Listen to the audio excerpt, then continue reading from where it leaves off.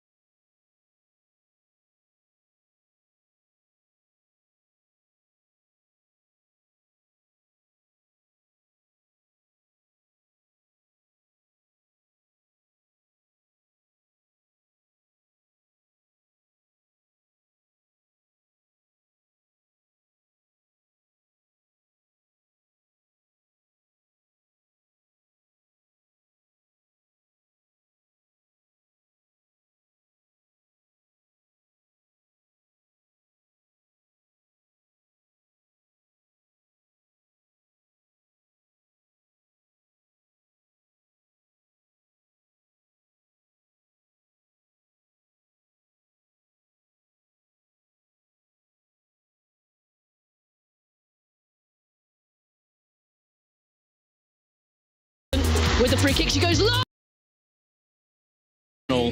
As you say, way back in February, I was in the commentary box when the game, and the game finished, but the series was called off, and we thought the world was ending, and yet here we are. We've got a semi-capacity or a sold-out crowd, 25,000. I'm excited for the afternoon and what it brings.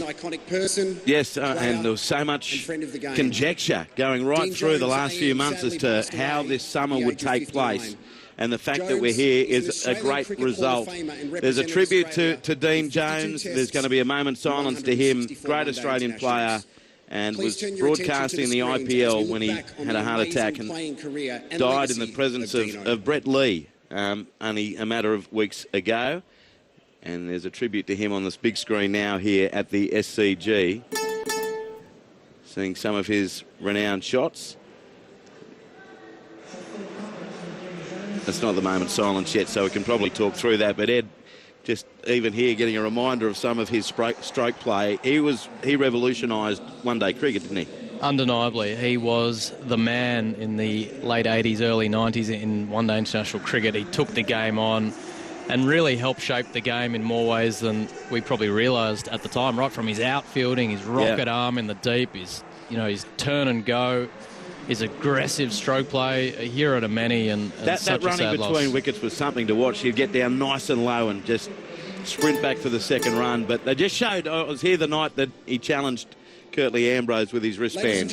And that was a gutsy move, and also his teammates thought not a really wise move, as there's a round of applause here for Dean Jones. And here's the moment's silence now as the crowd stands here, probably about 15,000 in at the moment on this beautiful day in Sydney's Remember Dean Jones.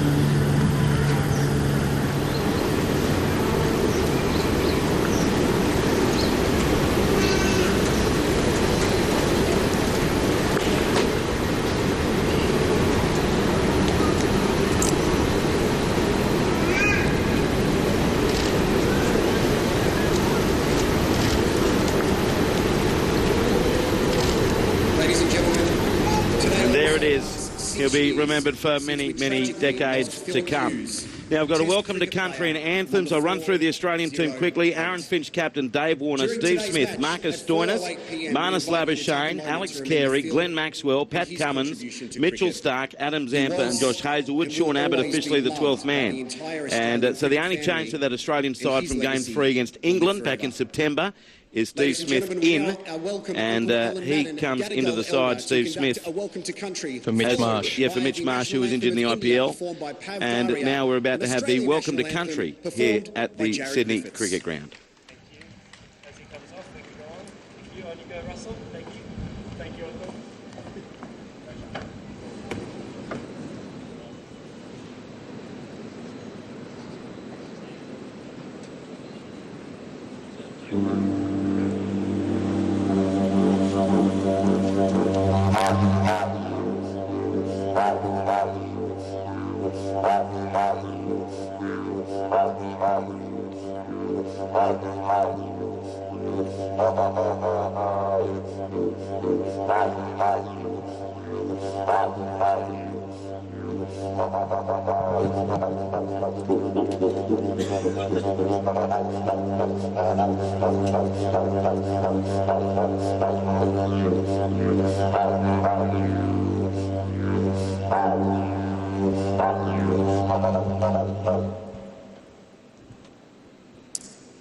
Good afternoon. My name is Alan Madden, Gadigal Elder.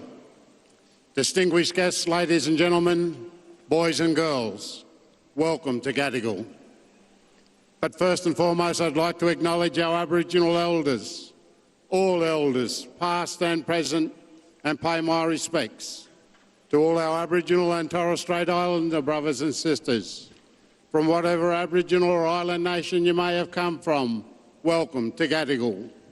And to all our non-Indigenous brothers and sisters here today, a very warm and sincere welcome to you, no matter where you've come from, whether it be across the seas, across the state or across town. Once again, a very warm and sincere welcome to you to Gadigal. Gadigal is one of 29 clans of the Eora Nation. The Eora Nation is bounded by nature's own, the Hawkesbury River to the north, the Pean to the west, and Georges River to the south. And in between those three mighty rivers, there's the Eora Nation. On behalf of Cricket Australia and of the Gadigal mob, welcome, welcome, welcome. Thank you. Nicely done, the welcome to country here at the SCG. The Indian team, some familiar faces. It will be Shikhar Dhawan and Mayank Agarwal to open for them when they chase. Virat Kohli, the captain. KL Rahul, the vice-captain, he'll keep.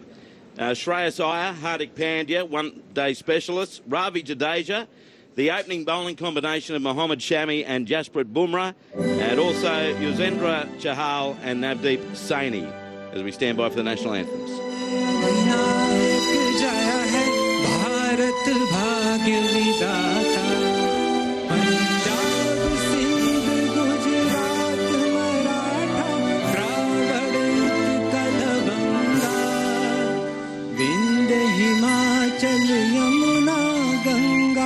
उच्छल जल दितरंगा तव शुभ नामे जागे तव शुभ आशीष मागे गाहे तव जय गाथा जन गण मंगल दायक जय है भारत भाग्य विधाता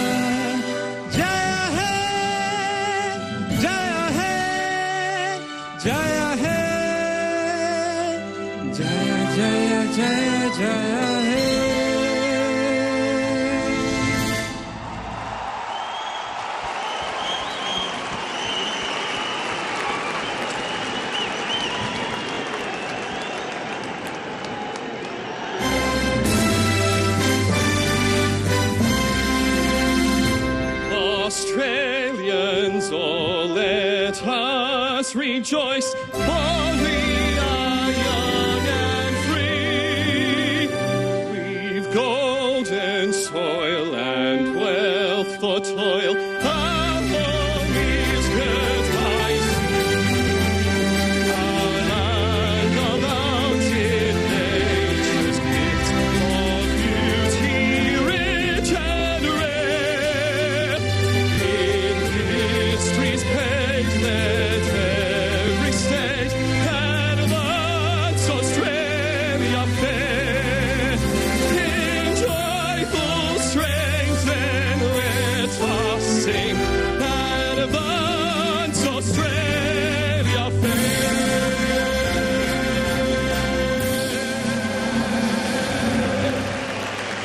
So the national anthem's done. We're not far from cricket. Australia and India. Australian captain Aaron Finch winning the toss and electing to bat first. Ed Cowan, Aaron Finch said at the toss, looks a bit of a dry wicket.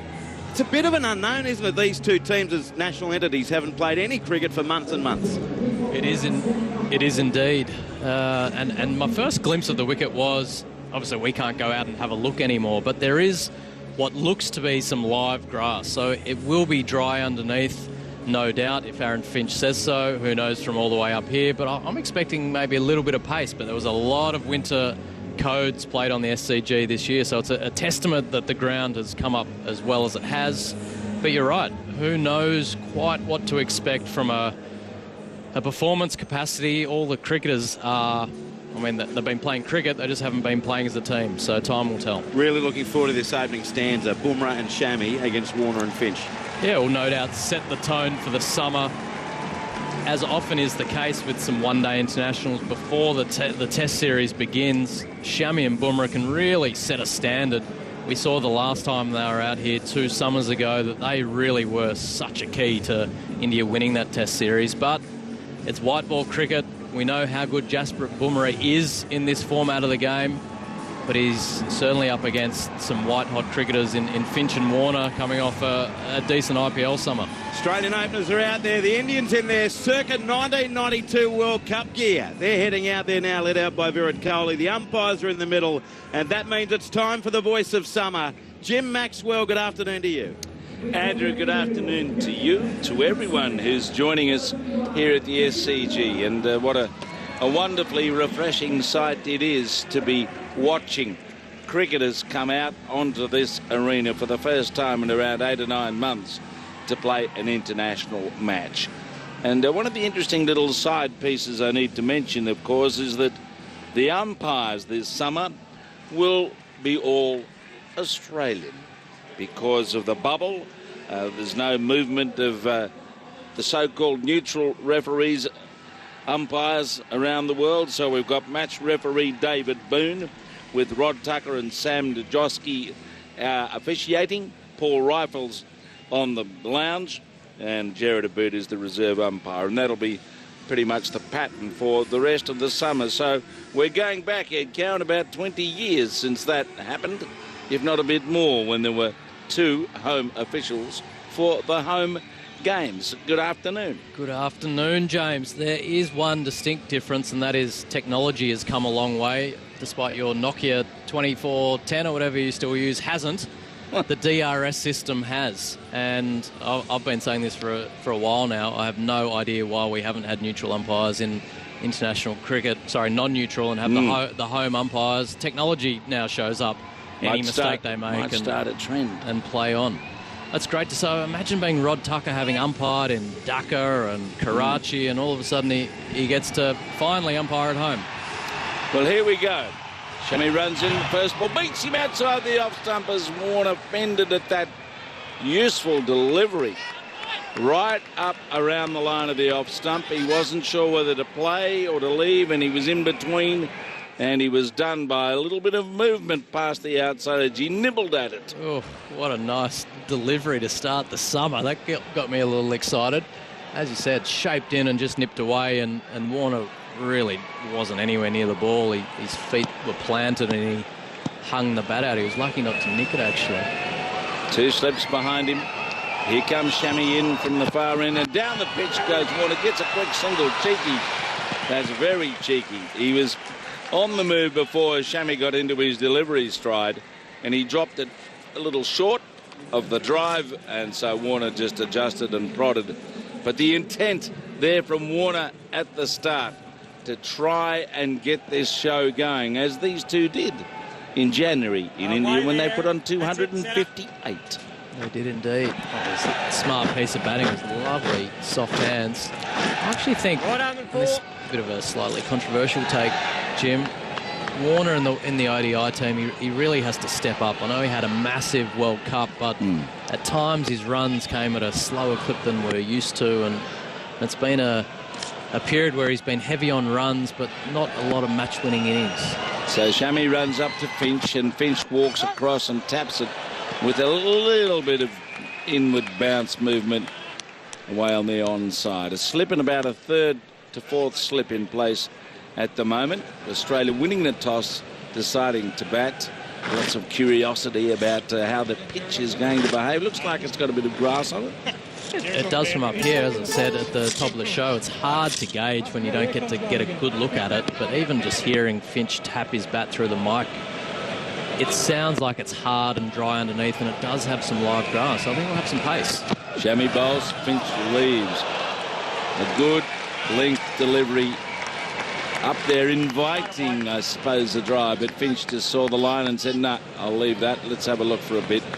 But these two venturesome players can give Australia the early momentum that they so often had in recent one days. But if they'll know it out there in the middle, if they can dispatch these fellas cheaply, they've got a chance of containing Australia. India won the last series these two countries played in India, 2-1. Shami runs in. Finch goes around and over a ball that bounced a bit more than he thought. He was looking to knock it away on the onside somewhere, but he hit it straight back down the pitch. Australia 1 run without loss, and a good coverage of Indian support, as you can hear in the background. Certainly more Indian supporters than Australian supporters, and outside, although a restricted capacity of almost 25,000, there are a dominant wave of blue shirts. Here's Shami, runs in, Finch, it's down the leg side. Has he got something on that? Came off the pad, I think, down the leg side, and that's why umpire Tucker just waited for a moment. Nagoski at that end. Oh, Najovsky down at that end, Rod Tucker this end, yes. They're hiding under hats. They are, but it's only 6 balls bowled, but I think we've had a pretty good indication as to how the pitch will play. It looks an absolute ripper. It's got good pace in it. The wicket-keeper was back almost maybe a metre off the 30-metre circle and taking it just sort of chest high at times. There's going to be pace, there's going to be some bounce. It might slow up as the day goes on and maybe turn a fraction, but it looks an absolute cracker of a one-day wicket. So, a happy afternoon, good morning or evening, wherever you may be listening through ABC Grandstand or on the BBC and any other places around the world. Here's a very important passage of play, perhaps, in the context of the whole season of cricket. Jasprit Bumrah, wicket taker, strike bowler, deceptively quick. He's going to be operating here from the Noble stand end. Yes, that name, Monty Noble, has been about the suburbs this morning because of a very special plaque that was unveiled this morning, and I'll come to that in a moment. Let's get Jasprit Bumrah's first ball of the campaign out of the way. He goes trotting in as he's bound to, and he's pushed away by Warner watchfully down towards mid-off. Yes, we are sitting in the Montague Alfred Noble stand, so named back in 1937. He was an Australian captain, a very good all-rounder who played in the era of Victor Trumper. And the local council at Willara today unveiled a plaque in his honour at Trumper Oval. And it was a lovely occasion with his granddaughter and great-granddaughter in attendance. A remarkable all-rounder in so many ways. He was a banker, he was a dentist, he was a baseballer, he was a bell ringer, and he was a damn good cricketer. 2 slips wait. Bumrah goes in and Warner plays with soft hands. They get a quick single. They have to scurry and they make it. Had no pace on it all. It's barely gone 2 yards on the offside. And as soon as he pushed and gave an indication he wanted to run, Finch was through. None for 2. Already, Dave Warner's technique looks sharp. He's played 2 beautiful forward defences. He's played 2 late back defences that have ended up in quick singles. Looks like quarantine. He's been doing some shadow batting, Jim, because that's as tight as I've seen his forward defence in some time. And Bumrah and Shami have been right on the money. They've hit their line, they've hit their length, and they've given away nothing. Now they just shuffle about.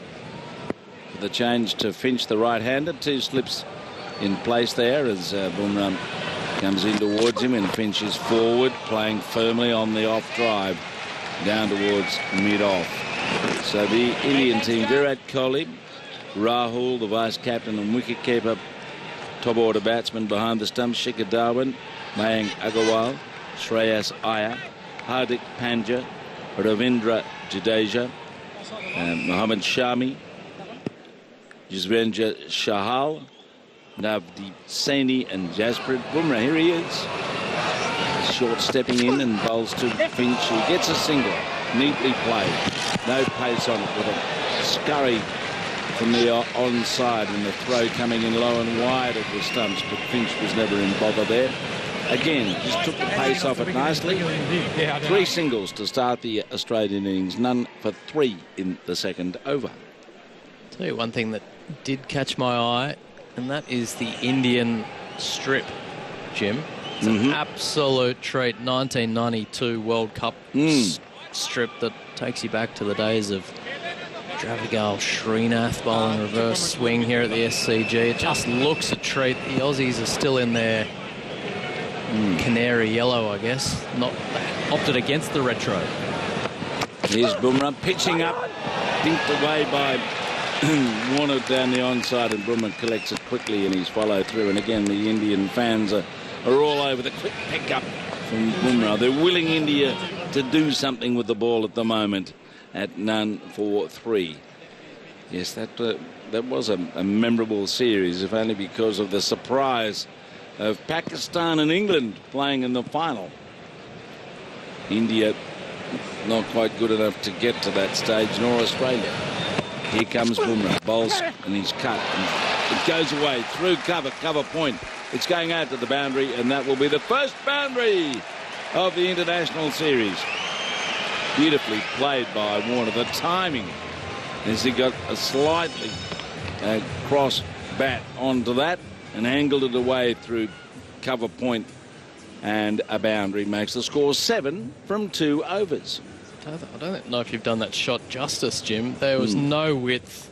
It was back of a length, and he leant on it, played it late, and hit the gap. And you know, a testament to the quality of batting of Dave Warner at his best. That was a hell of a shot.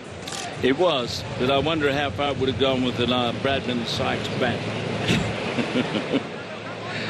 I mean, these weapons they have in their hands do add some impact to the play. Don't know if the bowler was coming at 140 k's an hour either back then.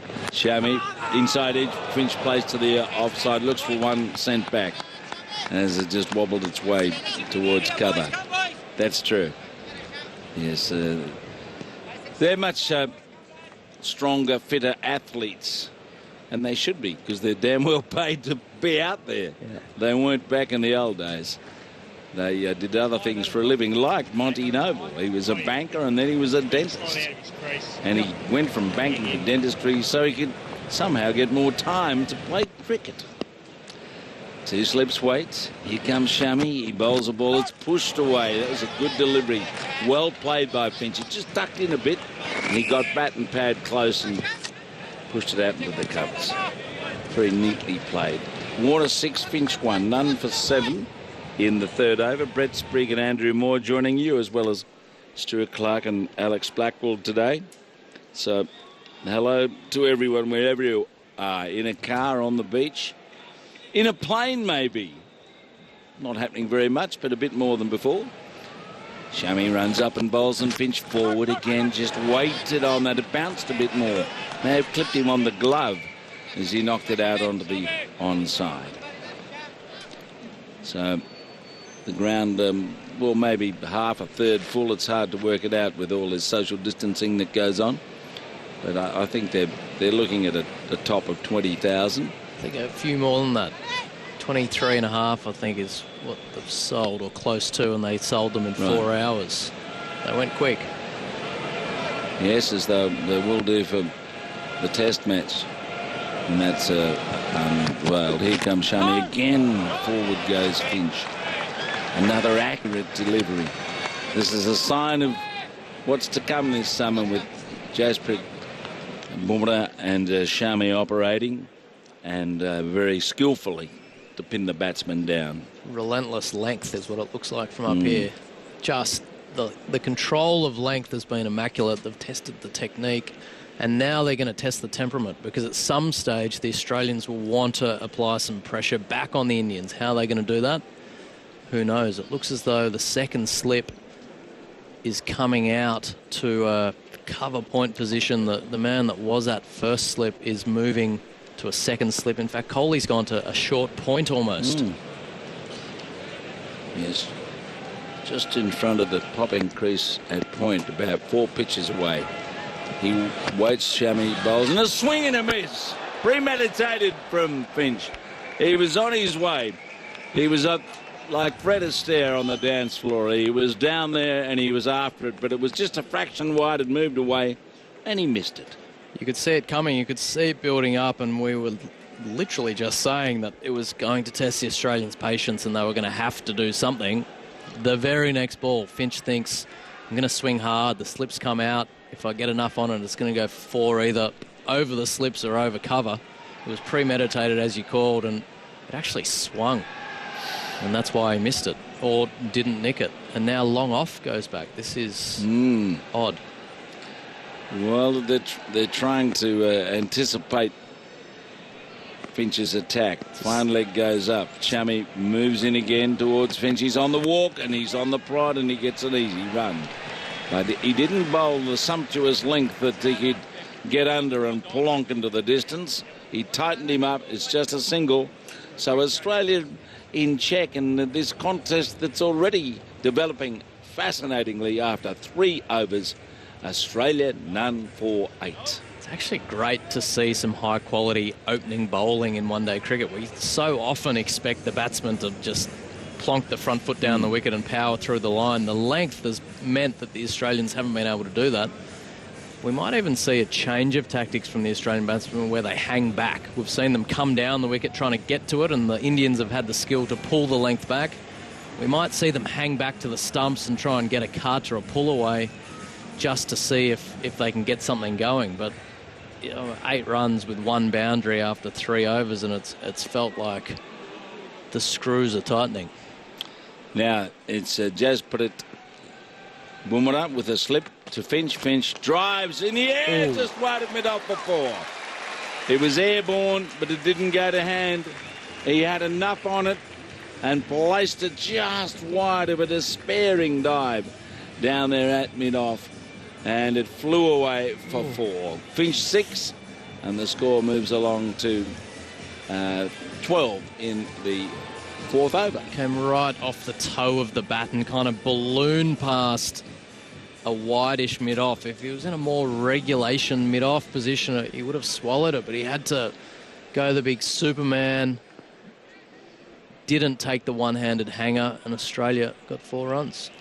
Mayank Agarwal down there at mid-off as Bumrah bowls again. He pitches up, drawing a defensive push firmly down there towards mid-off. So lots of expectation about the spectacle we're going to get here today with Warner and Finch out in the middle.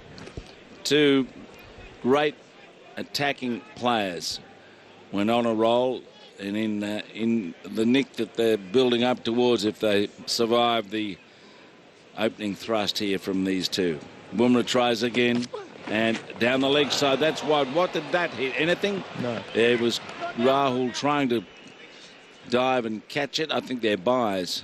What's the umpire going to tell us? Wides. Yep. In fact, yes. He dived to his left.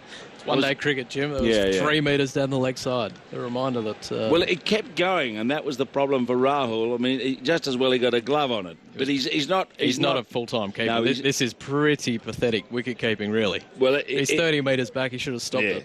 We're used to this in cricket now, to see part-time wicket-keepers out there because they want to have another batsman in the side or another bowler. Anyway, they got 2 out of that, a wide and a single, and Bumrah bowls to Warner, who dabs it down through the gully for a single. A second, he's taking on the throw and he gets back quickly. Well run. That put the pressure on Shami coming in from third man.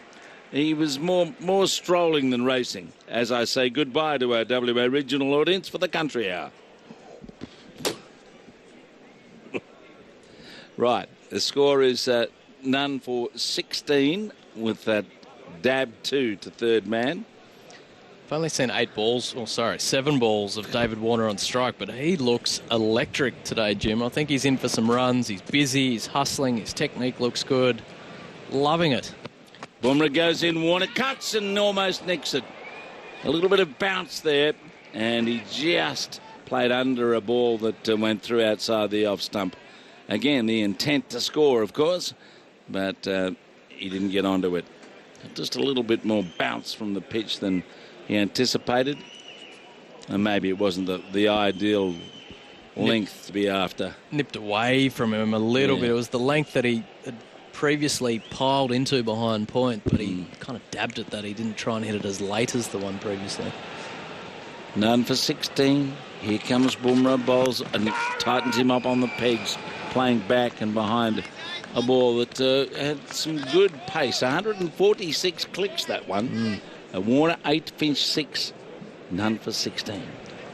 Any thoughts on the balance of the Australian side at the moment, Jim? I think it's the best balanced team that Australia have put on the park in a while. I love that floating role that Maxwell provides. feels like they've got the batsman right, and we know how good their one-day bowlers can be. Away he goes again, and Warner pushes slowly towards mid-off and gets a quick single to direct it, though, as he made it. At the underarm toss from mid-off, has it caught Warner short of his ground as he hurtled down the pitch. We're going up for a replay. It was a cheeky single, all right. It had a bit more way on it than Warner thought as he pushed it down towards mid-off. We're going up to Paul Rifle. It's going to be very tight. We haven't seen any footage. He's going to be out, I think. No, he's made it. Wow. That was a despairing lunge. What a dive. He's way along the pitch, flat in his face almost, sliding his bat, and he's beaten the underarm toss by a couple of centimetres in the end. And a couple of frames out, he looked like he was done for all money. And even live, he looked short of his ground, but all of a sudden, that was a hell of a dive.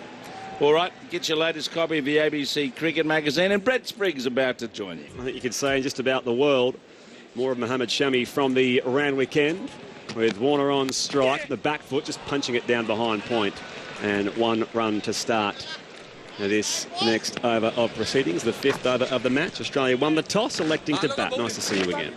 Brett Sprigg, another day, another dollar for you. Is it how many days straight have you commentated cricket this summer already? I don't know that it's a matter of days straight, but we have a very busy weekend here. Andrew Moore and myself in particular, with the WBBL semi-finals.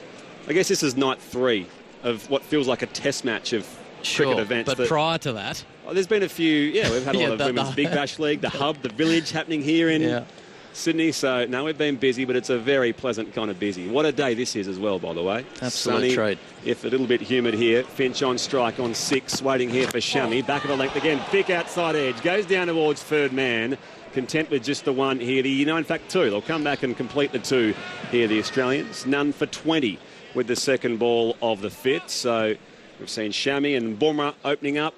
Curious to see how India manage these 2 quicks that were so vital to their test squad as well. Yeah, I think they'll certainly have a look at them, obviously, in this game and probably maybe Sunday. I can't see either of them playing more than maybe 1 T20 game, because the real highlight for the Indians this summer is the 4 test matches. They'd give up a T20 series to win a test series legitimately in Australia with Smith and Warner playing. So I think they'll be managed very carefully. It's a tantalising summer ahead. Here's Finch again, coming forward this time, works it off the legs, out through mid-wicket. They'll come back for at least 2. Races on towards the boundary. They will come back for 3. It's heaved in from the deep a little wide, and they do complete 3. So none for 23 here, Australia. This opening stand unbroken so far through the opening 4.5 overs. Lovely shot, Aaron Finch. Didn't quite get his timing right, and he's struggled a little bit for that to date, but he took a couple of paces down the wicket and really just clipped a length ball through mid-wicket delightfully. And Dave Warner, who survived the run-out chance at the other end the previous over, will be scratching out his guard here at the Paddington end, closest to us, here at a close to half-full Sydney cricket ground, or at least that's what it'll be when the crowd make their way in here. None for 23. Shami, he goes big this time. Warner snaps it back over the bowler's head, down towards the side screen. It'll pitch just inside the boundary, and again they'll come back and run 3. There was a bit of a fumble on the rope, I think, down at that far end of the ground, but 3 runs again here for the Aussies. So keeping the strike ticking over in a rather unconventional sort of fashion. 3s as opposed to 1s.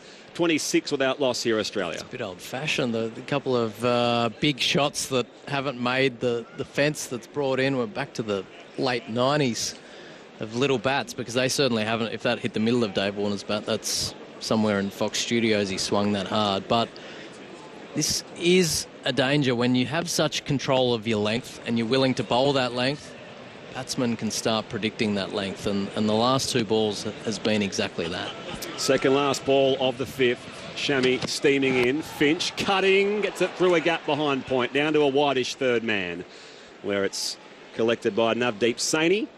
And just the 1 run here for the Australian one-day international captain. So Aaron Finch now to 12, none for 27. You can actually see the last 2 balls caused Shammy's worst ball. Only went for one, but it was short, it was wide, and Finch missed out on a bit of a gimme with a thicker outside edge. But that's what the two previous balls can do. By hitting him off his length, he had to do something different, and he served up a bit of a custard, really, and Finch missed out on it. Notice Shikadawan, who was a little slow to realise when the batsman changed strike.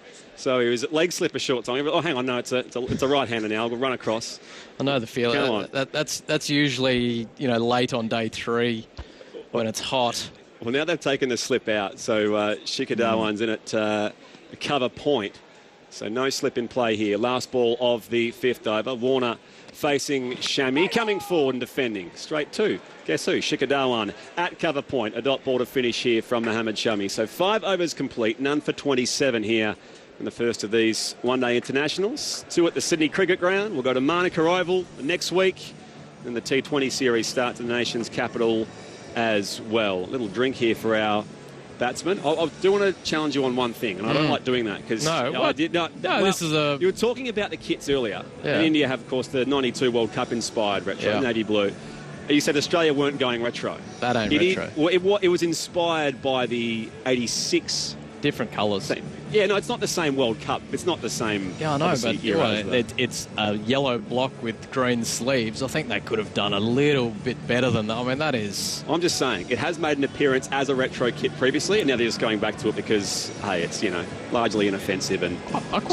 This is a different strip to what they used in the games against New Zealand. Am I right? Yep. They were the 99. They were spot on. 99 World Cup. That was excellent. Yeah. The World Cup-inspired ones tend to stick in the memory. Jasprit Bumrah will continue from the Paddington end here at the SCG. None for 27.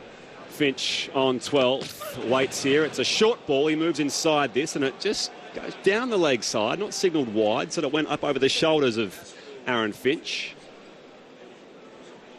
Fair delivery over the leg stump, let's say. It was heading down the leg side, but Finch had every chance of hitting it. There's no wide in that, Brett Sprigg. Second in the ICC bowling rankings, Jasprit Bumrah in the ODIs. He's a serious challenger in all forms. That relatively short run-up. Finch waits, pulls this time, forward of square, rolls out towards the rope in front of the members and ladies' pavilions. And 4 more here for Aaron Finch to take his score along to 16. And Australia none for 31 early in the 6th. Yeah, it was a good shot. He doesn't miss too many of those. It was a bit of a half track. He didn't really get up, but again, didn't really time it. But the technique was great. He got up on his toes. He rolled the wrists. There was no risk in the shot. In front of square leg. Saw it early. And it's forced a little change in the field. Aaron Finch is on the cusp of a pretty significant milestone as well, Ed. So he's approaching 5,000 ODI runs. Wow. Here he is on 16. Just works it off the hip, straight to a short mid-wicket, dot ball. So before today, 4,983. Had an average of 41. He'll be the 16th Australian batsman to get to 5,000. So by my count, he needs 1 more. He does. I hope I'm right. When you go it alone with these stats, you just hope that someone else has published it somewhere because it makes it legitimate. But oh, look, Ross Dundas will be all over that at the SCG. He'll get a stat up on the scoreboard for anything. Here's Bumrah away from us, and Finch waits, coming forward again, a defensive stroke back to the bowler who fields in his follow-through. None for 31, 2 balls to come in the 6th. We used to joke, not that there was much of a crowd during the SCG Shield games, but Harry Conway used to like taking the mickey out of Ross, who runs the stats. He'd come on the big loudspeaker and say, Harry Conway's best first-class figures at the SCG in a second innings against South Australia in this decade. Yeah, on a Wednesday in November. That's exactly right, and 35 people would clap. Second last ball of the over. Finch, a high bat lift, waits here for Bumrah. Comes forward again. They'll take one here on the arm of the fielder at mid-on. It is indeed collected by Sony, and they make the comfortable single. So 5,000 ODI runs. 17. There is the 5,000. The Australian one-day international captain. None for 32. And there it is. We were first. We were. in this day and age, we know first is more important than fact. Only Dave Warner and I think Ricky Ponting are quicker in terms of matches to get there. Wow. So it's a great achievement. Not to lose sight of how prolific he's been in the 50-over format, Aaron Finch. So he leads this team so well. And 5,000 runs in one-day international cricket. So none for 32. You've got Brett Sprigg alongside Ed Cowan. Soon we'll have Stuart Clark rotating through as well. A reminder, of course, your texts are welcome. 0467 920 0222. Maybe you're joining us right across Australia or beyond. BBC 5 Live Sports Extra through the UK. As we await the final ball of Bumrah's third over. None for 20, his figures so far. Dave Warner on strike. It's a full ball. He digs it out and plays it straight to mid-off. A dot ball to finish off here. So 6 overs complete. None for 32 here. Australia batting first against India in the first of our one-day internationals. Thanks very much to Ed Cowan, who we'll hear more from throughout the afternoon and evening. And it is just a glorious day to get the men's international summer underway here at the Sydney Cricket Ground. That last ball from Bumrah clocking 146. A nice bit of pace. Just defended out from David Warner. So none for 32. Warner 13, Finch 17. Great to have former Aussie quick Stuart Clark joining us in commentary for the first time today. Good afternoon, everybody. Good afternoon, Spriggy. How are you? You going well? Oh, well. It's a good day to be back at international cricket at the SCG and looking around, and there's a good splattering of crowd in everywhere. COVID rules apply, obviously. Only about 23,000, but certainly been a good, good start of the game. Now we've got Navdeep Saini is going to take up the attack from the round weekend, but some idiot Pelican, I think, has run onto the ground with a sign, and he is protesting something. And there's a couple of them, in fact, that are sort of just taking their moment in the middle of the SCG. Interesting when you run a sign out to the middle and no one can read it. That sort of defeats the purpose, does it not? It's so yeah. Well, they're not supposed to tackle them, are they? It's about Adani. That's all I'll say. I don't really know too much about that. I'm just a sport guy. I can't even read it. So they've got a couple of guys with signs, and now they've eventually hang on. Here comes someone from deep cover. They're going to converge on these two pitch invaders who are just having their moment in the middle of the SCG. Get off the wicket. They're really just taking their time here. They're just trying to ask them to get off there politely. But anyway, you've had your fun. Off you go. None for 32 after 6 overs here. We're about to see the 7th if we get it underway eventually. And it will be Navdeep Saini. So he's part of all 3 squads for India during this tour. I suppose they're all in that travelling bubble. He did have a back issue. They brought another player in, Natajaran, the left armour, joined the squad because he had a back issue a couple of days ago, Navdeep Saini, but he is in the team this afternoon. Umpires having a chat to the batsman out there. Not an awful lot's happening here, really. None for 32 as the pitch invaders are escorted off the Sydney Cricket Ground surface. Where are the police? Hopefully they can take him, lock him up, put him away. That'll be good. Yeah, I'm all for people's right to protest, but during a sporting event, you've got to know better as well, of course. This is just with the COVID restrictions and everything else, the offence of invading the pitch is that much more significant. So anyway, off you go. None for 32 here at the Sydney Cricket Ground. Stuart Clark alongside Brett Sprigg here on Grandstand Cricket. So eventually Aaron Finch will be facing up here to Navdeep Saini. I watched him warm up, Navdeep. He got the ball to swing a little bit. Looked like he bowled a little outswinger. So I've got to say I haven't seen a lot of him play cricket. I didn't see much of him in the IPL. But from what I saw in warm-up, got the ball to shape away from the right-hander. So hopefully, for India's sake, he can get the same. But the two Australians, Finch and Warner, have looked quite assured and look like they're going along quite nicely for the first ODI. At his 28th birthday 4 days ago, did Navdeep, and a false start in his run-up as well. Third man is back. There's a gully, a point, a cover, mid-off, mid-on, fairly regulation field here for Saini. Bowling here to Finch, who's on the back foot and cutting through a gap between gully and point. That will race away for 4. Yeah, too short by Saini to start up. It was nice and quick, about 141 kilometres an hour for your first ball. Nice high bowling action, but halfway down, Aaron Finch, 5,000 international ODI runs. Not going to miss out on that. That's bread and butter for him. Very, very strong through the offside. Didn't quite time it, but certainly in the gap and we've seen at the SCG and most grounds around the world these days. When you do beat the infield, it usually races away for 4. 21 for Finch, none for 36 here, the Australians, as Sony just takes time to think about the next delivery. Field stays the same for now, as he powers in past the umpire. Again, wants some room here, Finch. Miscues this to fielder at cover point, and it is no run.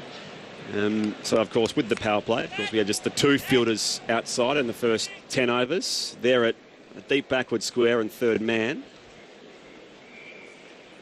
And for the majority of the innings, we have up to 4, and then, of course, 5 for the last 10 overs of the 50-over allotment here for the Australian and Indian teams. 36 without loss. Finch taps his bat, waits here for Navdeep Saini. On the back foot, high on the bat, it just deflects out to the offside. Another dot ball.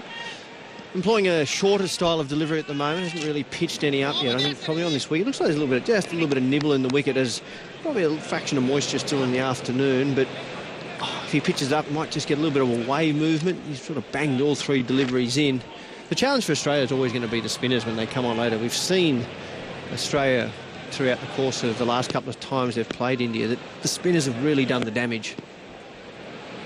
Saini steaming in. Finch just to pull this, only gets as far as short mid-wicket. Again, a miscue from the Australian captain. 36 without loss. Yeah, a little bit of extra pace. 142 looks quite a little bit sharper than that. Just the way he's running. Looks like quite a little bit taller than Mohammad Shami, so puts him nice and high at the bowling crease. So the trajectory is just a little bit different, so he doesn't have to bowl as short to get the ball to bounce. But it's been probably an indifferent start for Sani. You mentioned the spinners, Jadeja and Devendra Chahal as well. So the main components of their spin arsenal. Another ball back of a length, squared up again, Finch, straight to mid-wicket. Another dot ball, none for 36, one to come here in the 7th. Just worked away nicely off his hip, that Aaron Finch. Just sort of half surprising him with a little bit extra pace. I'm watching Sani and watching Aaron Finch. I think he's sort of lining him up here. If you watch, Aaron Finch has been on the back foot and he's now looking away through that deep backward square area. Fine leg up inside the circle. I think that's Chahal standing inside the circle. Deep backward square, pretty much square on just behind the umpire out on the fence. So wouldn't want to get too short again here because I think Aaron Finch is just starting to line him up. So yeah, Chahal is that sort of leg slip, as you say, right on the circle. Sony rounds out his first over. Bowling here to Aaron Finch, who's cutting again. Timed it beautifully. Good stop from the fielder at backward point. And that was a tremendous effort from the fielder there, Jadeja. They do scamper through for 1. None for 37 here after 7 overs. And 5 off that over. Jadeja is a quality fielder at backward point. He doesn't miss a lot. He's very agile to both sides, left and right. Got a good throwing arm on him, and he's a modern-day Indian cricketer. Plays a lot in the IPL. Very, very successful, and well, he's not young anymore. I suppose he's been around for a long period of time. He's 31. He's 31. But yeah, in fact, he turns 32 Sunday week. A lot of these Indian players have birthdays either last week or next week, and we'll have a whole bunch of celebrations throughout this white ball series. Stuart, we'll make sure to mention them. The cake, will it? Well, maybe we can enjoy the cake on their behalf in Sydney and Canberra. You're coming with us to Canberra? I'll be down in Canberra, yeah. I'll be driving on down there. That's looking forward to my little jaunt down to Canberra. So Jasprit Bumrah will continue from the Paddington end. Into the 8th over. It sort of thought they'd bowled more overs, didn't I? Sort of sitting down the back of the box, watching into the 8th over. They're a little bit slow, or just been some good batting. I know we had a bit of delay with the 2 old mates in the middle of the field there. So 5 runs off that Sani over at the other end, and Bumrah will continue here for his 4th. Continuing with the new ball from the end closest to us. Aaron Finch on strike, moves inside this and just fends it to the onside. No run. Bumrah's looked good for all these guys. You've got to remember have been in isolation, haven't spent a lot of time out and about. I know half the Australians only came out sort of 7 o'clock last night. Been an unusual situation for with the Australian team in particular, who have had a couple of different camps, a split camp on either side of Sydney pretty much. And the Indian team who, despite the allowance of being allowed to train and practice, it's Finch now. Ball back of a length from Burma. Works it off the legs. It may even be all leg as they come through for one. There was an inside edge on that from Aaron Finch. So he ticks along to 23. None for 38 here, the Australians in the 8th over. I've spoken to a few of the various people that have been at the IPL and coaches or a few of the players. And I've got to say, none of them have a lot of good words to say about isolation. No.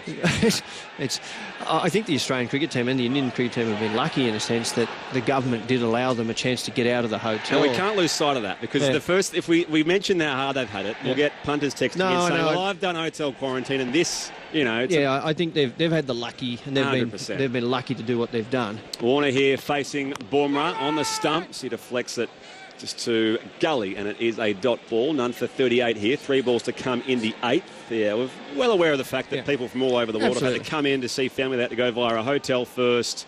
And, the allowances made have been...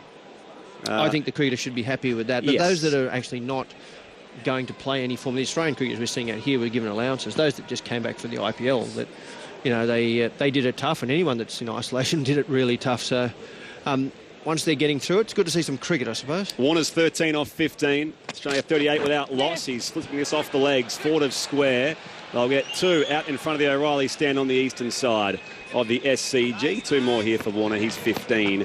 And the Australians none for 42. I think Kohli would be looking to get through these sort of 10 overs as quickly as he can, then get the spinners on. I think that's the modus operandi for the Indian cricket team. I think they'd be really, if they'd done any sort of research, they'd look at and think, I think it was Yadav, remember the left-arm Chinaman that was out here last series? He really caused the Australians some problems with wrong-ins and things like that. And Chahal, I'd imagine, be the same. None for 40. 3 runs off the over so far. I want to hear the left-hander is giving himself room to cut. It goes straight to point, and it is another dot ball. Warner's looked in good nick too. He's straight out of the IPL and whatever he's been doing. I think Finch has looked in good nick as well. Well, people lose sight of the fact that Aaron Finch and Virat Kohli are teammates, aren't they? Royal Challengers Bangalore. There's another little narrative to this series. I think in the end Finch wasn't playing a lot, was he? I think if I remember what I was seeing on TV. But yeah, it'd be interesting changes, wouldn't it? Last ball of the 8th. Burma in here too. Dave Warner thinks about taking off with a sort of a semi-defensive stroke to point, but a dot ball. A loud call of no from Finch at the other end. Warner on 15, Finch 23. 8 overs complete here. Australia won the toss and are batting first. None for 40. And Stuart Clark will be joined next on Grandstand Cricket by Andrew Moore. Grandstand Cricket. Gets an edge, he's caught. Around the wicket. Australia versus India. He hoiks it towards deep in wicket. He's out. Yes, caught again. On your radio, ABC Sport Digital Radio, and on the ABC Listen app.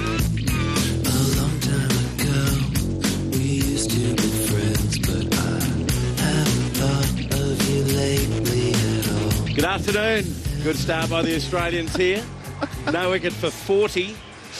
That was very amusing. 8 overs. How are you, Stewie? Good day, Andrew. I was very amused at watching the panic that was setting in when you couldn't get that little thing to go into where it needed to go.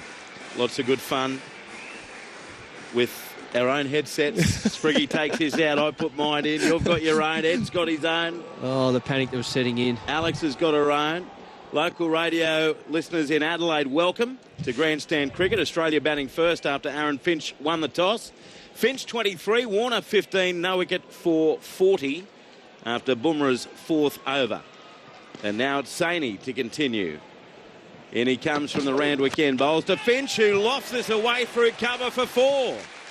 There was a cover and a point, and he pierced the field, went uppish for a boundary. He moves to 27, none for 44 in the 9th, Stuart Clark. Yeah, Sony, too short, unfortunately. It was uppishly played, but I think you're flirting with real danger bowling short and wide to either of these. So I know Virat Kohli's got fielders there, but Finch threw his hands through it hard as he could, and it went flying away through the gap. I think I'd like to see him just, it's a foot and a half, 2 foot short, pitch it up, get Aaron Finch. He's not a good driver of the ball. He's a far better player off the back foot. So Sony now to Finch. He struck on the bodies. He tickles it away on the leg side. Sony comes through and picks up, and he's followed through, but quickly through for a run. And there was some bat and inside edge onto the body. So Finch up to 28. None for 45. We're very pleasantly surprised with how crisp the Australian openers have been. Bearing in mind they haven't played any cricket lately, apart from the IPL, but they've been in training for the last few weeks, and also particularly Mohamed Shami's opening spell was outstanding. Yeah, he looked like he'd bowled and looked like he got the seam up nice and straight, got it to stand up and just move around both ways, a little bit off the wicket and a little bit through the air. Looked like he looks like I was saying off air, he's really improved as a bowler over the years, Mohamed Shami. Yeah. Shami, he's bowling, probably not as quick as he once did, but certainly doing more with the ball now than he ever did. He's kind of mid-130s, Bumrah mid-140s.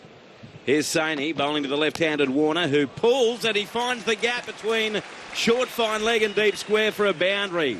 Yeah. Sony's length is leading him astray here. None for 49, the Australians, Warner to 19. Yeah, Sony bowling too short to both batsmen at the moment. It's just easy pickings for David Warner, especially in Australia where the ball, if you pitch it up, that little bit extra round helps you get a little nick on it, but too short, and Warner and Finch both sort of just now starting to sit back on the back foot and really can't protect any part of the ground bowling that length. It's too easy for Warner to manipulate the ball into a gap, and once he does, he gets 4 for it every time. That's his second boundary. Finch has 4 of them. Now a chat between Kohli at mid-off, the skipper, and the bowler Navdeep Saini. He's 28 years of age, only in his 6th one-day international. 5 wickets at an average of 60.2 and an economy rate of 6.27. He's in over the wicket to Warner. Big swing and a miss outside the off stump, and through it goes to Rahul, the keeper. There's a deep third, backward point cover mid-off, mid-on, mid-wicket, deep square leg and a short fine leg, and this is the second last over of the power play. Well, whilst Warner played a big drive at that, it's a far better delivery, far better length. Warner at least had to make a decision of what to do. Short, it's too slow, the wicket, and just sits up, but that one going across David Warner, we know if he does hit him, they can go for 4 and 6, but he's still playing the law of averages, and that's a far better spot. Sony bowling at a decent pace too, up in the mid-140s. He's in bowling to Warner, who's on the back foot, defending back to the bowler. That was a good line from Sony. Dot ball, none for 49. This pair, Finch and Warner, average almost 50 runs per opening stand. They've had 10 century opening partnerships, and they're off to a good start to the summer here. Has that just cramped Warner a little bit? Yeah, Warner, just looking at Finch there, saying the wicket's a bit too paced. Didn't quite carry through like he had expected. Didn't really allow him to get on the back foot and play a more striking or powerful stroke. So maybe the wicket's a fraction too paced. Deep third, deep square leg. Warner waits for Saini, who's in, and it's played straight to mid-wicket inside the circle. And it's picked up immediately by Charles, and it's a dot ball. So a good finish to the over by Saini. 9 overs gone in Australia's innings. No wicket for 49. 9 runs off that over, with Aaron Finch on 28 off 32. Dave Warner 19 off 22. Drinks out in the ground, 12th man or 13th man or whoever. So there's another one coming out. So they're a bit thirsty there, the boys. A bit warmed out there. It's supposed to be really warm this weekend, Andrew. They've changed the rules for cricket all around the weekend. That's Cricket New South Wales, just to make sure young players' safety, grade cricket as well. Well, Western Sydney over the weekend could get up to 40 plus both days. Probably mid-30s where we are. We've got the WBBL final tomorrow night between Melbourne Stars and Sydney Thunder at North Sydney, and then back here on Sunday. What about Point Piper at your house? What's it like there? Point Piper is a long way from my house. Talk to Jimmy when he's on. Mohamed Shami coming back into the attack to replace Jasprit Bumrah, who bowled 4 overs for 23. Shami's first spell at the Randwick end, 3 overs for 12, and now he turns around and will be bowling to Aaron Finch, who's on 28, looking in good touch. Pretty stock standard field as well, third man. Likes the deep backwards. I like the deep backward square to both these batsmen. They're prolific through that part of the ground, both of them, when the ball's short. Mohamed Shami, his 78th one-day international. Bowls to the right-handed Finch, struck on the body, maybe a leading edge as it drops away towards gully, and there's no run. Jadeja comes in quickly. He's a very good fielder, and he picks up no run. Score remains no wicket for 49 in the 10th. Magnificent day today here, Stewie, at your old home ground. There's a bit of breeze about, keeping temperatures in the mid-20s. And great to see people here, about 20,000 in. I think that's the best part of it all, Andrew. Seeing some fans, some spectators, punters come to the cricket, get to enjoy. It's been a tough year for everybody, and the opportunity to come out to the cricket and sit down and watch. bit of mental relief. Shammy bowling to Finch, who comes forward, plays it, but straight to mid-wicket, tumbling save.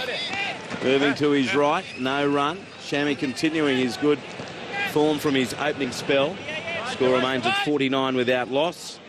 The rest of the Australian lineup: Steve Smith, Marcus Stoinis, Marnus Labuschagne, Alex Carey, Glenn Maxwell, and that pair in their last game against England in that third one day have both scored centuries to lead Australia to a very unlikely victory, chasing over about 330.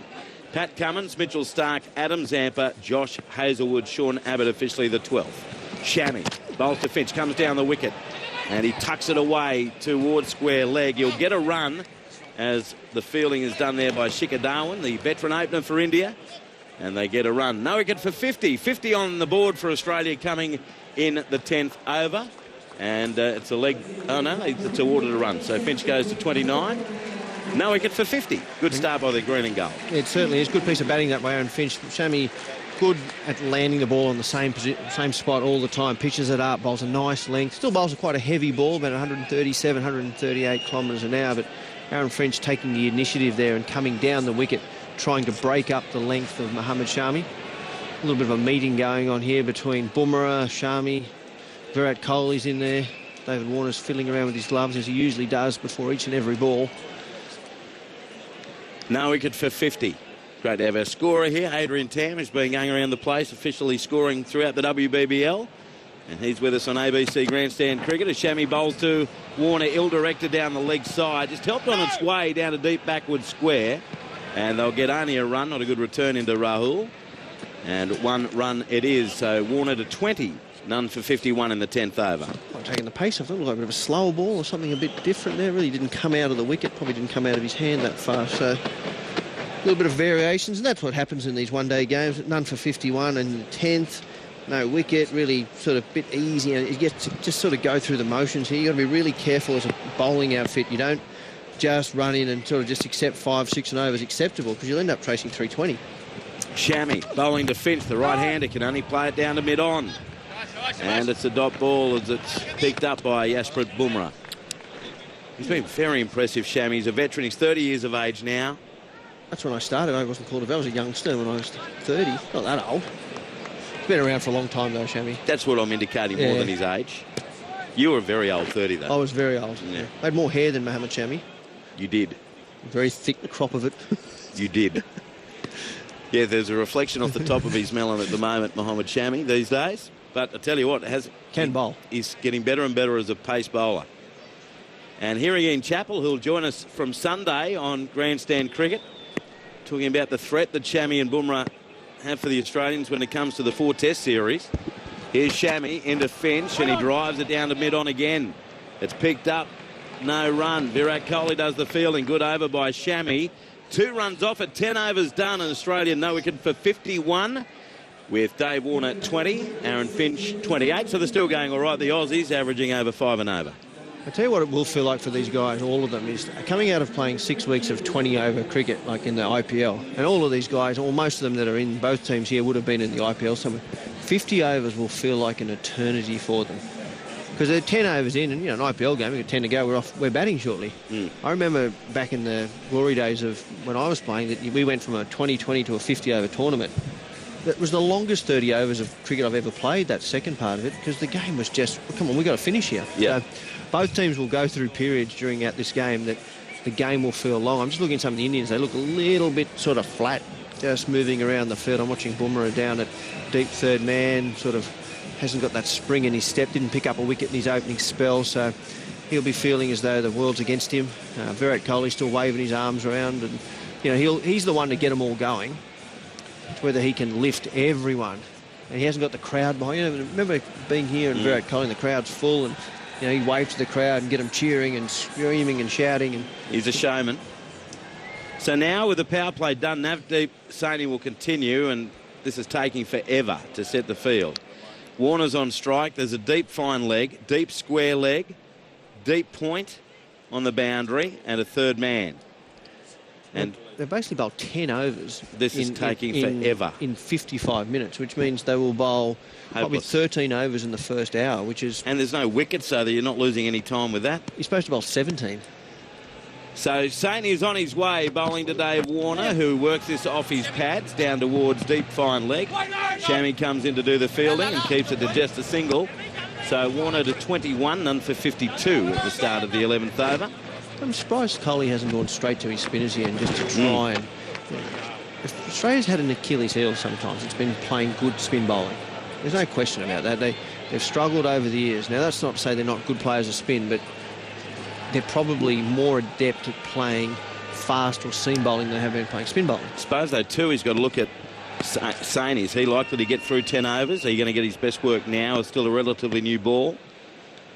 Well, you're going to get his best work and you put some fielders out, I think, at the moment. So that's probably a good thing that we're into that stage of the game because he's bowled too short thus far. Finch on strike, Sane in, and Finch whips it off his pads directly to the deep square leg. And there's just one run to be had on that occasion as the fielding is done by Shreyas Iyer. So now no wicket for 53, and Aaron Finch moves to 29. Field scatters, left-hander back on strike. And after a tough IPL, Finch has looked in pretty good nick, I've got to say. It's really sharp. You can always tell when Aaron Finch is batting well, how well he plays when he plays forward. And he saw early on he was prepared to take a big stride at the ball and looked confident. And it's usually a telltale sign for Aaron Finch that he's actually seeing the ball well. I know he's got 5,000 runs, but after a tough IPL and wasn't in the team for a lot with Coley and a few of the other superstars, A.B. de Villiers in that team, and he was sort of sitting on the bench. You wouldn't be surprised if he was sort of not in the greatest nick, but it certainly hasn't looked like that. Well, his last innings was on November 6 for the Royal Challengers Bangalore against the Sunrisers in the IPL. He scored 32. And now there's another interminable delay. This is taking forever. This time it's a side screen issue with Sane going around the wicket. No, he's getting someone to sit down that's wandering around. There's a bloke in a white shirt sitting above the side screen, so wow. They're waving to him. Well, next time a plane flies past, we'll have to stop the game. Goodness me. OK, Warner ready to go. Sane around the wicket to him, and he rocks on the back foot, turns his wrists on it towards square leg. And Finch wanted to run, but Char was in there too quickly to do the fielding. And it's a dot ball. None for 53, the score remains. Yeah, good piece of anticipation by Chahal there at mid-wicket. Sort of stopped any sort of talk or thought of a run. Mind you, didn't hit the stump, so it was probably a run there. So, ifs, buts and maybes, Andrew. Correct. What have you done since the footy's been finished? Have you had some rest? Cricket. Origin. Hasn't stopped, really. Hasn't it? You just go. You just work. And loving it. Here's Sane around the wicket, bowls to Warner, who's on the drive, but can't beat cover. Straight to the fielder, and the ball is picked up there by Pandya. Score remains no wicket for 53. Well, for the Rugby League, the State of Origin continued up until last Wednesday. The WBBL started on the day of the grand final of the NRL and the weekend of the AFL grand final. So you don't have a mandatory got to rest my voice box for a couple of weeks? You don't have one of those in your contract? No, I think we'll get through until the Sydney Test. I'm doing Adelaide and Sydney Test, and then a couple of weeks, is it? Yes, I need to find a beach somewhere and stare out the ocean. Here's Sane bowling to Warner. It's a bouncer. He wanted to hook, but he went underneath it, and he's ruling that's the one for the over. No wide or anything. It wasn't a bad bouncer by Sane because Warner couldn't catch up with it, albeit he wanted to. Score remains none for 53. Looked high, I've got to say, from sitting here in my perched spot way above, but good piece of bowling. It's something different. We haven't seen many short balls, have we? We've seen back of a length balls, lots of them, but certainly no real get nasty and get up around the throat. Another slight delay. Here's Sane bowling to Warner. None for 53, Australia, and Warner square drives. Beautiful looking shot, but it's straight to the field on the boundary. And the ball is picked up there again by Iyer, and one run only to end the over. 11 overs gone, and Australia no wicket for 54. Warner 22, Finch 29. Excitement here. We've got a double change. Jim Maxwell coming in with Alex Blackwell on Grandstand Cricket. Grandstand Cricket. He drives and he's nicked it, he's out. Australia versus India. He's out trying to second slip. Around the wicket, bowls it. On your radio, ABC Sport Digital Radio, and on the ABC Listen app. What a wicket.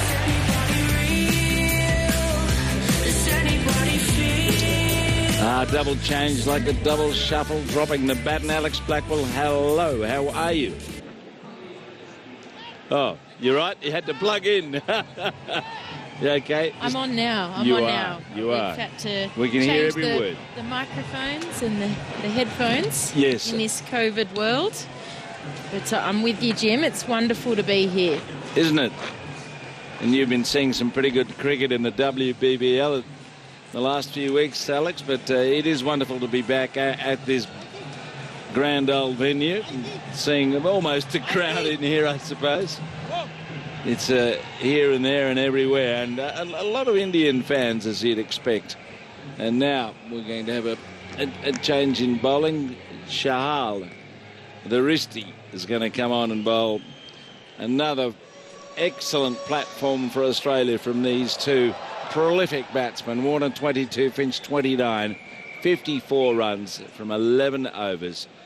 And there are many famous combinations opening the innings in the history of cricket, but this one, certainly in the white ball game, is significant. Now, Shalal pitches up down the leg side. It's a wide, just outside the pads.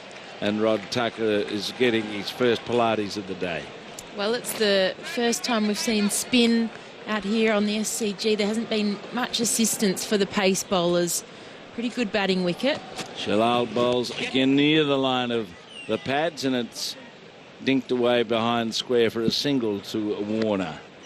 None for 55. All this is nicely set up for Australia to make an appreciable score, you'd reckon, from here. Absolutely. Wonderful foundation. Another 50-run partnership for Warner and Finch. They averaged just a tick under 50 for their partnership, and to score 50 off 75 balls their partnership came up on. 50. They could double it. They're looking good. They could more than quadruple it if they repeat what they did in India in January when they put on 258. Shalal bowls short, cut, but no timing, straight to point. Jadeja out there. So two men behind point, deep cover, extra cover, long off, long on. Mid-wicket, Kohli's out there playing field marshal with the field placings. Deep square and a sort of short, fine backward square on the sweep. Now he decides maybe a slip's worth it. There's some bounce, maybe a bit of turn. Normally is out here. Shalal comes in and Finch watchfully plays on the back foot up the offside. Well, the only half chances I've seen today have been some risky runs. However, the two out there at lightning between the wickets, Warner and Finch. So a couple of chancy runs. Down the pitch he comes, hit on the pad, but he was a long way down, and there was a very polite squawk at umpire Tucker, but that wasn't going anywhere as it bounced away to Kohli out there at mid-wicket. But Shalal's hitting a pretty good spot at the moment and causing Finch to be watchful. He's trying to use his feet, interrupt the length, and he goes inside out, sort of back down the offside. Just changed his stroke. Well delivered by Shalal, and that stroke causes Kohli to say, OK, enough for slip. Let's get a bit more protection out here. Maybe even a catching position on the offside at short cover. Yeah, catches in front of the wicket. Finch has been hitting on the up through the covers. And he cuts off the back foot, but he doesn't get the placement, the timing, anything. And Jadeja collects it at the end of that, the 12th over. None for 56. Finch 29 and Warner 23 after Australia won the toss. Well, Jim, you mentioned those prolific opening partnerships. I'm wondering if the ones that come to mind for you are typically that left-hand, right-hand combination. Always helpful. Finch the right-hander and Warner the left-hander here. But the ones that you think of, are they tending to be left and right, or combination of both? Well, I don't want to show my gold colours, but I immediately go to Hayden and Gilchrist, two left-handers. Yes. But then the first fellows who are really grabbing the game by the neck in the first 15 overs and, you know, killing the Christmas turkey completely with Kalavatara and Jayasuriya. Now, around the wicket, punched away by Warner out through square for a single. I think that they were the first players to decide that the time to attack was from ball one, not sort of build a platform and then go for it in the last 10 overs. So they changed the game, revolutionised the game. Kalavatarana and Jayasuriya, left and right. Both of them were going hard at the ball. There wasn't sort of one more attacking and the other one Not more really. Anchor. I think Jayasuriya was the more productive of the two. But they hit over the infield, which wasn't happening a lot before those two came on the scene. Here we go. A bouncer. It's too high, I think. It's going to be a wide, yeah. He banged it in and it bounced trampoline-ish well over Finch's head. None for 59. Well, Saini's been bowling at great pace, 145 on average. He's been good, and occasionally the Indian players have been bowling a little short, but not short enough for a good bouncer to Finch. On that occasion, the bouncer was well over his head, so an over-adjustment there from Saini. So there's just a switcheroo in the field. There's still two men behind the square, one just and one finer. And Saini runs in and pitches up. He's punched through the onside. A neat stroke by Finch. The ball's running away out towards the deep, and they get 2 runs on that very elegantly played shot. Saini in his 4th over has none for 21. He's not the most accomplished of the Indian players. He's playing on his 6th one-dayer, and his numbers have been pretty unflattering so far. He's a briskish medium, but his length's a bit subject to being clocked if he doesn't quite get it right. He's coming in again, over the wicket, right arm, pushed away, down to third man by Finch, using the pace of the ball there to glide it to third man. And the score moves along to 61 in the 13th over.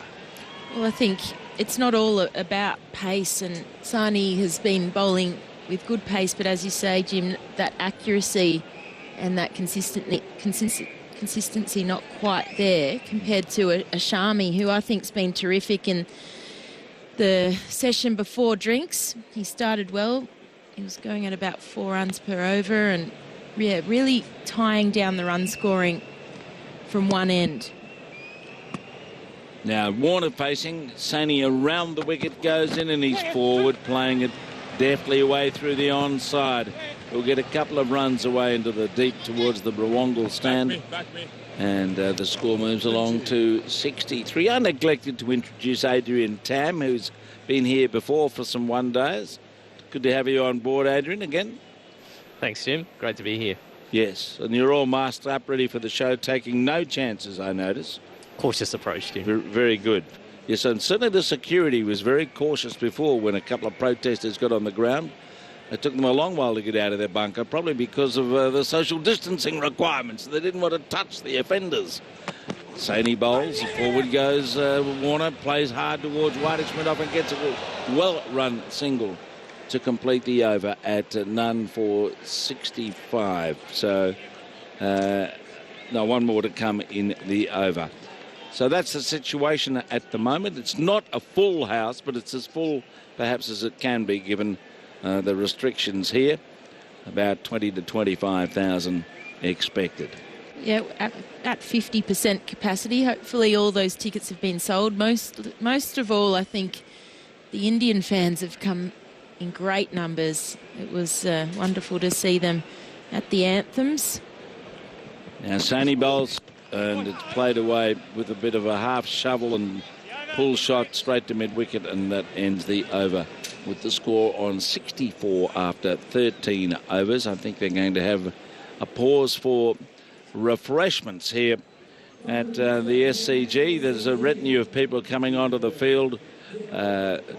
Jeeves with the butler's tray, towels coming out from other retainers from the distance, and the ground staff rushing onto the field. 65 runs scored from 13 overs. Now it's time for the latest from ABC News.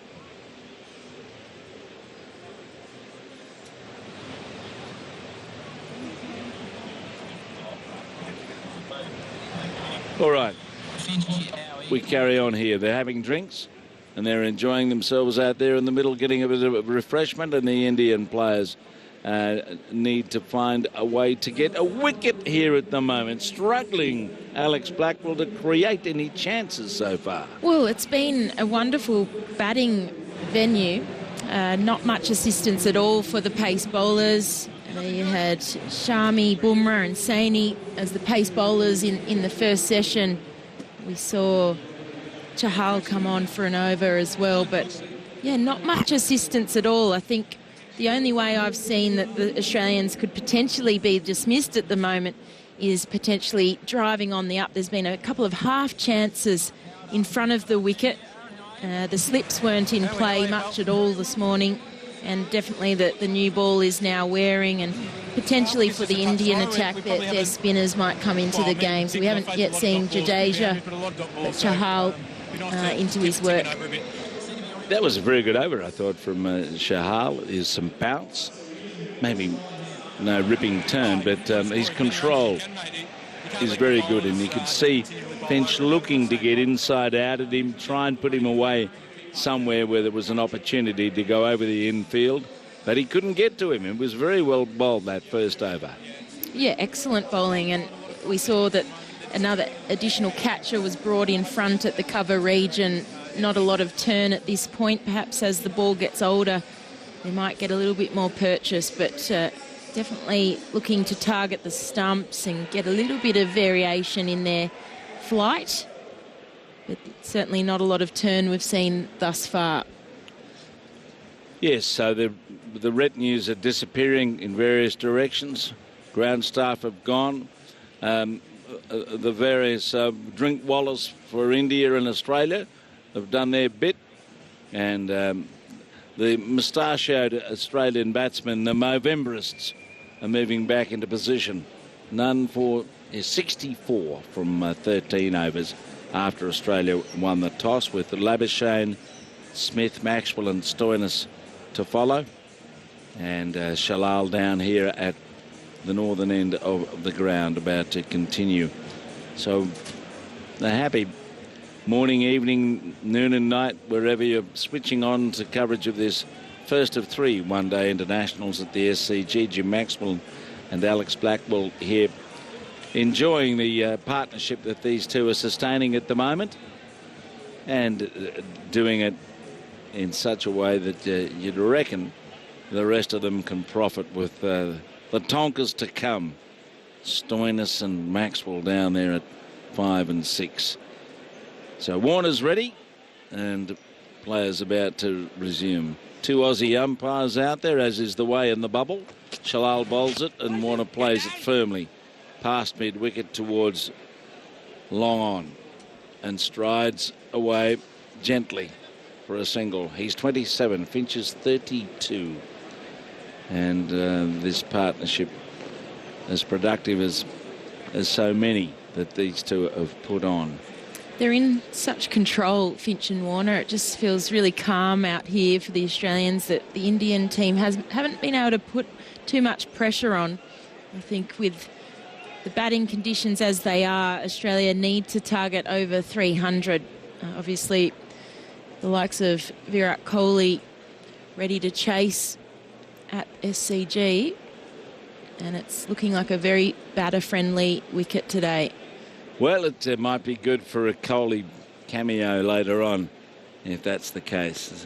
Australia have got their choice of spinners with Zampa, but forward goes Finch, knocking the ball away into a gap just in front of point. Another single results. The one thing I'm noticing out there now that I look a bit more at it is that both batsmen are wearing green helmets, aren't they? Not gold helmets. Don't the Aussies normally wear gold helmets? I think they normally wear green, but they did wear gold in the retro kit we saw earlier this year, the last time we were at the SCG. Here he comes, swung away by Warner. That's a big hit, and it's gone one bounce across the mid-wicket rope down there between the O'Reilly and Daly Messenger stands. He saw the length and liked that, and dispatched it with his bottom hand, scooping it away towards deep mid-wicket, a boundary to Warner. Controlled aggression from Warner, lovely little slog sweep. He didn't really need to put much on that, wonderful timing. His aggression has come from his running between wickets so far in his innings of 32 not out. Shalal bowls again. He's down the pitch and playing along the ground down towards Bumrah, who's out there at long off and throws a little awkwardly on the bounce back towards Shalal, who collects it in front of his eyes on the bounce. So another run. Warner building nicely. He's 33. So's Finch. It's none for 71 as Australia creep and urge the score along occasionally with a couple of big bangs through or over the field. So Shalal just doing a bit of flicking from hand to hand. Cole, he's mucking around with the field a lot here. Shalal goes in again. Down the pitch, he hammers that away, drags it wide along on one. It's taken. No, they don't get the second because Warner slipped at the striker's end, trying to turn quickly. Now they got one. Didn't get hold of that.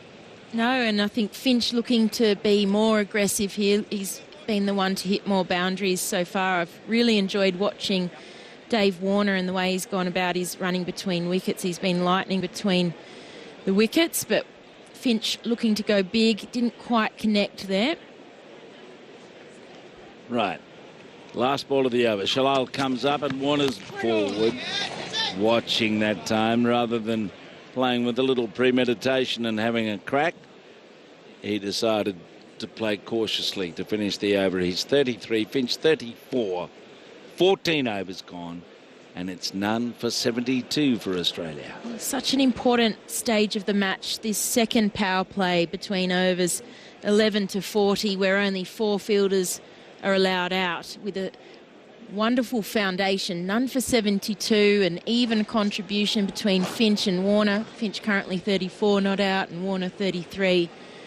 To be able to set that platform but capitalise as the set batters through these middle overs.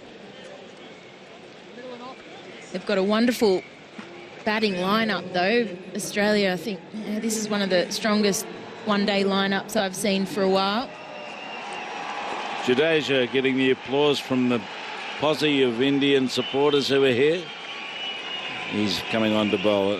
A reminder for the ABC Cricket magazine, which has been around for about 80 years, is out again in the shops, and there's all sorts of good features on it around the late Dean Jones. Women's cricket, Brittany Cartner's written a piece about somebody stop them. The Aussie women's team is beatable, is it? Not at the moment.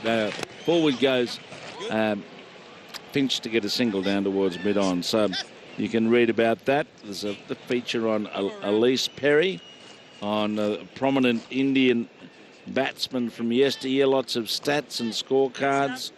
There's plenty about the relationship between Australia and India in Test cricket, covering Virat Kohli and the Australian team and where it might be going with a pretty settled combination, but just maybe a couple of fellas in the wings who could be pushing for a spot as we go. Now Warner's going to face the left-handed Jadeja. He goes back and plays the squirting shot to mid-wicket and doesn't get a run for that. None for 73. Australia going along strongly here. Neither batsman has given a chance. There was a near run out, but Warner stretched his bat as he goes forward and plays firmly through the line to long on and collects another run. None for 74. Well, in terms of, I spoke about Warner's running between wickets. He's put so much pressure on the Indian fielders. They've been a bit lazy in the outfield, allowing some quick twos, and there's even been 2 threes already today. Down the pitch, hit on the pad. As he goes swinging at that, Finch missed it. And luckily he had the second line of defence. He might have nicked it onto the pad, but he certainly had his pad well down the pitch and protected the line of the ball going into his stumps. So Jadeja beating the batsman as Finch forward hit on the pad. A big appeal for OBW, not out. That was a good squawk from Jadeja. Umpire Najaski down at the Randwick end said no, as he half went forward to that. Maybe a little bit of bounce going against the bowler as he was hoping for that decision. And just seeing a replay at this end. Yes, it looked a little high around the line of the off stump, but it wasn't far away as he turns the next ball off the pad around the corner. In fact, he missed it, and it's a wide. Just went down the leg side, fractionally, marginally, and Rahul made a mess of it. One more to the score. Jadeja bowls and Finch plays, tucking away to the onside for a single. So Jadeja making a bit habit in that over. 15 of them gone. It's none for 76. We're going to have a change with Brett Sprigg coming in to join Alex Blackwell. Grandstand cricket. Gets an edge, he's caught. Australia versus India. On your radio, ABC Sport Digital Radio. Glorious drive, glorious 100. And on the ABC Listen app. What a wicket. Thank you, Jim. 76 without loss here, Australia. His first one-day international. Nice to see you again, Alex. Nice to see you, Brett. We've been covering so much WBBL. The pace is a little bit different. 50-over cricket, I'm just settling in. I will say one thing about the pace of this game. This is a very slow over rate. Yes, but Jadeja just got through his over so quickly I could hardly make any comment there. But I thought that was an excellent LBW shout that they didn't refer. I'm interested to know if that was going on to hit the stumps because it was very, very close. Chahal to continue from the Paddington end. Finch on 36 will be facing him. Warner's got the cap on at the other end. Chahal in, back of a length, cutting here, straight to the fielder at backward point. No run to start the 16th. Yeah, you're supposed to get, per the guidelines, 14.3 overs on average in an hour. We've only just ticked past 15 and they're about 25 minutes behind. Yeah, not good. The Indians looking to maybe slow down the pace of this partnership. Chahal in again. It's wide outside the off stump. He carves this high up in the air. Point gets back with the flight, reaching for it. Can't reel it in despite the best efforts of Shikhar Dhawan. They'll come back and complete two. So two more for Aaron Finch, who ticks along to 38. He's faced 54 balls, none for 78 here, Australia. Well, Chahal just put that leg spinner wide of the off stump to Aaron Finch. He looked to take the ball down the ground and just getting a top edge. I felt the fielder Shikhar Dhawan didn't quite pick up that the depth of that high ball quick enough. It's almost like he was reaching to sweep Aaron Finch and then just had to sort of change the shot late. It's on the stumps. He comes forward and defends back to the bowler, and it remains none for 78. By the way, on the text, Mark in Adelaide, hello, enjoying the broadcast. Good to have international cricket back. Cheers. Good on you, Mark. 0467 920 222. I know Tyler's listening over in WA. Gets married to Kelly next weekend, so great of you to join us right across Australia and beyond here on ABC Grandstand Cricket. Finch, another wide ball. This time it will be signalled as such. So Chahal just straying too far outside the off stump, none for 79. Looks like a bit of a set plan. Occasionally Chahal will go straight looking for the LBW and then he hangs a ball out wide, trying to suck in Aaron Finch for the slog sweep. This is a bit flatter. He's coming forward again and defending it.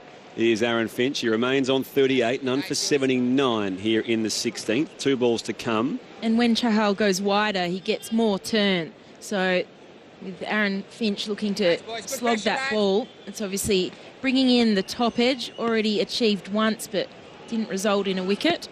Deep square, long on, long off, and a deep cover in front of the O'Reilly stand. It's on leg stump. He just gives himself a bit of room here, Aaron Finch. Plays it along the turf down to long on. And just the one more run here for him. Partnership now worth 80, so it's an unbroken opening stand here. 80 without loss. Finch to 39. Warner on 34. There's a few texts here as well. Lamenting that these games aren't on free-to-air television and congratulating the ABC that they are. So appreciate your staying with us on this Friday afternoon, or indeed the morning if you're in the UK. Listing on BBC 5 Live Sports Extra. Warner works it around the corner here, right in line with the crease square of the wicket. He's tucked it off the hip. One more run here for Dave Warner. He's 35, none for 81, and that will complete 16 overs, Alex Blackwell. Yeah, look, I'm just seeing that Aaron Finch's ball count is really starting to climb. So he's 35 not out having faced 51 balls, just starting to get a little bit frustrated. He's the batter out there in this opening partnership who's hit more boundaries, but he's obviously faced a few more dot balls. So in the partnership, it's important that he continues to allow Warner to get strike as well. And we'll see Jadeja continue from the Randwick end. Graham's got a left field idea about having one day as played as quarters to remove any advantage or disadvantage for the team batting first or under lights. Jadeja here starts a new over, and Warner, the left-hander, is driving down to long on. Easy single again for him. Australia none for 82. We did see during the domestic one-day competition, the men's competition nearly 10 years ago, they had the... We called it the split innings, didn't we? Yes. Yeah. Well, and that's starting to get a little bit like baseball innings, isn't it? Not quite 9 innings, but split innings. Asia left arm around. Finch squaring up, playing a defensive stroke back to the bowler. Well, looks like both batters out there have gone for the cap. Finch taking guard on leg stump. Tries to the expansive stroke. Doesn't get all of it. It just rolls down to long on again for an easy single. Finch to 40. None for 83. 17th. Looks to me that the Indian players are really looking to put pressure on Finch, dotting him up and then giving him more of that sucker ball that he's looking to slog, and he's not got his timing at the moment. Jadeja continues. Warner comes forward, and the bowler just reaching to his left. Won't be able to reel that in, so they get one down to a wide-ish long on coming off the rope. So, again, let's keep the strike ticking over here. Warner has 37, none for 84. So the two spinners are in combination at the moment, Jadeja and Chahal. Back of the length, down to sweep. Here is Finch. Is he edging? A big, loud appeal, and no. There's the call. So, and while the Indian fielders, wicketkeeper pondered that, there is an observance here on the big screen at 8 minutes past 4 o'clock, and I think we'll start to hear applause from the crowd as they're made aware. On the anniversary of Philip Hughes' tragic passing, we observe a moment's applause and acknowledgement for baggy green cap number 408. It's a tragedy which was really felt for the cricket community and the sporting community worldwide 6 years ago now, and isn't it nice for the crowd here at the SCG of all places to acknowledge that anniversary and that very special player, Phil Hughes. As Jadeja continues, Finch is coming forward, defending back to the bowler, and a dot ball to finish off here. So just the 3 runs off that over, 17 complete, none for 84 here, Australia batting first against India. And that run rate has dipped below 5 runs per over, so India are doing a terrific job. They're not picking up the wickets that they would like, but they're really struggling, the Australian batters, in terms of their scoring. So they're looking to build pressure. And I think maybe a 100-run partnership is on the cards for Dave Warner and Finch. Our partnership's about to be broken, Alex. Ed Cowan rejoining us in commentary. None for 84 here, Australia, after 17. And that was a special moment from the crowd here at the SCG. Just taking a moment to adjust the field. Here is Chahal. Deep mid-wicket, quite square on the onside, and he's giving himself room here to sweep Warner. He's miscued this. It's come off the keeping pad, I reckon, of KL Rahul. In fact, it is a wide, in fact, so the deflection was off the wicket-keeper, and they come through for 1 as well. So a value of 2 with the first ball of the 18th, none for 86. Still waiting for the first legal delivery of this 18th over. Chahal into Finch this time, coming forward. Hit on the pad, it was drifting down the leg side, and a dot ball. As Ed Cowan's finally figured out the microphone. Welcome back, Ed. Technology, who needs it? It is one of those frantic things. Because you're coming on and off air, you have to try to plug the thing in, and it's always a bit jerky and tough to figure out. It's on the stumps. He goes big this time, Finch. Slog sweep all the way for 6. In front of the members stand about 5 or 6 rows back. Aaron Finch to 46. Australia, none for 92. Massive 6 into the members. Down on one knee. The old-fashioned slog sweep. Hell of a shot. Absolutely crunched it. It was 6 off the bat. just watching the replay, but I didn't have to, Brett Sprigg, because you imitated it as you were calling it. I love it. For those that don't know much of your commentary, Brett, you literally reenact every single ball. I don't know if I literally reenact it, but I can be kind of, what's the... Animated? Animated's probably the right word, yeah. Have I thrown you here? I was going to say handsy, and I thought that's probably not quite the none for 92 here. So Aaron Finch has scored half of these runs so far. He's on 46. He waits here for Chahal, the leg spinner, and he's coming forward defending, straight to cover, no run. It just helps me sometimes go through the motion when I'm playing the defensive stroke or... Yeah. Anyway. I might see if I can get some content up on the social media of you playing some shots. I saw you playing with your phone before. Fair dinkum. Anyway, Finch clips it away behind square, off the legs, gets it away relatively fine. They'll come back for a couple, perhaps thinking about the third and thinking better of it. Loud call of no from Aaron Finch, who's back at the keeper's end. He's now 48 from 65 balls faced, none for 94 with 2 balls to come in the 18th. Pretty good partnership, this. Slow to get going, and then once they hit third gear, they've stayed there. There hasn't been a lull since probably the 5th over. Chahal in, Finch coming forward, bat and pad together. Well, they'll get one here to cover where Coley picks up. And Warner grounds his bat at the keeper's end. Finch to 49, none for 96. At the same time, you wouldn't say they're motoring. No. It's a rock-solid partnership. They're setting the platform. They probably expect to get close to 300 plus from here. But they are going to have to hit 4th and 5th gear at some stage. But it's been a great tussle to start the summer. Deep square leg behind the umpire. Mid-wicket, long on, long off here for Warner facing Chahal, who is going expansively out on the offside, driving out to a bit of space here, running around Jadeja. Collects in front of the members' pavilion. They'll come back for 2. Warner to 39, none for 99 after 18 overs. Good batting. Just hit it wide of the short cover, knowing that the SCG having deep pockets, it was always going to be 2. Didn't try and just time it down the ground for 1. He actually picked the gap and he got an easy 2 in the end.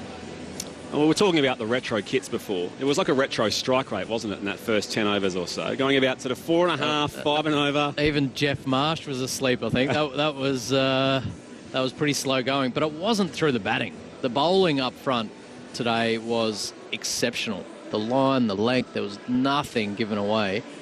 And then the momentum shifted a little bit when the 2 openers came off, and we saw Sony come on, and I think he's the weak link in this attack, and I think the Aussies will try and pinpoint that, and when he comes back, they'll go at him. More spin from Ravi Jadeja from the Randwick end. His figures so far, none for 7 off 2. Aaron Finch, 1 shy of his half century. He's just rocking back, playing it back to the bowler who fields in his follow-through. No run. Kate in Toowoomba, how good is old-fashioned transistor radio? We're listening to the cricket. My sounds of summer. Good on you, Kate. Varley Phil Hughes, says one correspondent as well. That was a nice tribute we saw a moment ago as Jadeja into Finch coming forward, and this time on the offside, straight to short cover. I love watching Ravi Jadeja play cricket. He plays in the right spirit. He's a good bowler. He's a good batsman. He fields the house down. He's in again. Finch has room this time. Slaps it out on the offside to the protector on the offside rope, and that will be a half century for Aaron Finch. He's 28th in one-day international cricket. Earlier we saw him pass 5,000 runs. He raises the bat, and that would be an acknowledgement, of course, for Philip Hughes. We saw a moment ago on the big screen, and he soaks up the applause from the crowd here at the SCG. 69 balls, 91 minutes, 4 fours and 1 6. Thank you very much, Adrian Tam, our scorer. I don't know how these two recollected themselves after the little Phil Hughes tribute. Warner back on strike, turning it behind square. Sorry, Ed, just the 1 run. And yeah, I was going to ask you about that. It was beautiful, wasn't it? It was, but it's hard. Hard to recompose after an emotional moment like that. The reminders are there for Australian cricketers every day, I suppose, and particularly at this ground as Finch comes forward and plays it back to the bowler, a dot ball, none for 99. Find it hard commentating, let alone facing up to the next ball. Jadeja, left arm around the wicket. Finch just guides it straight to short third, and it's a misfield which allows them to come through for 1. Now deep Sony with the fumble right on the fringe of the circle. So they finish with a single. Finch 51. He's now faced 71 balls. The partnership has reached 100. Of course, that's the Australian score as well. An unbroken opening stand so far, none for 100 after 19 overs here at the SCG. So I'd say this is about the 9th glove change the Australians have had in 20 overs. This is not... Can the umpires step in? Because this is crazy. It's a warm day. It's slightly humid. But they have changed their gloves every 3 overs, and it slows the game down. It's crazy. I'm with you. By the way, having a chat, a drink, towel down. Get on with it, fellas. Someone else who's with you is... Who's this? Great to hear Ted Cowan back on the wireless. I really think he's destined to be the next voice of summer. Oh, there we go. Thanks, Dad. I was going to say, there's no name to that, so it could be you for all I know. On the text line, texting in. Someone's referred to me as demonstrative as a commentator. Oh, yeah? Roderick in Canberra. Thank you, Roderick, for that. That's probably an apt way to describe it, yeah. For my moving all over the place and being stupid. Jasprit Bumrah is going to rejoin the attack from the Paddington end, and in front of us, none for 100 here, Australia, after 19 overs. Great to have your company, ABC Radio, ABC Sport Digital, and via streaming services as well. Finch, the batters have their helmets back on. Bumrah, the quick, in again. Back of a length, squared up here. Finch plays it straight to mid-on. Throw comes, and they will come through for one. Would have been out by miles. Yeah. Would have been done like Dolly. Clean pick up from Jadeja. Shot at the stumps, just a little too wide to the left, and as the bat was being grounded, so... I think Finch had actually given up. It was just a bad call. He stopped running. Direct hit. Oh, my word, it was a hair in it. He wasn't even in the screen. No, he wasn't even. He'd picked up his bat, as you say. He wasn't trying to ground it. It was... But, look, they've run well. We've had a couple of sneaky ones. There was a run-out chance on Dave Warner, but gets them going, and it's an old adage, but the right-hand, left-hand is important in one-day cricket. It forces the fielders to not get in a rhythm. It forces the bowlers to get out of rhythm as Bumrah comes around the wicket now to Dave Warner. Feels as though the Indians are just searching for a wicket at none for 100. Warner on 40. Taps his bat and waits here for Jasprit Bumrah. It's on the stumps. Worked around the corner here. Forward of square, and they'll just have the one. A deep square leg doing the fielding. So Warner now to 41. None for 102. Where else was Ed Cowan? Love your work. Hamish driving through Echuca down to Melbourne. Good part of the world, Echuca. Some nice golf courses. Sitting on the McAllister River in country Victoria, watching the kids having a swim after school, listening to the cricket and having a beer. Sounds tremendous. And put your names to the text if you can, so we can shout you out. 0467 920 222. Bumrah back over the wicket here for the right-hander. Finch up on the toes, defending. Straight to short cover, dot ball. None for 102. What have you made of the first 20 overs, Spriggy? They've certainly picked up the pace, haven't they, in the last half dozen or so? To say, names still to come in the sheds. Steve Smith, Marcus Stoinis, Marnus Labuschagne. We sort of forget what a whirlwind he's had to start his one-day international career. I'm more interested in the two that come after that, Carey and Maxwell. Yep. Get them up the order. Bumrah into Finch, swatting this across his body to mid-wicket, and another dot ball, none for 102. I think there will be a thread throughout the one-day, some of that is, and that is this. It feels as though Marcus Stoinis' role in this team isn't quite settled. The rest have a really clear role. Sometimes he opens, sometimes he comes in at 3, sometimes he's used at 6. He's such a wonderful player, and we saw him have another great IPL, but they haven't quite unlocked him in the ODI team just yet.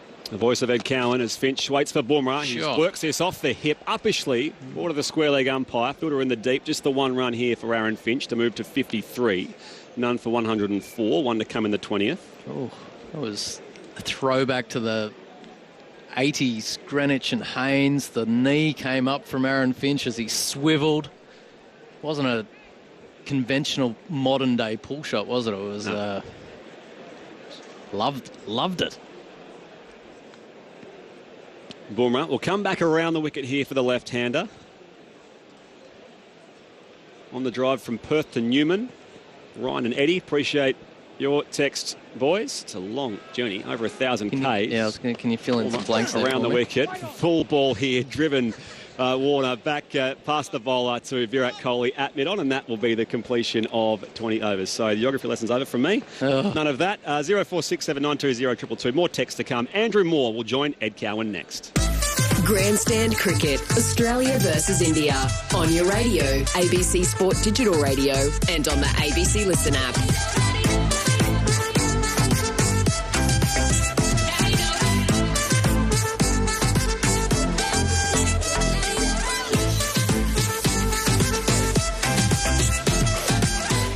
Thank you, Spriggy, and thank you, Ed, for bringing up Greenwich and Haynes and those old-fashioned pull shots. That brought in some wonderful memories. Was it a good description? It was lovely. Just it was perfect.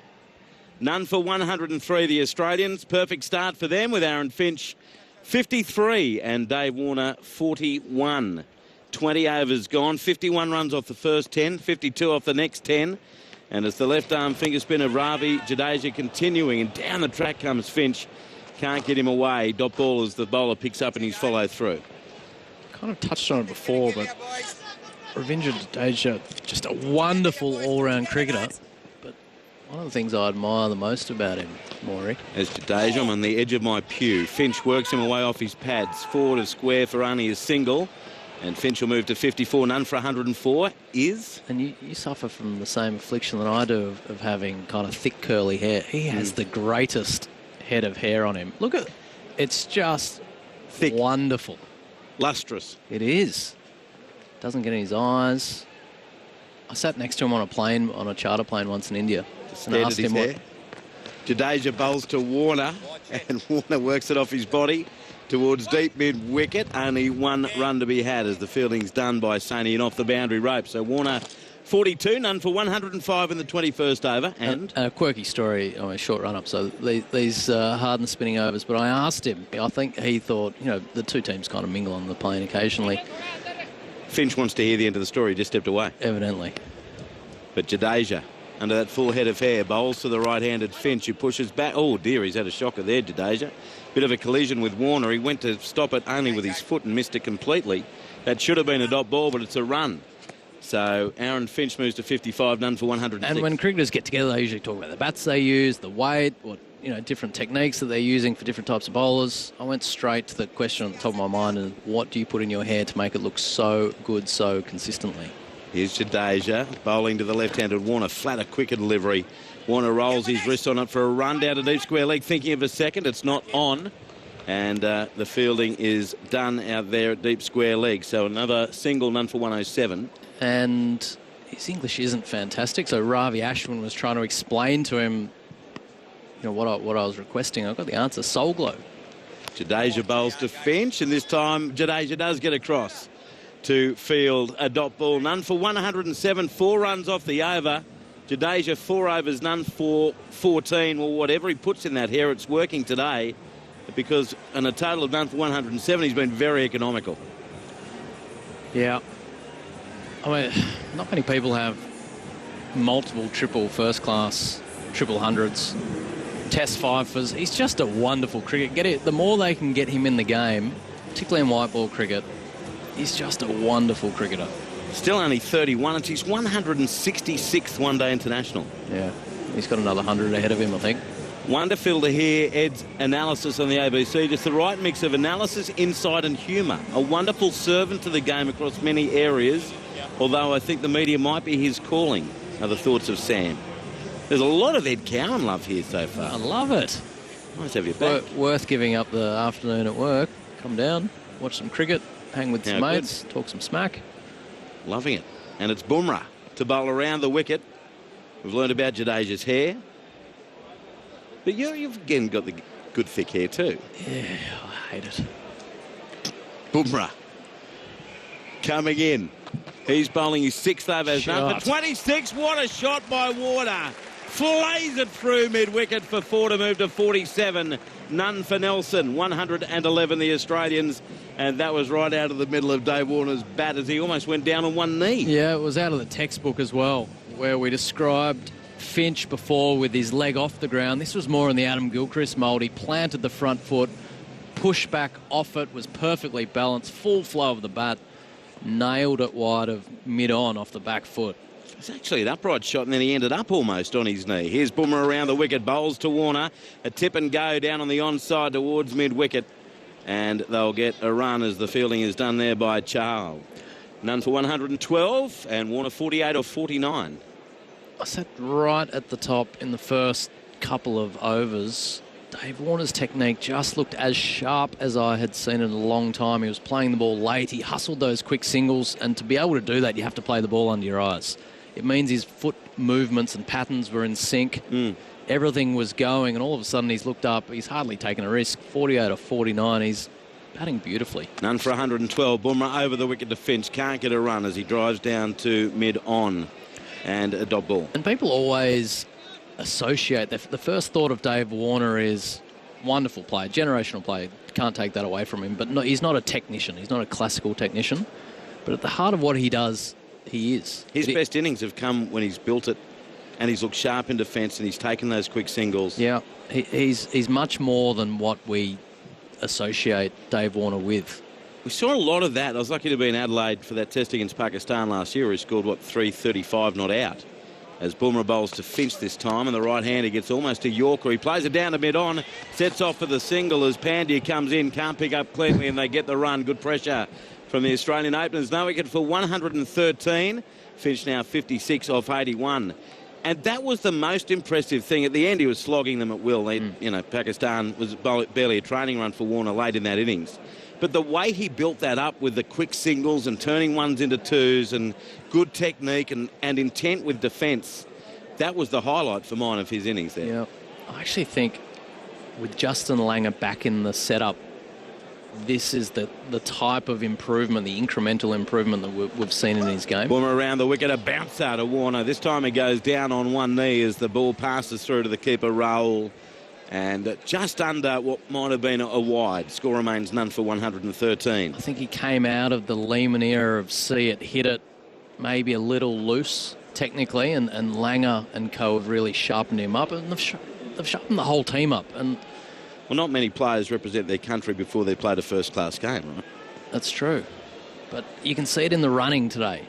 There are lots of ones in the ring. People associate ODI cricket with sixes and fours, but often it's the amount of balls you can limit being a dot. The fours and sixes count, don't get me wrong, but if you can get 3 or 4 singles and over and hit a boundary, that's when you can really get running. What about, I haven't seen that before. The third umpire has deemed it a no ball, so it's a free hit. Are they trialling a new playing condition? I might have missed something in an email prior to the game. None for 114. So it'll be a free hit for Dave Warner, who's on 48. So no ball has been ruled by the third umpire, Paul Rifle. Boomer comes around the wicket to Warner, gives himself room, and he flicks it wide of the keeper, Raul. And that's going for 4 runs. Leg byes. And Raul is lying on the ground pointing at his pads. He's ruling leg byes. And the umpire, Rod Tucker, agrees. No wicket for 118. Warner will not get the half century. Remains on 48. So much to digest here, but I'm going to go back to the third umpire ruling. I mean, I'm all for the third umpire getting involved in the game if it gets the right outcome, but I'll check the... I know the ICC were going to trial this, and maybe this is the first international game to do so. So it's Boomer back around the wicket. He's not having the best day. None for 33 in his 6th over. Into Warner, short, pulled, and off the under edge as it comes back to the bowler on the offside of the wicket to end the over. 11 runs from it. No wicket for 118 Australia. 22 overs done. Warner 48 off 52. Aaron Finch 56 off 81 deliverers. Boomer now 6 overs, no wicket for 33. And they're changing gloves and having another drink. It was 2 overs ago. This has been painstaking. We've had 22 overs in just short of 2 hours. Well, it's not. And spins bowled for 8 overs of the 22. Yep. And Jadeja can get through an over quicker than anyone in the history of the world. It was 3 overs ago they had a drink and change gloves. How often did you used to do that? Never batted for long. Oh, you come on. That's not true. Come on. Not true. You always seem to bat for a long time. didn't get very sweaty doing nothing. So Jadeja bowling from the far end, the Randwick end. There's a short third man, short fine leg. Long on, deep square, deep point as Finch will play it along the ground down to long on to get a run. And an easy single to be had. The return comes in from Mohamed Shami. Another run to the total. No wicket for 119 and Finch up to 57. It's a good partnership, but I feel as though Finch probably has to hit the next gear in the next 5, let's say in the next 5 overs, not in 5 overs. Here's Jadeja to Warner. Will get a run no to mid-wicket. Good fielding by Coley. SMS. Andrew in Stanmore, thank you for your text. Great to have cricket on the ABC in between WBBL games with no tests or anything to listen to. I've been listening to the 12th man and also commentating everyone's favourite harvest competition between the Hawks and the Quails in the paddock. Here's a run for Warner at least to deep mid-wicket. They have one. They're coming back for the second. Return on its way to the keeper's end and Warner makes good his ground to reach his 50. Half century for David Warner off only 54 deliveries, and Australian none for 121 in the 23rd. Great running again. He's played beautifully today. He really has. He's attacked when he's needed to. Hasn't really taken a risk. He's just knocked the ball well around the ground, picked his gaps. His running has been tremendous. But I was mentioning, I feel as though they're going to have to just pick it up. It feels like a 330 plus kind of winning total. Warner getting a run down towards long on. He moves to 51, none for 122. Adrian just confirming 54 deliveries for Warner's half century, 108 minutes and 4 boundaries. So he's had considerably less of the strike than Aaron Finch, who's on 57 off 82. Here's Jadeja bowling to Finch, and the right-hander goes big over mid-wicket, wide of log on, one bounce into the fence for 4. Aaron Finch 61, none for 126. He came down with intent right from the get-go. That was in the mind well before the delivery. Yeah, you could sense that it was on Aaron Finch's mind, and it sort of made intimations as much. He knows it's time to hit the go button. Now Jadeja into Finch again, and this time he's defending to mid-wicket. Cry of, ooh, from Jadeja. No run. Coley does the fielding, and that ends the over. No wicket for 126 after 23 overs. 8 runs off that. So 19 runs off the last 2 overs. Ed, maybe they're hearing what you're saying. None for 126. Warner 51. Finch 61. Aaron Finch just intimated to the 12th man to bring out gloves again. And the well, they do. It's been 4 minutes. The umpire stepped in and said no. So maybe he's onto them. Well, if the pace doesn't pick up, we're going to be here till midnight. Ugh, I've got a 7 o'clock tea time tomorrow, mate. You'll make that no matter what. Okay. Young and fresh. Going to be warm tomorrow, though. So earlier the better. Excellent. None for 126. And now this bowling change is taking forever as well. So going through the bowling figures for the Indian side thus far. And Mohamed Shami bowled extremely well at the top. New gloves. Oh, the gloves come out. That was an over ago. Seriously. Mohamed Shami, 4 overs for 13. Jasprit Bumrah, 6 overs for 33. Navdeep Saini, 4 overs for 25. Yevzendra Chahal, 4 overs for 28. And Ravi Jadeja, 5 overs for 22. And it's going to be Chahal back into the attack. The wrist spinner, 4 overs, none for 28. And this is taking so long to get this over underway. Finch might need new gloves again. So, almost 2 hours, 23 overs. But we're happy to be here. We're happy to see Peeps. I'm happy to see you, Ed. Here's Charles bowling to Warner. And he just defends back to the bowler. No run. None for 126 at the start of the 24th. Dave Warner now 22 50s to go with his 18 centuries in ODIs. Coming in averaging just under 45. Strike rate of 95.5. Chahal bowls and Warner another dot ball as he can only punch it straight to Coley at mid-wicket. He gives Chahal a big thumbs up. I think he's a nice bowler, Chahal. He's not a massive turner of the ball, but he bowls a nice speed. He releases it up out of his hand. He lets the ball dip. So often in one-day cricket now we see leg spinners really just bowl it into the wicket. And he comes again to Warner, and that's a third dot ball straight to Coley at mid-wicket again. So he's come back on, doing a great job, the 30-year-old. 91 wickets in his 53rd ODI, so pretty good strike rate and economy rate, just over 5. Yeah. I like what I see. He's got a good wrong, and mainly due to his high arm action, it does preclude him from bowling a big leg spinner. Here's Warner going on the attack, and it bounces short of Coley at mid-wicket, another dot ball. But do you like his hair? Not bad. Not bad? Not Jadeja-esque? No. It's not bad, though. Slight figure. It's more coiffed. It's an underused word. Chahal bowls to Warner, and he whips this to Coley again. History repeating itself. 5 dot balls. 3 wrong-uns in a row. He's not letting... what he doesn't want to do is bowl in what cricketers would call Dave Warner's arc, where he can just free his arms on a length, hitting with the spin over wide, sort of mid-on and cow corner. So he's bowling across him with the wrong-un. And he's just knocking the ball into mid-wicket. Warner on the last ball of the over will get a run down towards the boundary rider at deep mid-wicket. So they get through for the single as the ball's picked out by Iyer in the deep. So 1 off the over, 24 overs gone. And now the Australians are no wicket for 127. There's more gloves coming on. This is a G-up. None for 127. 52 to Warner, 61 to Finch. Now Warner's got the...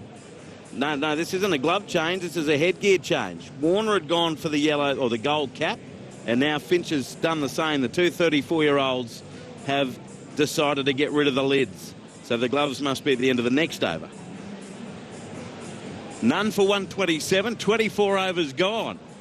Chahal now 5 overs for 29. Jadeja to continue. They're both 34, are they? They are.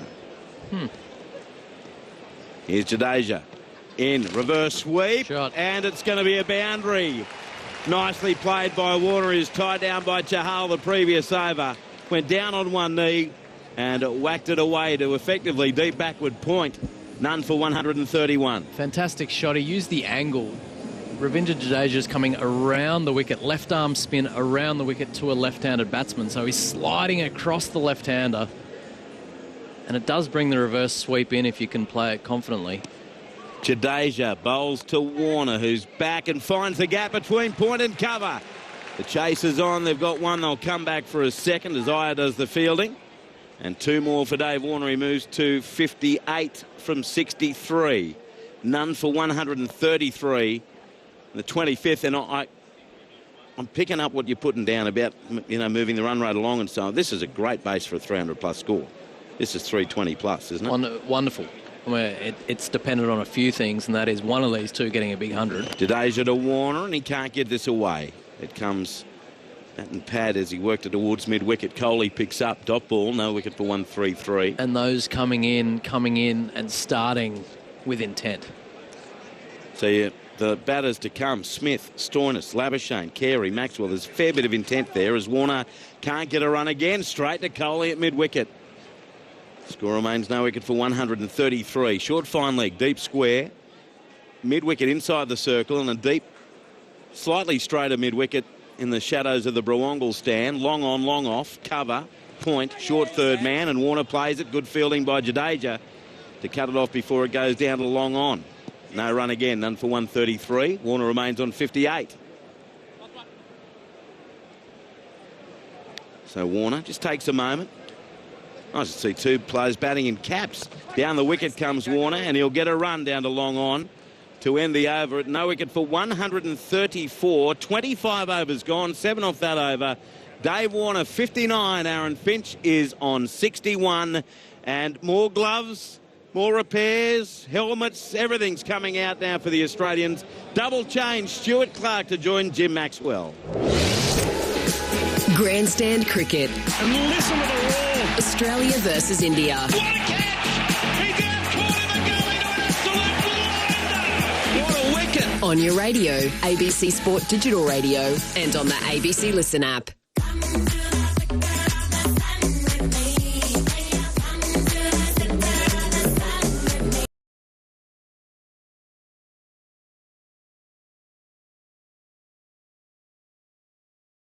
Well, not as well as the Australians appear to be going at the moment. They're off at a gallop, aren't they? Yeah, they're going along very nicely for a team that's been in isolation, hibernation, any other Asian they've been in. Look like they're going, well, business has resumed, isn't it?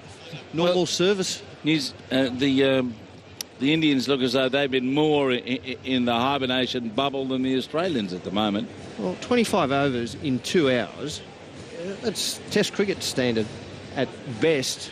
And even they probably, do they bowl 13 overs an hour? Probably make it 13 and a half. So they're behind Test cricket standard. Well, Shami's got the ball. He's running in to cramp up Warner on the back foot. And he plays to the onside with the score 134 in the 26th over. Warner 59, Finch 61. These two averaging over 50 in one-day cricket. And arguably two of the best. Is it worthy of, a few of the Australian cricket team, you've got Steve Smith in next, is it worthy of sending the big show in, Maxwell, just for something different? I know they're going at 5.3 and over, but maybe they could get up to 7. Yep.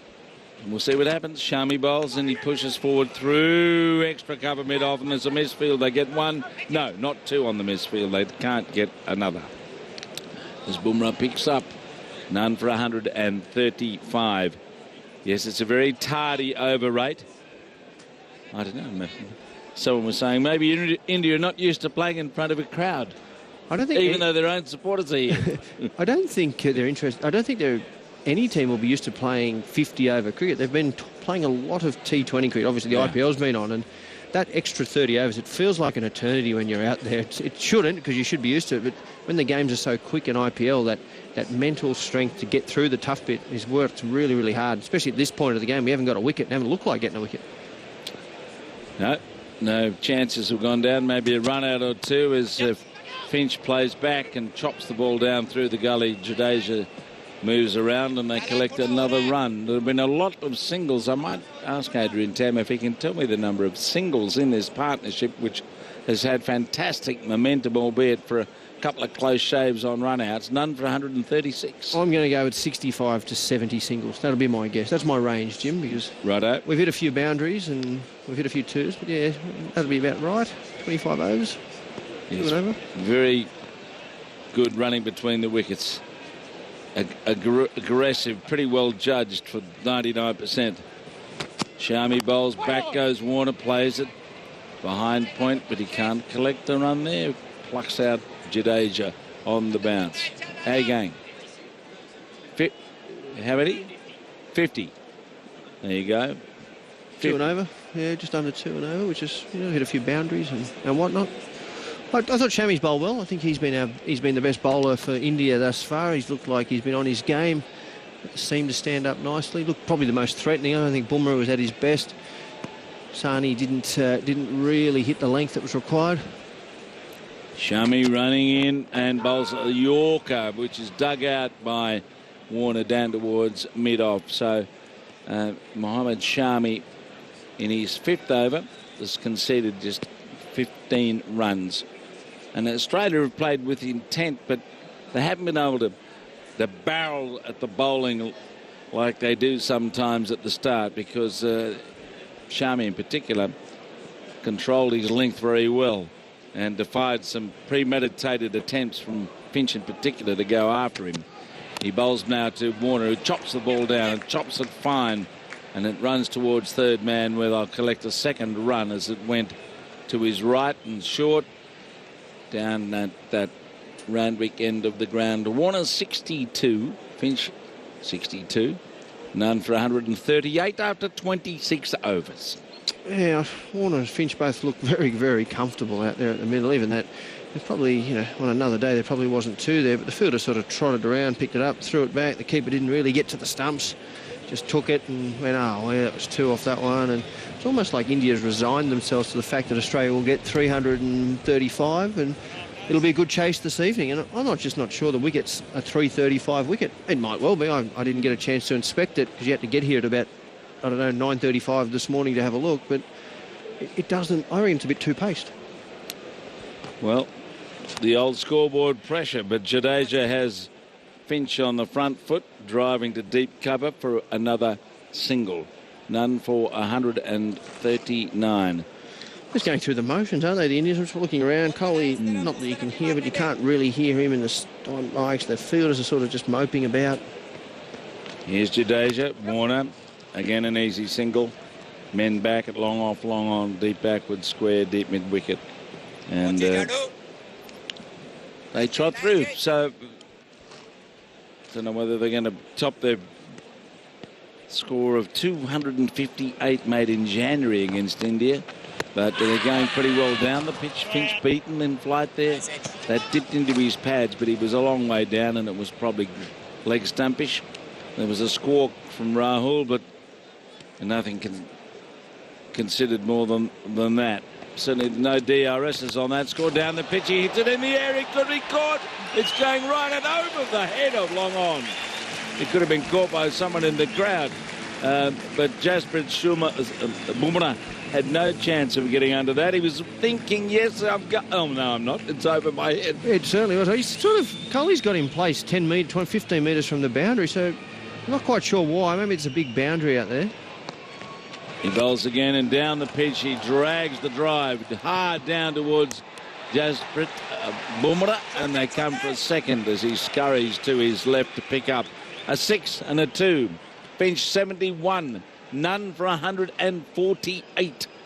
Australia having a pretty good afternoon so far after winning the toss, and India just looking a little shambolic here and there as Jadeja's pushed square of the wicket by Finch. They badly need a wicket to stop this score turning into a nightmare. Done for 149 off 27 overs. And is it drinks? No, Warner's going to get a drink, or he's got a new bat. He's calling for a new bat. Or was that Finch? No, that's Warner. He's not happy with the bat he's got at the moment, so they're running a new one out. It's Jasprit Bumrah, that last over. He's in about 15 metres from the boundary, and I'm assuming Kohli's put him there because he wouldn't just stand that close. If he'd stood right on the boundary, on the fence, he may have caught that above his head. So I'm not going to say it was a chance, but it certainly was an opportunity rather than a chance. We're going to see Mohammad Shami again from our commentary box end. I might just have a look at those bowling figures. Shami 5 overs for 17. Bumrah 33 of 6. Sony 25 from 4. Chahal 29 off 5. And Jadeja none for 40 off 7 overs. So here's Shami shuffling and running now as he comes in towards Finch. Finch raises his bat and hits it hard at mid-wicket, but Kohli's there and there's no run. The concerning part for India is they haven't really looked threatening at all with the ball in any way, shape or form. They haven't tried, and they've run in and let the ball go, and their speeds have been up. And Sani up in the mid 140s, Bumrah mid 140s, Shami's up to about 140 kilometres an hour. So certainly there's effort there. It just doesn't look like it's got any potency to it. It's maybe the wicket's flat. I don't know, but it doesn't bed well for a good Test series if this is the bowling we're going to get.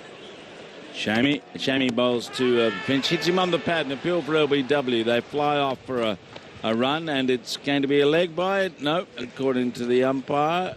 Oh, no, he's just waiting to see if there's any DRS, I think. That's why he's hovering. No, he got a nick.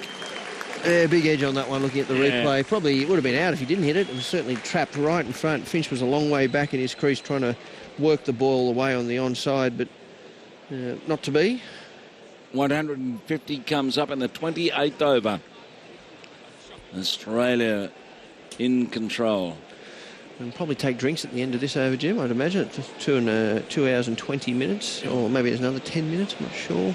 Well, India's won a double scotch, I think. Here comes as he's driven. He's swatted wide of mid-on to mid-wicket for 4 by Warner. Yeah, good cricket shot by David Warner. Length nice and full. David Warner very strong through that mid-wicket. It's a good old-fashioned slog, let's face it. But in modern-day cricket, that is modern-day cricketers just back themselves to hit that. Yeah. And with the shot and the bat he has in his hand, it's nice and still. Important part of that shot was so still at the point of contact. He No movement, head nice and still, good balance as he hit the ball. Crashed it flat and wide of Long On, who's now moving wider. But it's hard to set a field if a batsman gets that dispatch. Shami goes up to Warner. Warner forward, plays it square of the wickets. Jadeja has a hit at the stumps and misses, and they get an overthrow. He was side on at point, tried to throw the stumps down, missed, and there was no one backing up other than in the deep. So 2 more runs, and what? I've got to be careful here. I need to read these things before I utter them, I think. But there's a lot of SMSs and messages coming in, so I'll try to distill what's in front of me as I watch Shami bowl again. And Warner digs out a Yorker. That was very useful. An appeal for LBW, a big appeal. They're beseeching the umpire, and Kohli says, look, we'll take that upstairs. Rodney Tucker may feel that hits a bit of bat, but the Indians are confident that that very full Yorker length delivery has caught him in front, but we'll see.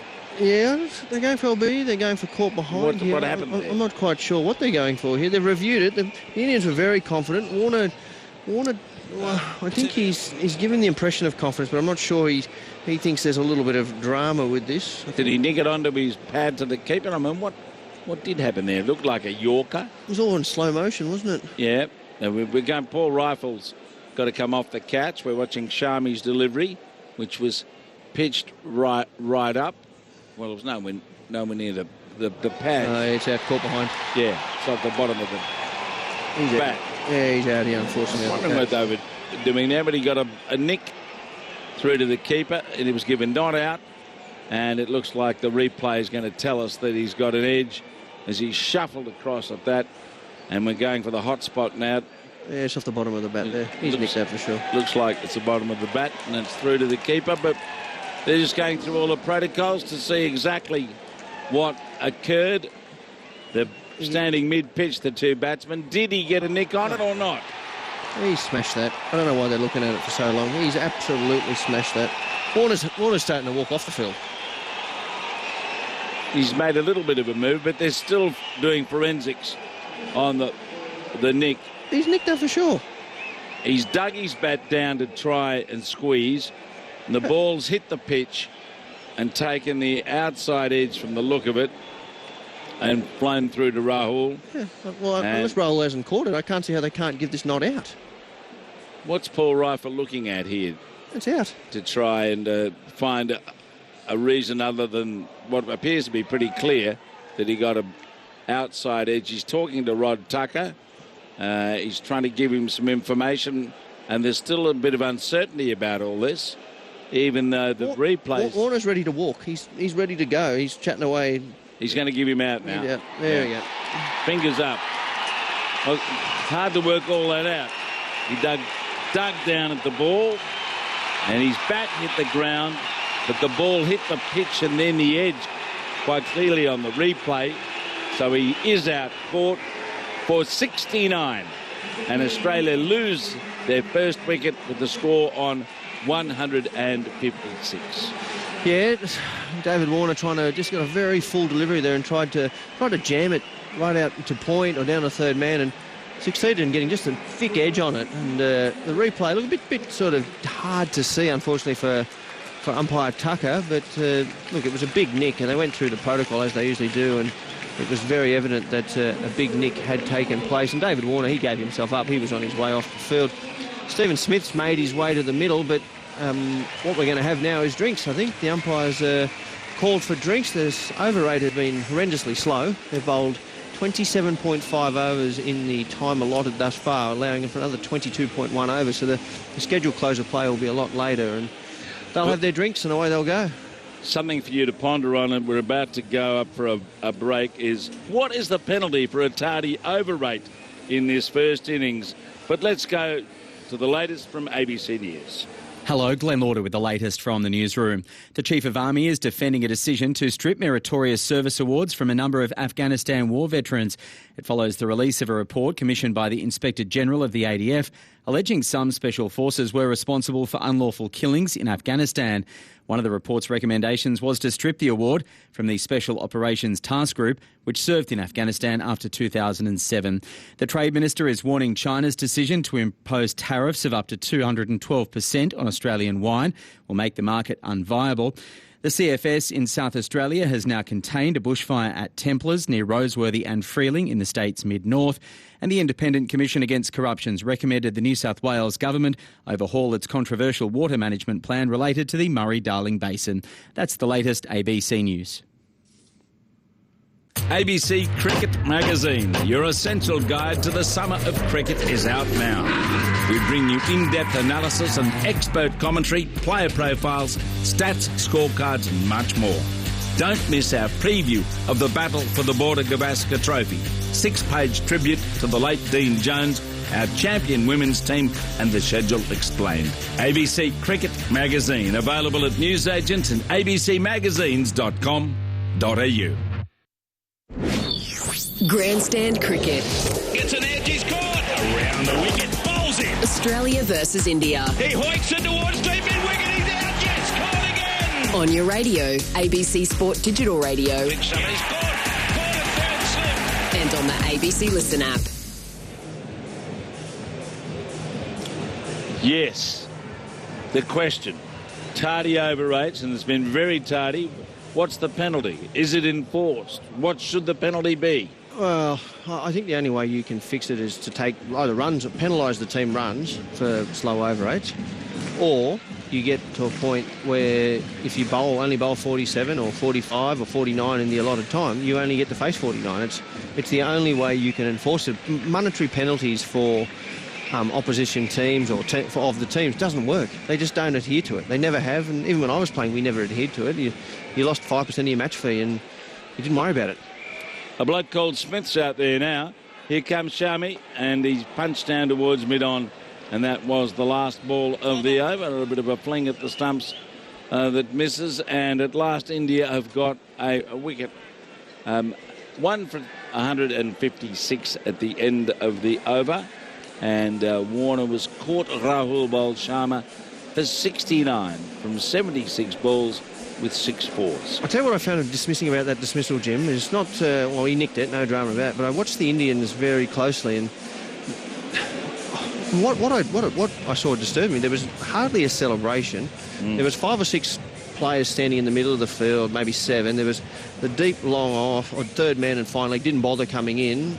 Someone stood at mid-wicket, and I think the deep point just stood out there and went, well done.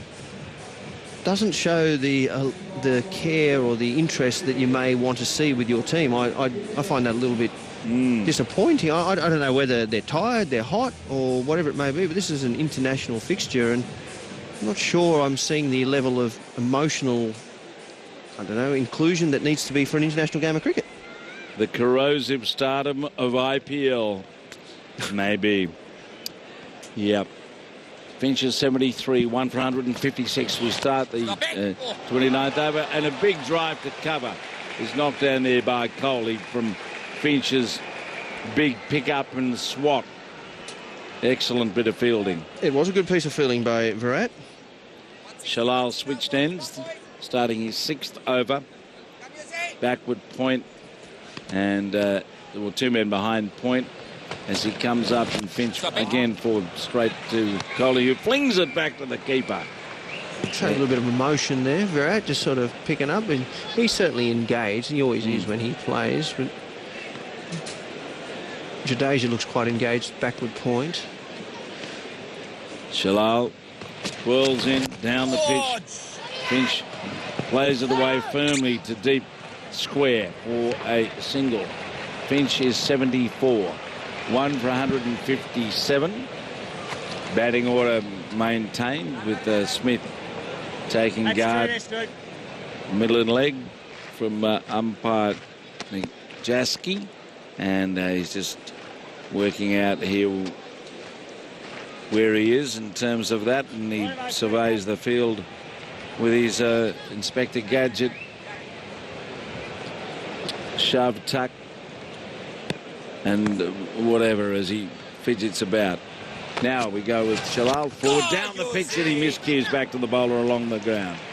Missed the fidgeting of Stephen Smith, haven't we? Just watched two balls. He's touched all his pads, moved everything around, tapped the bat nice and hard. Slight change in the field. Jadeja's going to jump into slip. Together, boys. Together, boys. A little bit of chat. First time we've heard much. Shalal goes up, Smith back. Doesn't score. Hits it straight out there towards Bumrah, who's there at point. Again, he goes for that waggle. The cricketer's waggle is a very demonstrative performance from Steve Smith.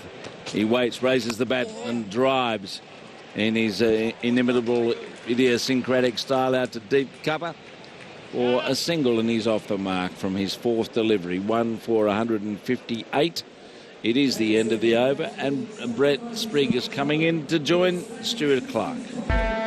Grandstand Cricket, Australia versus India. On your radio, ABC Sport Digital Radio, and on the ABC Listen app.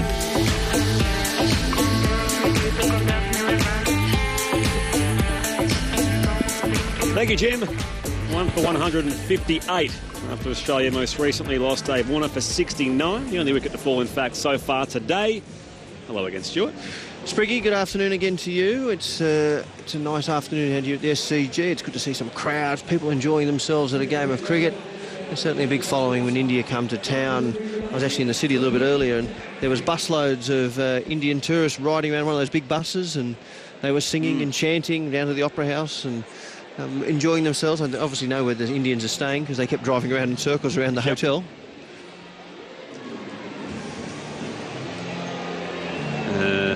Now, probably it's one actually ball going to be to a free hit. There is one ball to go. They've just had a look at the third umpire and found an extra delivery. So we've made our change prematurely. There's still one ball to come in the Shahal over. We're talking a free hit for a no ball. Yeah, free hit for a no-y. So Aaron Finch on strike, 74. Fielders are all back in all the appropriate places. He goes the switch hit, reverse sweep, gets it through a gap behind point. And that will race away for 4. So a nice opportunity for Aaron Finch from that free hit. And now the Shahal over is complete. His figures so far, none for 36, off 6. And Australia 1 for 163. Off the text, Rusty asks Stuart if you can care to explain the difference between a chance and an opportunity. Well, a chance is where the fielder drops it. An opportunity... And by the way, I'm making this up. So an opportunity is if only they'd had a fielder or the fielder had been in the right position. How does that sound? Yeah, that sounds about right. Hacks in the truck in Adelaide. Is the changing of gloves over a COVID rule? Every over a COVID rule? No, it isn't. But it is somewhat annoying. It destroys the over rate. And yes, the Indians have been slow, but that hasn't helped the cause. Sony back into the attack from the Paddington end down in front of us. None for 25 from 4. Got a few of these things coming through on the SMS. Media has made it all about Kohli, not the team. Les in the Central Coast. Yeah, I think everywhere you go, the Indian team goes, you'll find that a lot of it's all about Virat Kohli. Not necessarily his doing. But especially without Rohit Sharma being here as well. That sort of he becomes the very focal point. I think he quite enjoys it as well.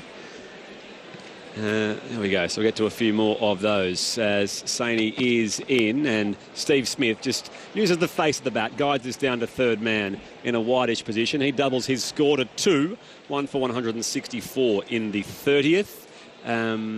Beautifully called on Grandstand Radio today. Keep it up, chaps. From Ash. Pat's also sent a text. Stop on time, and whatever overs you don't bowl, double that gets taken off your innings. It will never happen again. Yeah, well, we sort of contemplate the harsh approach to a slow over rate. I agree that the harsh penalties, if applied, becomes a bit subjective when you've got people run on the field and stuff like that. Yeah, and the change of gloves. Yeah, but yeah, if you bring in some harsher, tougher penalties, I think it'd speed up the over rate. Pushing away here, Sony in to Finch, who's just whipping this off the legs, out in front of square. They'll come back for 2. And a comfortable 2 at that. Finch to 80, 1 for 167. And Smith went for a bit of a tumble down the striker's end. He was on the non-striker and got down there, went for a bit of a slip, but they got back quite comfortably. Aaron Finch, I think the bowlers feel as though they can get him out LBW just whips the ball away from middle and off through the onside, and it's almost a trap for players or the bowlers to not try and get there or go there too often. I think they feel as though go there, he's going to miss one sooner or later. The problem is he doesn't miss many, and he piles on the runs through mid-wicket. Sony in past the umpire. Finch is again just on the back foot, guiding it down to third man. Another single here for the Australian one-day international captain, Finch to 81, and the former captain, Steve Smith, on 2, 1 for 167. Sony's length's been a little bit all over the place. He's either been too full or too short, that time too wide, and you know, you should take a leaf out of Muhammad Shami's book, where nice and full, top of off stump type stuff. Good sort of normal international cricket bowling is what's the order of the day here, and if you can build a little bit of pressure on both batsmen, you'll probably find yourself a wicket, but there's too much variance between his good ball and his bad ball. After having lost Warner for 69, Smith is the relatively new batter. He's on 2, driving through a gap, and the fielder comes around from deep cover point, and they will come back for 2 here. The Aussie batsman. Smith now to 4, 1 for 169, with 2 balls to come in the 30th. Yeah, good shot, Stephen Smith. Jumped onto the front foot, looking quite confident. He's only been out there for a few balls, but he's starting to feel as though Stephen Smith of old. He's fidgeting away, tapping his bat hard into the ground, touch his thigh pad, both pads, move his helmet. Loving the show, boys, as I'm making 230 chili sauces. Wow. Tribe. Okay, appreciate your texts. Smith waits for Sony. He's defending, and it just trickles out to the offside. A no run. 1 for 169 it remains. 1 ball to come in the 30th. And we've heard all about the short ball with Stephen Smith as well. Halfway down, we're going to bounce him up. We saw Neil Wagner do it. We haven't seen one. I thought if you were going to do it, you'd want to do it early on before he gets himself set, but we haven't seen anything halfway down the wicket. 126th ODI now for Stephen Smith. Over 4,000 runs, average of 43. He spoke during the week about finding his hands. I want to put that to one of our resident batters if I get a chance here, as Sony into Smith. It's back of a length, very short in fact, and he attempts to pull but chops down on this, and it just trickles away to mid-off where Muhammad Shami is waiting. So a dot ball to finish off. That over with 6 runs off it. Sony's figures none for 31 from 5. And after 8 balls, Stephen Smith's called for gloves. That's a world record. That has got to be a world record. He does talk about how often he changes his gloves, but that is a bit unusual. 8 balls. Yeah. 1 for 169 here, Australia batting first against India. Where's AB? He never changed his gloves. The Don never changed his gloves. I never changed my gloves. Was never out there long enough. Didn't have to worry about it. Chahal from the Randwick end. His figures so far, none for 36 of 6, so economy of a runner ball for him. Aaron Finch, 81 off 98, taking time to assess the field here. The right-hander, the captain, waits here for Chahal, coming forward, driving back past the bowler, down to long on, just the 1 run here for Aaron Finch. Takes his score along to 82, Australia 1 for 170. Can you imagine if you a tail ender, asked for a change of gloves or a new bat or something? I don't think I even had 2 pairs of gloves, which was irrelevant. Ed Cowan used to change his gloves. Don't be fooled by that, Ed Cowan was a massive glove changer. You guys would have been teammates and, of course, opponents at different stages in first-class cricket. Smith goes high through mid-wicket, all the way just about. No, 1 bounce and 4. Whipped it off the legs. That was expertly timed from Steve Smith to find his first boundary. He is 8.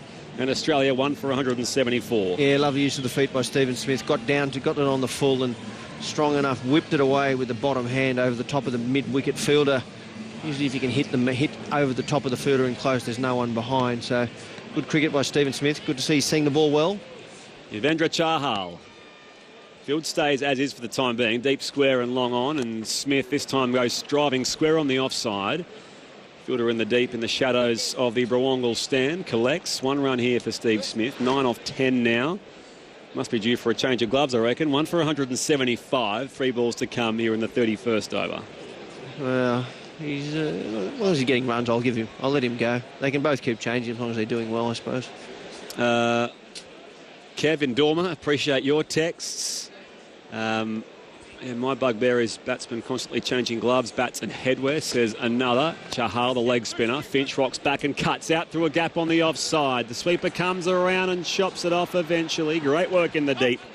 And it's coming back for a pretty comfortable 2 here, the Aussie batters. 84 off 100, 1 for 177. 2 balls to come this over. What was that? That was from Rob in Adelaide. Good on you, Rob. Chahal hasn't looked the party today. He looks very threatening in Indian conditions with the ball, which are a bit slower, but he hasn't really looked like taking Tell you what, he does. He took a 6-for against Australia in an ODI in Melbourne back January a few years ago as Finch is driving a full toss. Long off comes around to a wideish position, collects. They'll come back and hurry through for 2, and they will get there as well.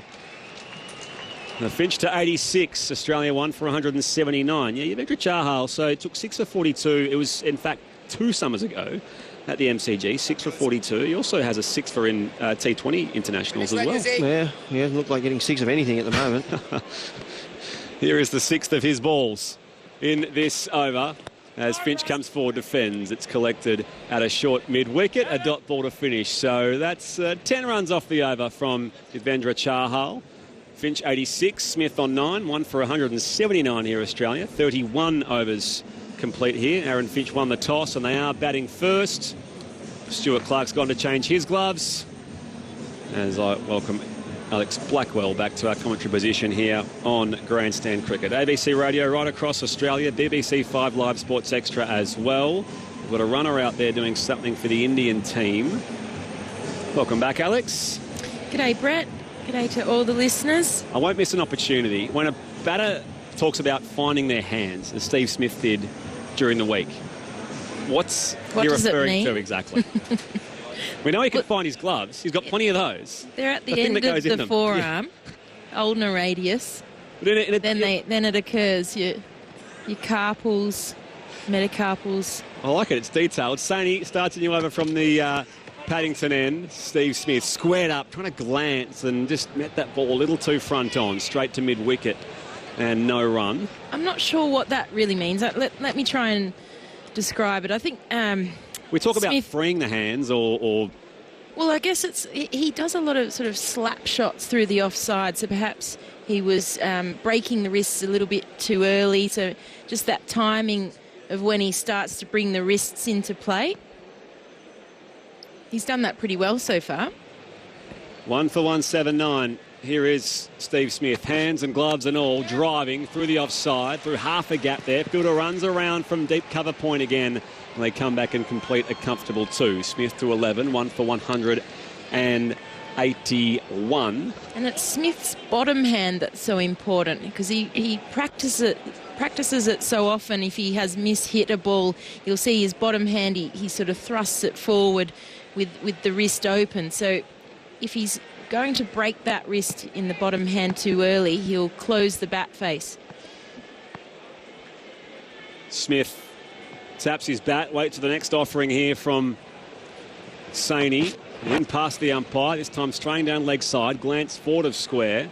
There is a fielder in the deep, however, so one more here for Steve Smith. He's 12, 1 for 183. So great to have cricket on the radio. Tractor work is a pleasure in summer. Back in the day, we weren't allowed to slow down play when batting. Glove changes were at drinks only. I feel like there's a headspace, fidget thing happening that comes from junior cricket and coaches running messages. Love your work. Cheers. Charlie on the tractor in orange. Appreciate your correspondence, Charlie, and all those sending texts through on 0467 920 222. Well, Charlie from Orange, is that right? Yep. I hope you're tuning in tomorrow night for the WBBL final. Midfield. That's right.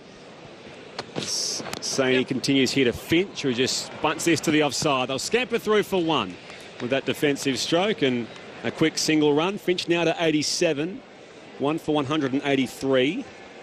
Well, it's great to see the run rate nudging up near 6 and over. I thought that middle period, Warner and Finch, yes, it was a good partnership, but it seemed a little bit meandering through the middle overs. So Finch approaching that milestone, 100. Hopefully he can get there, but it would be nice to see a bit more of an elevation in that run rate.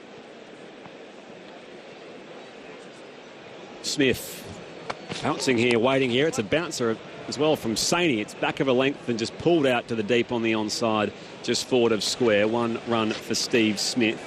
It's at 13 now, 1 for 184. Samantha is listing in the Noble stand with no, it's listening to on the app, but in delay.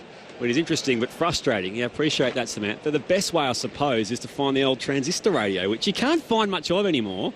All good electronic stores will have them in a little faraway corner somewhere. They'll brush the dust off the boxes and whatever else, but... Can't you buy the little earpiece radios at the ground? You used to be able to. Finch here waits for Sony. A short ball cut up over backward point. That will race away for 4.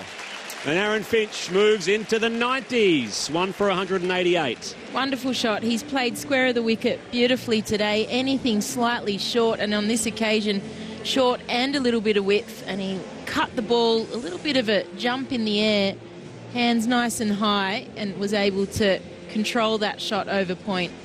6 4s and 2 6s so far in the innings for Aaron Finch. Steve Smith with him at the other end. Time for another drink, obviously, for the Aussie batsman. Sitting in a cool breeze in Cairns, listening to the best radio coverage in Australia. Jim is awesome, says Nesty. Yes, I agree, Nesty. Brownie from Darwin, also up north, enjoying the coverage with a few coldies in the pool. Cheerio to my son Billy and all the boys at Jerramungup Electrical. What is the glove change score? Just gave an inadvertent plug for an electrical company. That's fantastic on the ABC. 1 for 188. And we'll see... the Jadeja, I believe it is, Alex, continuing from the round weekend away from us. Ravi Jadeja. I think he's ranked 9th on the all-rounders in the world for ODI cricket. So he's been good today. I thought he started the day well. I thought the Indian team was quite flat in the field, but he did a wonderful dive stop early in the match. And he's doing a good job here with the ball, left arm orthodox. His figures so far, none for 40 from 7. Steve Smith will be on strike first of all. Fielders are back at long off, long on, deep mid wicket, and a protector on the fence on the offside at deep cover. Charlie does in fact love the WBBL, he says. Fantastic cricket, the best passion and skill you could hope for, as it's just played back to the bowler from the bat of Steve Smith, and a dot ball to start the 33rd over of the match. 1 for 188. Jadeja, left arm around the wicket. Smith looks for that expansive slog sweep. Miscues this, comes off the toe of the bat, rolls out to deep square leg, but good enough for 2 runs. Steve Smith ticks his score along to 13, 1 for 189 here, Australia. India have only used the 5 bowlers, and I'm just wondering if Australia's yet to really put pressure on any of them. I think it's 1 for 190, and Smith should be 15. And now a half-hearted appeal here as Smith comes down the track, and it's waved away by the umpire. With such a wonderful platform, 190 for just the loss of 1 wicket, you'd expect they'll start targeting 1 or 2 of these bowlers. Jadeja in, Smith squared up again, another big shout. This time he's given. He was in 2 minds. Steve Smith hit on the left pad, sort of the front pad, as it were, looking to turn that ball around the corner. He has reviewed this. So he's used the DRS here for the Aussies. We get 2 DRSs now in the 50-over format, 2 per team, unsuccessful challenges. He has, in fact, reviewed this, so let's have a listen. Fair delivery. So we'll go to front on first up. Thanks. Paul Rifle, our 3rd umpire. Well, Brett, there wasn't much hesitation from Smith. Okay. Skids through, hits him just above the knee roll. Yeah. Not getting much for that. I'll go to leg side hotspot, please. If it's not too high, it's hitting middle stump. No edge on the bat. There's nothing on that. We'll confirm it with RTS, please. Despite the fact it's hit him above the knee roll, he was sort of sliding back into the crease, and the trajectory of this ball, which we'll see very soon, I don't think Snicko's showing anything too conclusive. Nothing there. So Smith must have thought it was a bit high to then refer this, because it's very straight. And now the ball tracker. It's pitching in line, impact in line. Wickets missing. Going over. Too high. So a successful challenge from Steve Smith. Who remains at the crease on 15. Decision will be officially overturned, and Australia remains 1 for 190. Well, the feeling in the commentary box was that was out and maybe a wasted referral, but Steve Smith, knowing where his stumps are, just a little bit too high. Well done, Steve Smith. Smith on 15. Jadeja will continue. They're going to move mid-on back to the fence. Yes, they will, or the rope at least. Smith waits for Jadeja. Goes up off the legs, through the air, over mid-wicket. One bounce, four. The fielder at deep square coming around, couldn't chop it off, and Steve Smith, after surviving with that successful review, adds 4 more to his tally. He's 19 and Australia 1 for 194. Well, it was Bumrah there at deep mid-wicket who I thought just didn't put enough energy in. You've got to look to take the wicket opportunity, not enough urgency. Smith playing a defensive stroke, back past the bowler. Mid-wicket comes around, fields it mid-on. Dot ball here, so 1 for 194, and that is in fact the end of the Jadeja over. The Aussies have some runners out there as we speak, so with Smith on 19 and Finch on 91, Alex Blackwell will be joined next.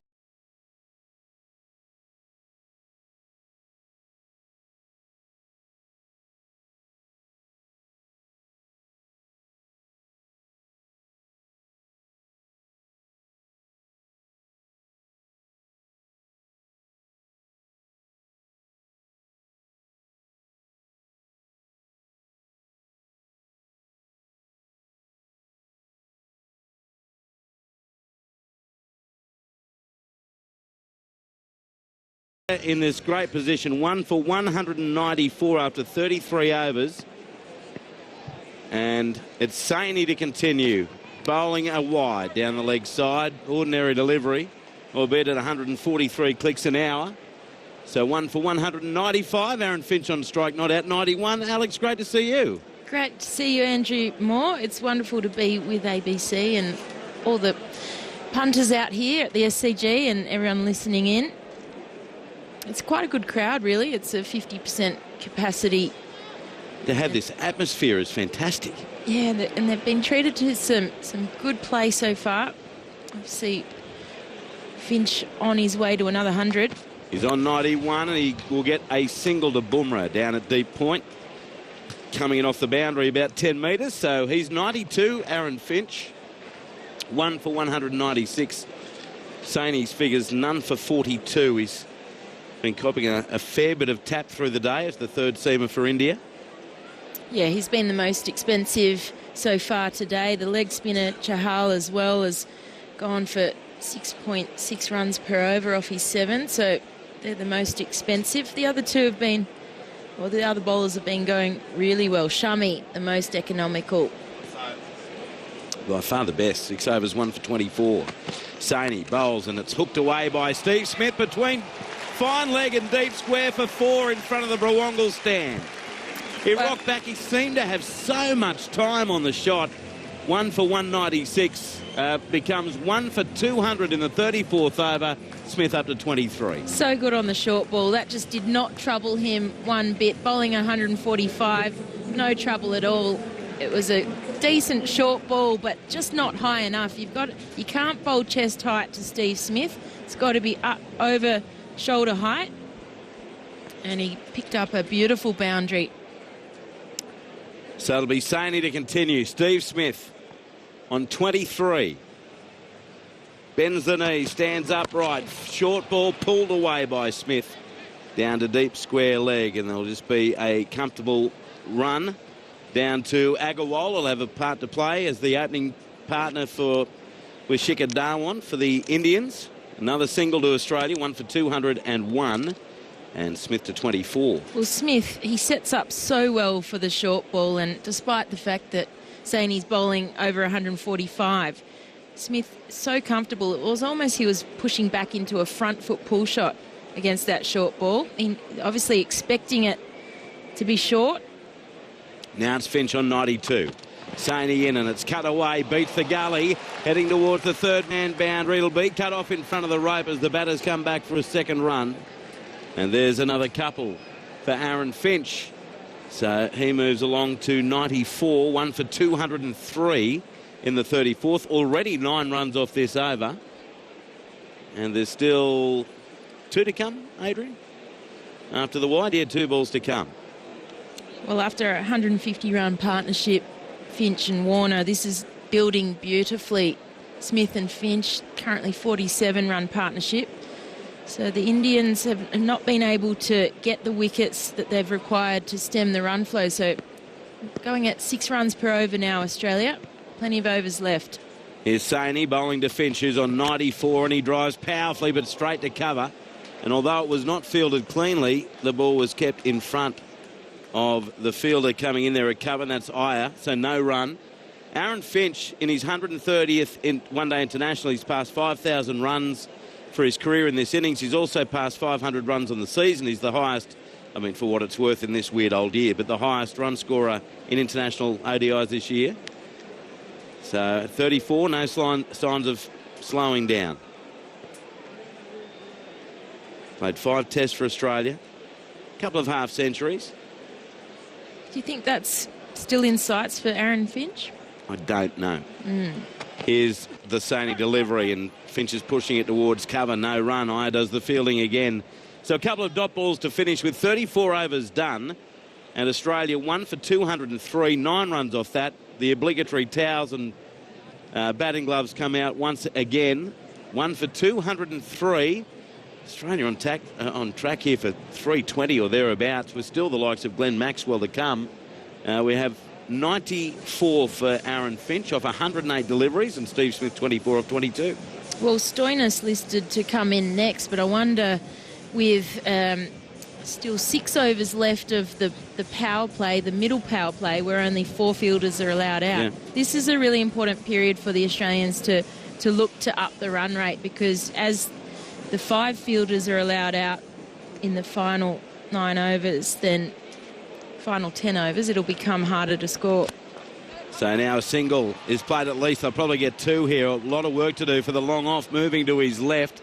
Picked up by Agarwal, and they do come back for 2 runs as Jadeja starts his 9th over. 1 for 205. Smith up to 26. And look, the fact is they've been doing it pretty easy. Once they survive that opening spell, particularly from Shami, they haven't looked in much trouble. Now on the sweep goes Smith. Hits it like a tracer bullet, diving save in the outfield. And Iyer does very well. They keep the scoring to 1. Smith is 27, 1 for 206. And that's the 50-run partnership between Steve Smith and Aaron Finch. Yeah, wonderful partnership, backing it up from the 150-plus run partnership opening. There's a lovely stand-up sweep shot there from Smith. Jadeja bowls to Finch, can't get a run, just forced to defend it back to the bowler. And Smith nearly got himself in trouble. He was backing up so far and so quickly. But he gets back okay. Jadeja wastes no time and bowls to Finch. This time he beats the bowler down towards long on, who is pretty wide, and they'll come back for a second run. Smith on his way, the return on its way, but Smith way too quick. 2 more for Aaron Finch. He's within a boundary of a century. 96 not out, 1 for 208 in the 35th. Well, he deserves a century here. He's played very well. He got a little bit bogged down before reaching the half century. It would be his 17th. He won't get it here. He won't get a run, in fact, as he pushes it to mid-wicket. Bumrah picks up inside the circle. And the score remains 1 for 208 with 1 ball to come in the 35th over. 7 4s and 2 6s for Finch. And here's a dot ball as he pushes it back to the bowler. Ends the over, 5 runs off, 35 done, 15 to go. Australia, after winning the toss and electing to bat 1 for 208, Smith is 27 and Finch 96. Alex Blackwell. Yeah, Aaron Finch disappointed with himself there, facing a couple of dots to finish Jadeja's over. I thought that was nice, subtle changes of pace from the left arm orthodox. Finch, yeah, he's got this personal milestone well within reach, but he's conscious of the fact that they need well over 300 to be competitive out on this wonderful batting deck and against a very good Indian lineup. It'll be Mohammad Shami to come back in for Saini. Navdeep Saini taken out of the attack. 7 overs for 49. Shami's been the pick of them. 6 overs, 1 for 24. So 4 overs left for Shami, 4 for Bumrah, 3 for Saini, 3 for Chahal and 1 for Jadeja. It's Shami bowling to Smith. Over the wicket, and this is an outside edge by Smith, but he has some good fortune down to third man. They only get the single. So Smith moves along to 28, 1 for 209 as the fielding is done by Darwin down there. And now Finch back on strike, 4 short of a century. Yeah, Kohli going to his best bowler, best performer today, Mohammad Shami. He's been terrific, and they really do need to break this partnership. It's forming nicely, both settled at the crease. Deep third man, deep point, long on and deep square, those that are back. Shami into Finch, and it's whipped off his pads. Might be pad only. He'll get a run down to Kohli at mid-wicket, sprinting to his right. In fact, there was some bat in that, so 97 now, Finch, 1 for 210.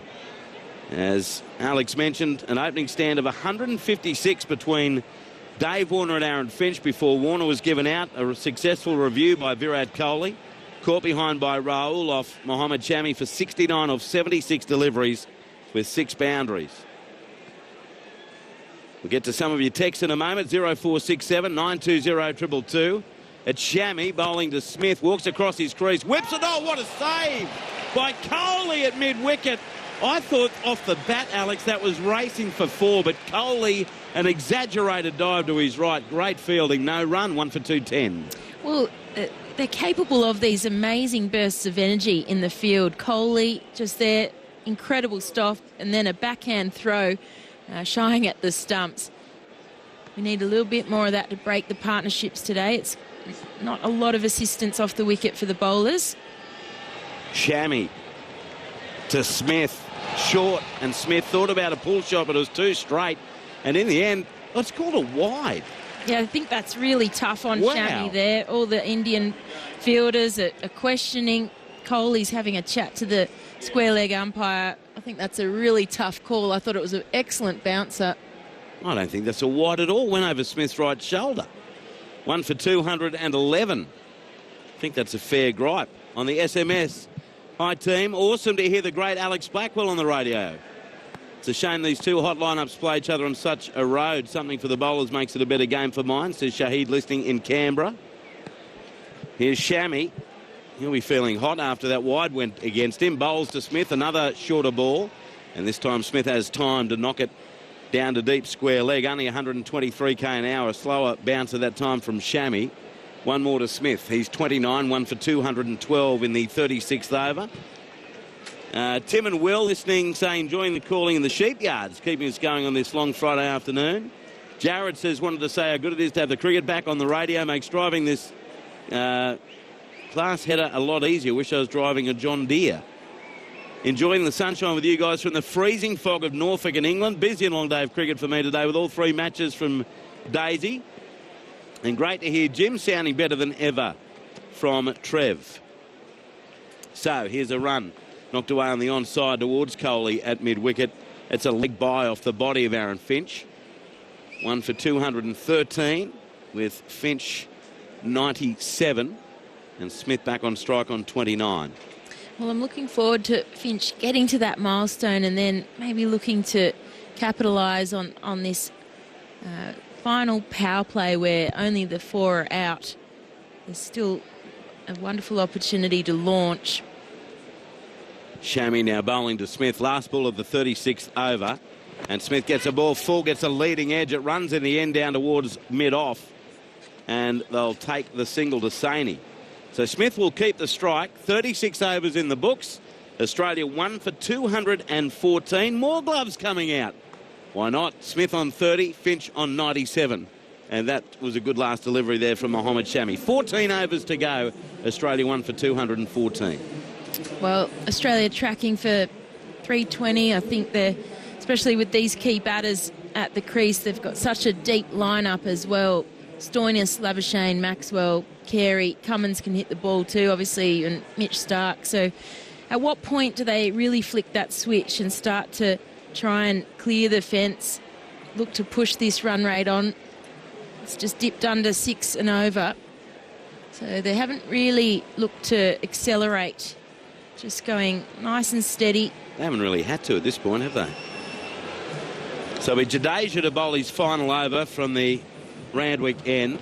Mark says, I've got home from work at 5 p.m. Still 22 overs left. Is the over rate slow or did they start late? It has been painstakingly slow. First ball just after 2:40 local time. What are we now? 5:35 as Jadeja bowls to Steve Smith, who can't get a run. Plays it straight to Bumrah at mid-wicket. Score remains 1 for 214. Between the very slow fielding changes and the amount of gloves coming on every second over. Here's a cut and a miss from Smith. Raul whipped the bails off. They're an appeal from Kohli, who's got his arms outstretched like he's a 747. But in the end, there was no decision to be had. Smith missed the ball, and his back foot never left the crease. No, a lot of excitement for nothing really there. So Jadeja was just trying to push the ball through a bit quicker. He's not looking to turn the ball much, bowling quite fast at the moment. Jadeja bowls to Smith, lofts it over cover. The ball racing away to the boundary. Fielder in pursuit, can't get there. Wonderful shot. No chance. Steve Smith, 34 off 31, 1 for 218. Yeah, just leant back and lofted it over. Short cover. Beautiful cricket shot. Going with the ever so slight amount of turn that Jadeja is generating. In he comes again, Jadeja bowling around the wicket. Flatter, quicker delivery, but Smith has time to rock back, finds the gap, cuts it back with a point. This might be 4 in front of the ladies' pavilion. It is. Great placement by Stephen Smith. Jadeja too short. Smith punishes him. He's 38 off 32, 1 for 222. Yeah, so dangerous when you put the ball in too short like that, and Jadeja is bowling reasonably fast, so Smith didn't need to do much more than just beat the right-hander of the backward point fielder. On the SMS. G'day, Andrew. ABC, loving the call. Having a quiet one on the front porch at Mudgee. Beautiful spot in New South Wales. Good on you, Graham. No run here as Smith plays it on the onside and Jadeja quickly moves to his right. No run. Caleb says, loving Ed Cowan's hair talk. Makes me chuckle. Can we please get Alex to commentate in the test? Love your work, says Adam from Hobart. Here's Jadeja bowling to Smith. Goes the aerial route. Heading towards long on. Fielder dropping back. It's over his head. He's made a mess of that Dhawan. In fact, it may not have been Dhawan going back. And no, it was Shikhar Dhawan. He came in too quick. Misread it completely and utterly. 37 overs gone. 1 for 226. A dozen off Jadeja's last over of the innings. Well, this was horribly judged by Shikhar Dhawan.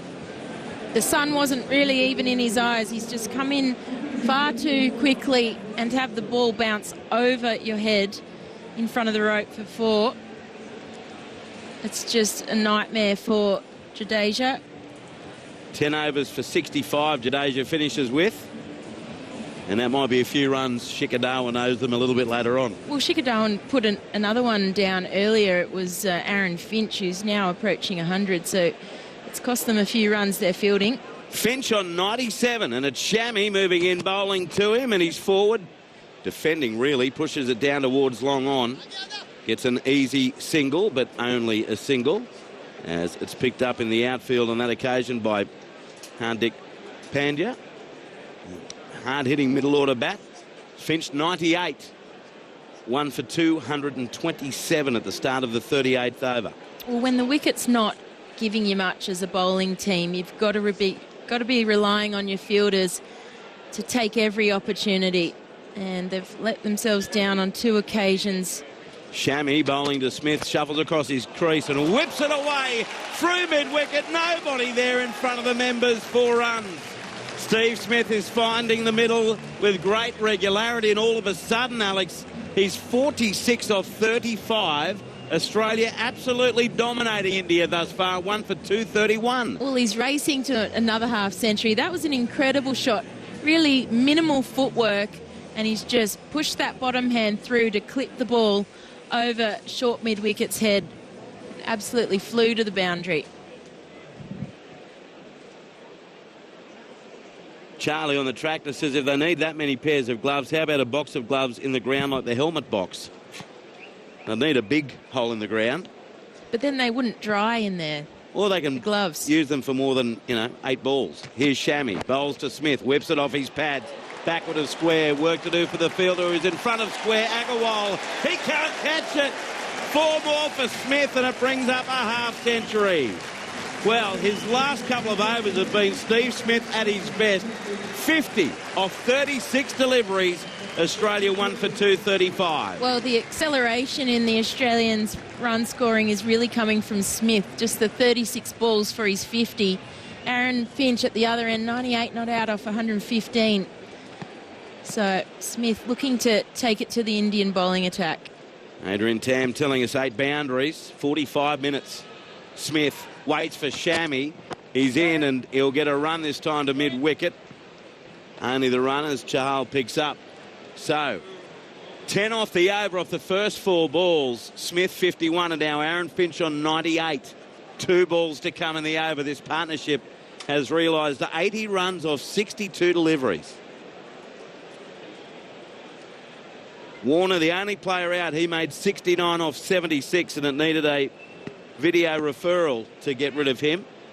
Paul Rifle sent him packing, the third umpire. Shammy to Finch. He's on 98. Finch is driving down towards long on. Flying through is Steve Smith for the first. In comes the fielder off the boundary, Pandya, and they only get 1. Finch 99. 1 for 237. 1 ball left in the 38. Well, the crowd wanted it, and so did Steve Smith. He was in and out of the crease looking to turn that 1 to 2 to get the century for the captain. It was never really on, but wonderful to see that urgency. I think that the Australians running between wickets has been great today, especially Dave Warner. Amanda's enjoying the coverage. She's listening to us in a hotel pool in Darwin. That sounds nice, Amanda. Go Finchie, says Mick at Wodonga. Here's Shammy bowling to Smith, and he waits on this and opens the face. Glides it down to deep third man. Darwin fields. They get a run. That ends the over. 38 gone. 1 for 238.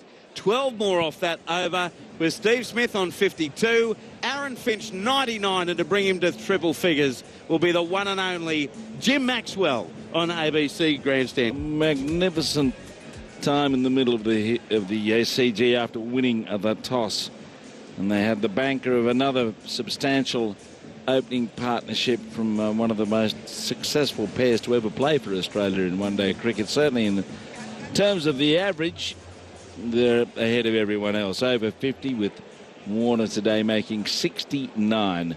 Now we're going to have Chahal bowl his leggies again. Smith, Mr. Effervescent, king of the fidget.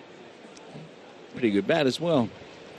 Chahal bowls to him and he's back and he cuts off the stumps, but straight to backward point. There's 2 men there and he can't get through the field, but he is manoeuvring the ball brilliantly. He's 52. Finch 99, and Australia motoring along towards a pretty impressive total, you'd reckon, with a couple of good whackers in the shed to come. Smith back onto his stumps, plays through the field, plays it hard. It's run away for 4 more. Ooh, that was an offering that he enjoyed very much, Ed Cowan, and put it away to the boundary again. It was a wonderful shot, and it's a testament again to Steve Smith's timing. He has hardly taken a risk. He's hit a boundary every 6 or so balls he's faced from the moment he's walked out. The other 2 batsmen today have struggled to hit the middle of the bat consistently, but not Steve Smith. We shouldn't be surprised, mind you, but just wonderful batting. Chahal bowls, he's down the pitch with his bat waving away as he flicks it hard to deep square for a single. The bat going up gladiatorially almost over his head as he followed through his 57. It's 1 for 243. Now here's Finch's chance to post yet another century in one-day cricket. He's got 3 balls left in this over, and there are enough gaps for him to pick up 1, surely. Chahal comes up to him, he's down the pitch, and he gets it through the onside. He punches a shot to deep mid-wicket, and he ambles back for the second run, and he's gained another 3-figure score for Australia. This has been another tremendous performance from the one-day captain, Aaron Finch. He looks to the heavens as he takes off his helmet, and away to the crowd he goes. 117 balls, 7 fours and 2 sixes. Superb 100. Really was a great knock. Bit of an anchor's knock, really. Hasn't really found top gear, but time will tell if he can make this a big score. He waits and he nudges around the corner to backward square and goes for one, not two. And his record's prodigious in this form of the game. It really is. He's got an opportunity to make a massive score here. 150 plus, 12 overs still to play. He's set. Bowling's just starting to get a little shabby. Now Shahal, one left in this over. 1 for 246, Australia. He comes up to Smith, and Smith's on the twirl and the drive. Away she goes out to deep extra cover. And that's another brilliant stroke as it cleared the rope. Yeah. Gee, that was a shot. He was on the way with the twinkle-toed manoeuvre. And he went inside out, over cover, and cleared the boundary at deep cover. And the last two of the last three balls he's faced have both seen the boundary, and they've both been classical cricket shots. The first, he rocked back, cut off the stumps, opened the face a little bit, so it's almost spun round point and beat deep point. Great skill, and then that fast dancing feet down the wicket, rotated his shoulders just a little bit, opened up the hands and hit it over the infielder. But you would have thought, oh, it might be one or two bounces into the fence. Lovely shot. It flew over the fence for six. It was just another superb piece of timing. On the clock, there are 23 minutes left in this session, and there are 11 overs to bowl. So we'll bowl the overs, but what penalty, if any, will there be for not bowling the overs? We'll have to wait until David Burns got his abacus out, I suppose. But it's Bumrah who's back. Now he's bowling, and he's down the leg side, and it's dropped it backward square, short fine. And they'll come back for a couple of runs as that went in the air around the corner. It was a pretty good attempt. Is that Jadeja down there hurling himself away to his left? Chahal, the leg spinner. It's hit him on the wrist, on his right hand, as Aaron Finch followed that delivery, lifted it around the corner. I think he has to catch that. Yeah, it's a good effort, but he's not watching. He's not watching the game. He's having a bludge at short, fine leg. There's the jump from 20 over cricket to 50 over cricket, finding India out here. Yeah, fielding's been a bit shabby. Very average. Yeah. 2 runs resulted. Bumrah goes up and bowls to Finch. Finch a full toss, and he flicks that away out to deep square. And there's 4 runs. Oh, dear.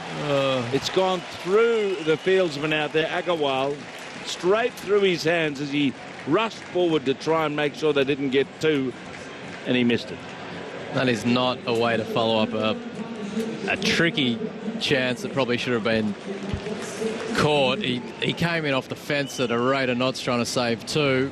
All he had to do was get some hands to it. The ball spun, the old trick. Didn't get a hand on it in the end. That's under 10 stuff. A 2 and a 4, a drop catch. Bumrah in again and back. 4 more. Wheels it down to fine leg. Deep backward square through the field. Another piercing shot. Well, Bumrah's line's poor. He has not enough protection there to stop that going for 4. He's got 1 man back. Now he's going to have 2. They're leaving the fine leg deep. And Virat Kohli, well, I don't know whether he gets upset about this or not, but at 1 for 262 in the 40th over, it's getting away from India very badly at the moment. That's 2-4-4 so far in this over. Bumrah goes in to bowl to Finch, and Finch back. He chops the ball down, but a bit too fine on the hop to keep it. Rahul. He's 112, Aaron Finch. Smith 63 from 42 balls. And it's 1 for 262. They could make 350 here. Oh, they will, with their eyes closed. Steve Smith has changed the tempo of this innings. He's come out. They weren't dawdling. They had a great platform, but they needed the next wicket to come in and really up the ante, and he has. Bumrah pitches up. It's flicked fine down towards the boundary there. It will be cut off by Shahal coming around They collect 2 more, but Bumrah's line's a bit off in this over. How do they get 2? He's standing at fine leg. It's gone 5 metres to his right, so it's not like he has to run around to his left and rotate. Picks the ball up and they're back for 2. I mean, it's fantastic running. It's a testament to Aaron Finch's fitness, the intensity and intent to get 2 off the bat, but that's crazy fielding. Well, he's helping by bowling at the pads, and he bowls short, and it's hit in the air by Finch's court. He went for a little uppercut. He spooned it straight up in the air to keeper Rahul, and Finch's innings is over at 114. Caught Rahul. A bit of a consolation prize at the end of the over for Bumrah. And Australia loses its 2nd wicket at 264 in the 40th over. Well played, Captain Finch. Another 100. It was a wonderful innings. Came to an end with a nice piece of bowling, actually. A slower ball bouncer. He didn't pick it. It stayed in the wicket as he tried to uppercut it over the keeper, and there was no pace on the ball. Just lobbed to KL Rahul. But a fine innings. Standing ovation from the SCG. And he's set the platform for Australia to score a mammoth total in this first innings. What are they doing here? Labuschagne? No, Stoinis has walked out to bat. Stoinis, right. That's fair enough. They're on the gallop at the moment. Yeah. And I wonder what they can gallop to. We've seen some very big scores posted by Australia going back with the days of Andrew Simons. And this could be one of the biggest. Yeah, look, the wicket is an absolute belter. If they do get 350, I don't think it's a fait accompli that they're going to waltz the game in. India's strength is its batting. It's a big ground, which means it can be hard to defend. Fast outfield if you can get the ball in the gap. So I think they're going to need, I said at the top, 330 felt like it was almost par. So if they can get to 350, they'll be in the box seat. But they're going to have to bowl well as well. Well, still a long way to go, 2 for 264, but 9 for 376 is their record on this ground against Sri Lanka, and they got another one against Sri Lanka, 5 for 368, and that was Aaron Finch's 17th one-day 100 against Warner's 18. So it just shows what damage those two can do if they get away.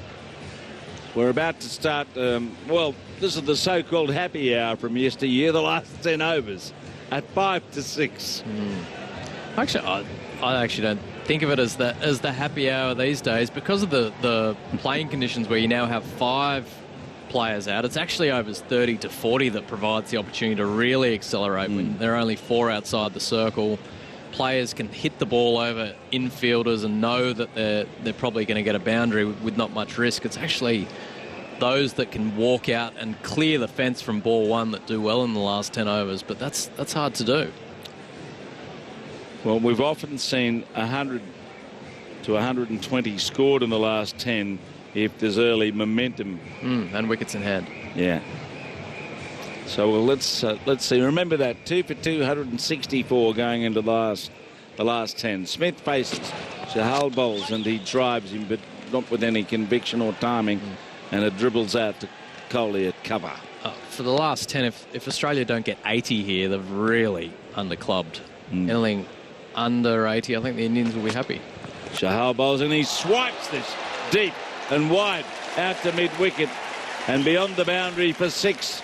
Away towards the bridge of the Trumpra, and O'Reilly stands into the slogging cow corner area.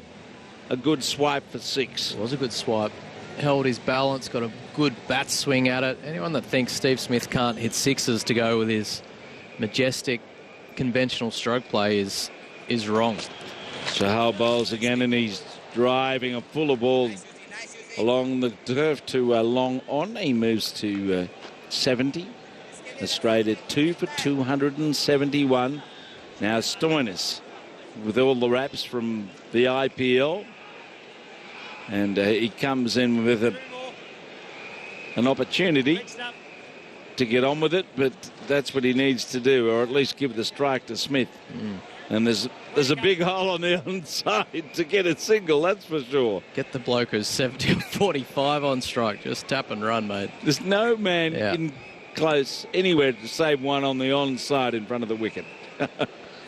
So where's Shahal going to pitch this delivery? He comes into Stoinis, and Stoinis goes back. He's caught behind.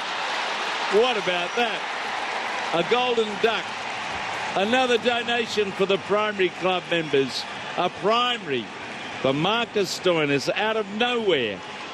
Before he can get in, he gets out for a duck caught by the keeper, Rahul. It's against the run of play. It was a wrong un, which is so often the mode that Chahal goes to when he needs to land a ball under pressure.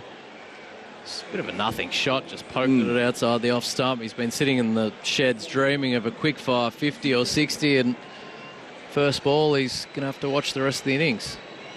Well, as they say in cricket, anyone can get out for a first ball duck. Yeah, that is true. There's not much he can do about it. No. So, we talked about it briefly, but his role in the team isn't that clear. He's not a wonderful starter, particularly against spin, and I didn't actually get a chance to say it, but in the Big Bash and IPL where he bats at the top of the order, he comes in generally against fast bowling. He's not a great player of spin bowling naturally unless he's set, and sometimes when he comes in the middle order it feels a bit block kind of bash, but he didn't even get the opportunity today.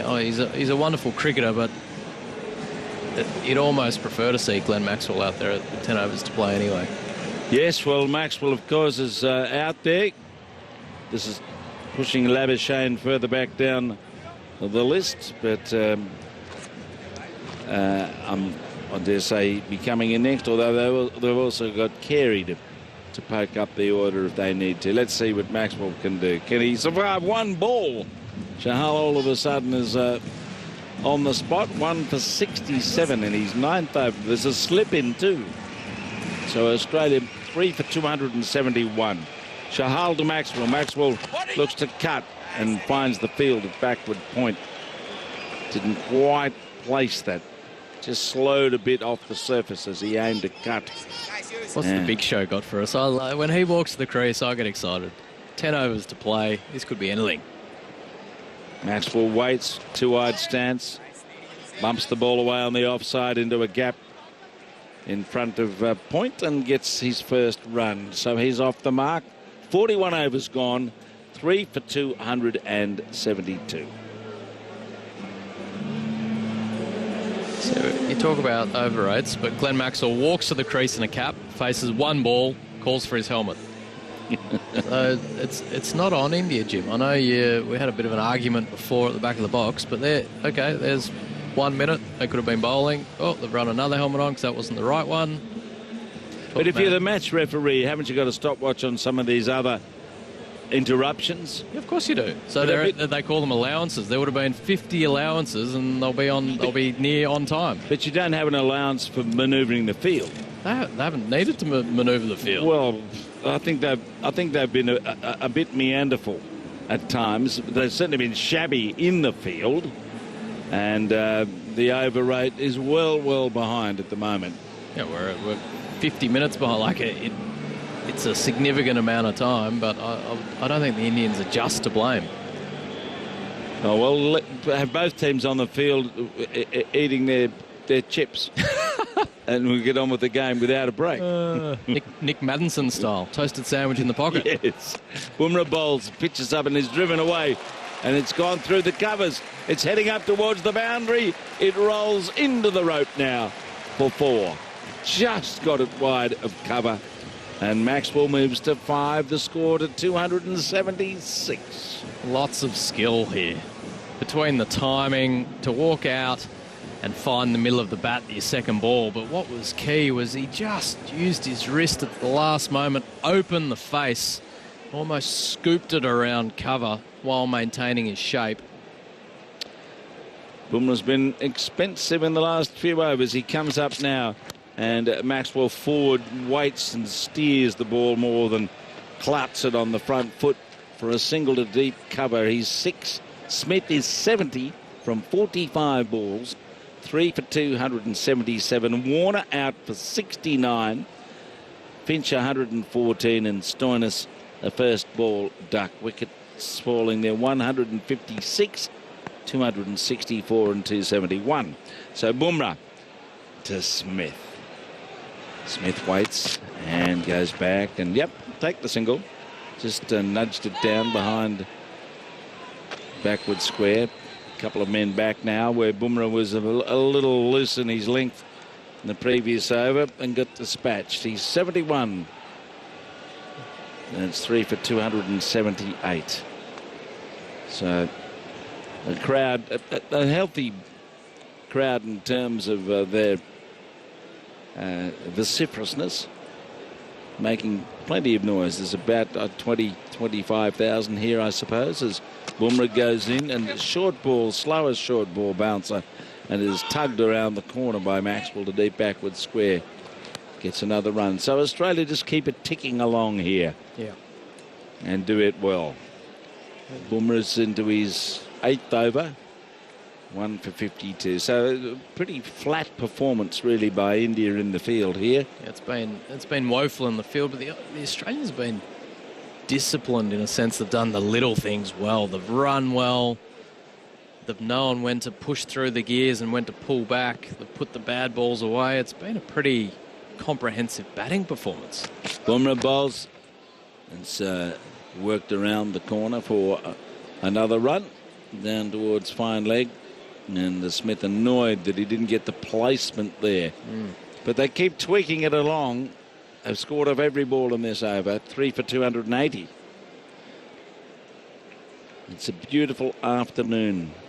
Not quite twilight time. Clear blue sky. Schooner o'clock. Yes.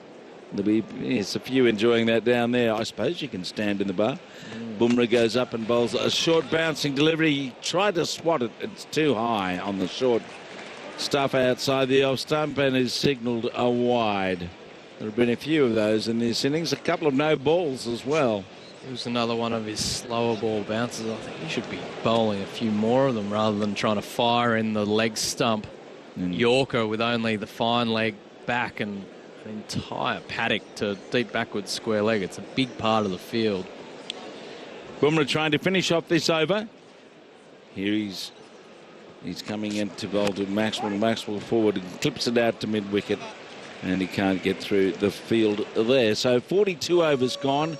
8 more. Australia threatening 350 plus 3 for 281. Ed Cowan will be joined in a moment by Brett Sprigg. Grandstand cricket.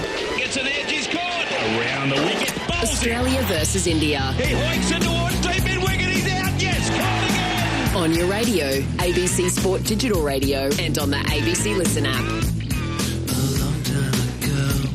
Thank you, Jim. The shadow is growing longer across the Sydney cricket ground. Australia, as Jim said, looking towards that 350 plus, 3 for 281. 8 overs to come in this rather slow allotment of 50 overs. Ed Cowan? Just changed his helmet back to a hat. Glenn Maxwell, so he's walked out in the hat. First over, changed back to a helmet. Next over, changed back to a hat. Were you partial to the cap against the spinners, or did you prefer just to sort of keep it? Everyone loves batting in a hat. Takes you back to your childhood, the feeling of freedom. It's a lovely feeling, but whether you need it every single over you face a spin bowler is a different question altogether. Chahal will be continuing a spin. The right arm leg break bowler from the Randwick end, with Smith tucking it around the corner. They'll get 1 run behind square. That will bring Maxwell on strike, who has the canary yellow / Australian gold, my friend, cap on. Yes, yeah, absolutely. Australian gold, my friend. What? Someone liked to text in earlier and corrected you when you said canary yellow. It's an ongoing gag, obviously. Everyone understands it is. that. Don't worry. What's happened to the canary yellow helmets that they wore against New Zealand that was such a hit? That was short-lived, wasn't it? Biggest hit since the Beatles. That's good. Mortal, man. Love it. 3 for 282 in the 43rd over. Yeah, that was a rather short-lived sort of thing, as Maxwell with the open stance goes to switch hit, reverse sweep through the air, couple of bounces and 4 runs in front of the members' stand. Maxwell to 11, 3 for 286. Oh, this bloke can do anything he wants. Unbelievable. The old switch hit. He's faced 7 balls. No worries. Creamed it. So much talent, so much time. That is as sweet a connection as you could possibly hope for under those circumstances. Glenn Maxwell in full flight is just a delight in white ball cricket. Player of the series in that most recent ODI series against England in England. Does the same again this time, even further. It's gone all the way. Oh. Wow, 6. That's... I don't think people understand what's the skill required for this. He's standing right-handed. He switches to the left hand as the ball is being released, and Slog sweeps it over points head for 6, reminiscent of Kevin Peterson facing Murali, I think, at Old Trafford all those years ago when the switch hit came into the game. But 17 off 8 for Glenn Maxwell. 3 for 292 Australia. What to do with the field now? I mean, this is the problem it creates. They're having a chat, Virat Kohli. And well, with good reason. Yuzvendra Chahal. Might want to bowl around the wicket, maybe. I don't know. I'm as lost as the bowler. For now, the field stays the same. He'll go again, no doubt. Deep mid-wicket. Quick. Long on, both back here. This time he rocks back and works it across the body through mid-wicket. They'll get 1 out to cow corner. They'll come back for 2, in fact. He does lose the hat in the process, Glenn Maxwell. So he ticks along to 19. 3 for 294. Sharp running. The Aussies are on. Yeah, Glenn Maxwell, player of the series in England. We know it's now 114 ODIs for him. So, and you can sort of speak about the consistency or lack of for him. What is the key, do you think, to Glenn Maxwell's clarity of role? Yeah. Change of coach has done the world of good for him. Finch, captain, has just shown a great amount of faith. 3 for 294. He's down and sweeping. Tucks this away very fine. It may have missed everything. They'll run through here for a couple. Did it go underneath the bat, or was it a very fine under edge for Maxwell? It was, in fact, some blade on that. So 21 for Maxwell, 3 for 296, 1 to come in the 43rd. And I think he's talked openly about the conversations he had with Aaron Finch just before that tour of England while they were in their bubble over there. And it's so important as a cricketer to know what people want of you. Chahal in last ball of the over. It's outside the off stump. He goes inside, out over extra cover down the field. It's thrown, is it? Word. 6. This is bobbed it up. It has been dropped up over the rope. Unfortunately, getting all the way back in that deep, expansive pocket of the ground. The fielder has just bobbled it up, and it's gone up over the rope for 6. Maxwell to 27 off 11. And with that, Australia has passed 300. 3 for 302. Yeah, it was... That's woeful. What are they doing so far off the fence? All the outfielders have been 10 metres off the fence thinking their job's to save 2, when in fact there have been 2 catches in the deep where if they just stood on the fence, it would have been straight down their throat. Hardik Pandya, it was, who made it look very awkward. That's not good enough. That is... maximum punishment from Glenn Maxwell. 27, 3 for 302, 43 overs complete here. Back to the helmet. Yeah, back to... You're right about the canary yellow helmets. This was the mainstay of, ODIs we'd watched growing up. Australia had the yellow lids. They brought it back for that retro kit, that ill-fated Chapel Hadley series, of which we saw one game here, no crowds, and then COVID just took the stranglehold on the entire world.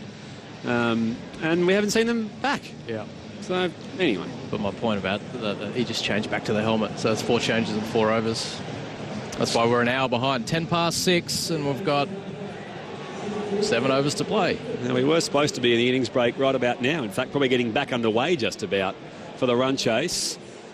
7 overs complete yet. 3 for 302. Great to have your company. ABC Radio, ABC Sport Digital, via streaming services, ABC, BBC, the CA apps as well. And Navdeep Saini will rejoin the attack from the Paddington end. None for 49, his figures so far.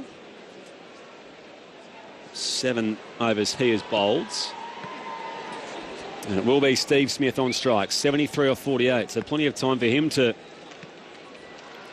match Aaron Finch and reach triple figures. He's waiting here for Saini. Full toss, clipped off the legs, out to mid-wicket. Just the 1 run to the fielder in the deep. Smith to 74, 3 for 304.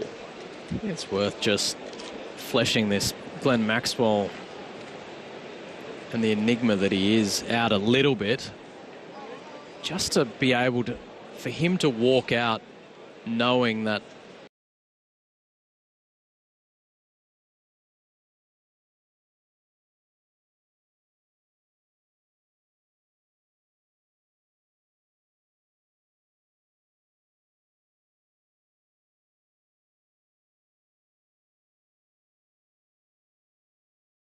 all they want is for him to play his natural game. There's no pressure to do anything else. Attack it. All opportunity, even if you're 4 for 40, go out, play your natural game. We're going to back you. We're not going to, after a few misses, drop you. We need you in this team if we're going to build the best team in the world. It's a gully, a fly slip. Just a bit of an adjustment on the field now, a bit of a dead ball. He's just taking time to have a little look here, Glenn Maxwell. What are your thoughts on the field? Why is Coley's at cow corner? He's 20. Oh, he's now running. I was going to say, he's now getting back on the rope. He was sort of in no man's land. Long off, long on. As I say, it's hard to sort of understand what Navdeep Saini's plan is to Glenn Maxwell. I'm not even sure he's convinced. Oh, he's going to fire the ball into the leg stump.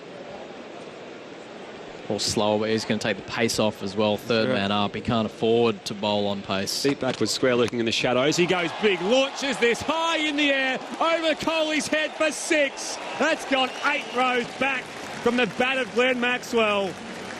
You can't put them in the grandstand. No, you can't. Straight into the ladies' stand. It was 6 off the bat. Great bat swing. He was set. He got deep in his crease. He got a stable base.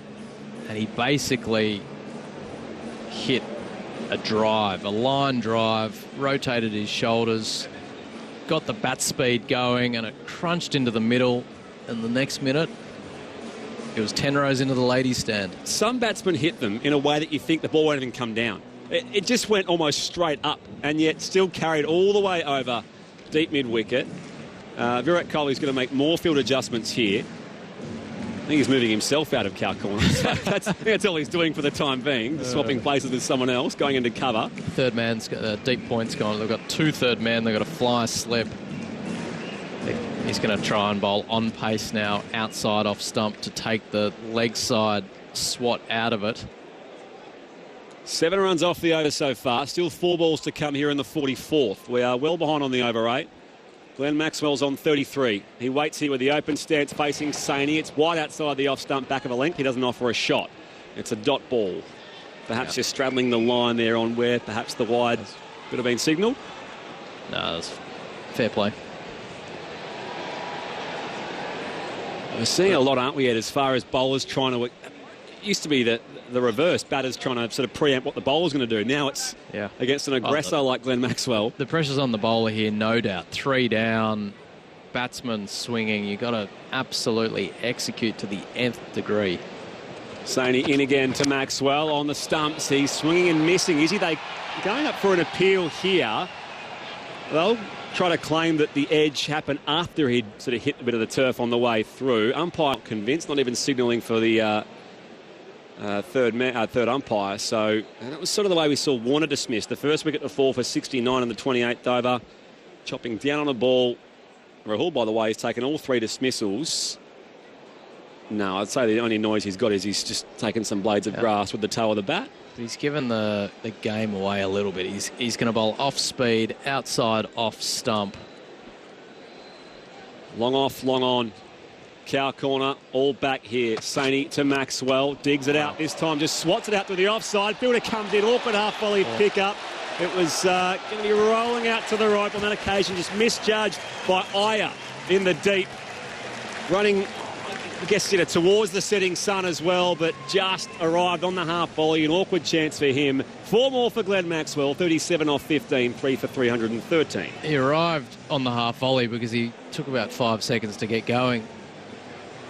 Not a great piece of fielding. It was a great shot. He scooped the Yorker out over backward point and should have been caught, but he made another meal of it, missed it, and it went for 4. 11 runs off the over so far. Here's the last ball of it. Maxwell facing Saini. Does the same again this time. Gets it through the gap. All the way for 4. This time the fielders converge and get nowhere near it. Glenn Maxwell, 41 off 16. Love it. He is... Timing. The bat speed, it was impeccable. But India might be wearing their 1992 kit. They're fielding like it's 1992, Brett. Quite right, Ed Cowan. Mohammad Shami will rejoin the attack from the Randwick end.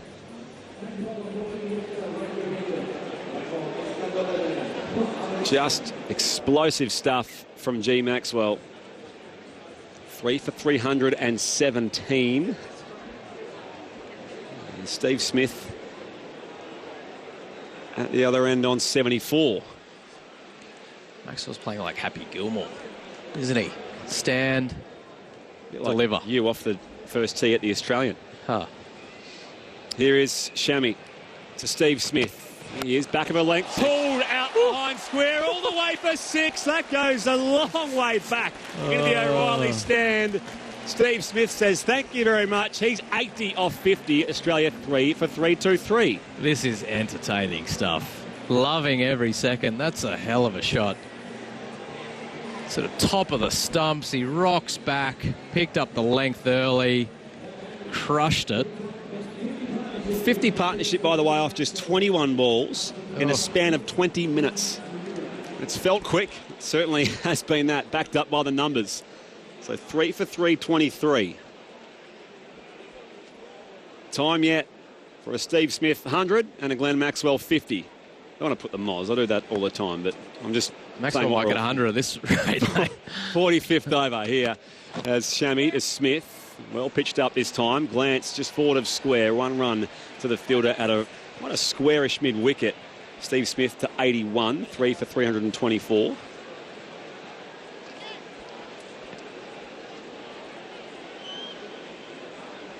It's just wonderful to be entertained by high-quality cricket. And seeing it live, I'm just loving it. Now we're going to have a bit of, I think this is medical attention, is it, Ed, for the fielder out there who's done the work just forward of square. It's had enough. Because this game needs more delays, that's for sure. He's just having his right leg looked at. See this? Oh, he's cramping, or he spiked himself, maybe. Seems to be walking just fine.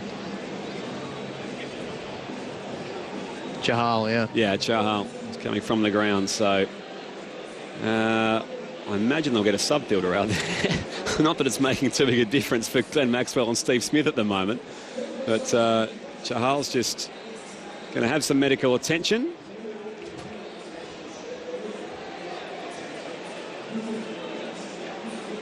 And a bit of a pause here as well. 3 for 324. Maxwell on 41. He'll be on strike here. He's faces the 16 balls. Shami is in. He plays and misses at this. Attempted hook or pull. It was wide outside the off stump and back of a length. I wouldn't describe that as a play and a miss. A play and a miss to me, yeah, that was I am trying to hit this over the Victor Trumper stand. Well, technically it was a play and a miss, but it wasn't through any great skill of the bowler. Manish Pandey is the sub-fielder, by the way. I'm sure you're all dying to know. But backwards square. Maxwell with the wide open stance. Here comes Mohammad Shami. Steaming in.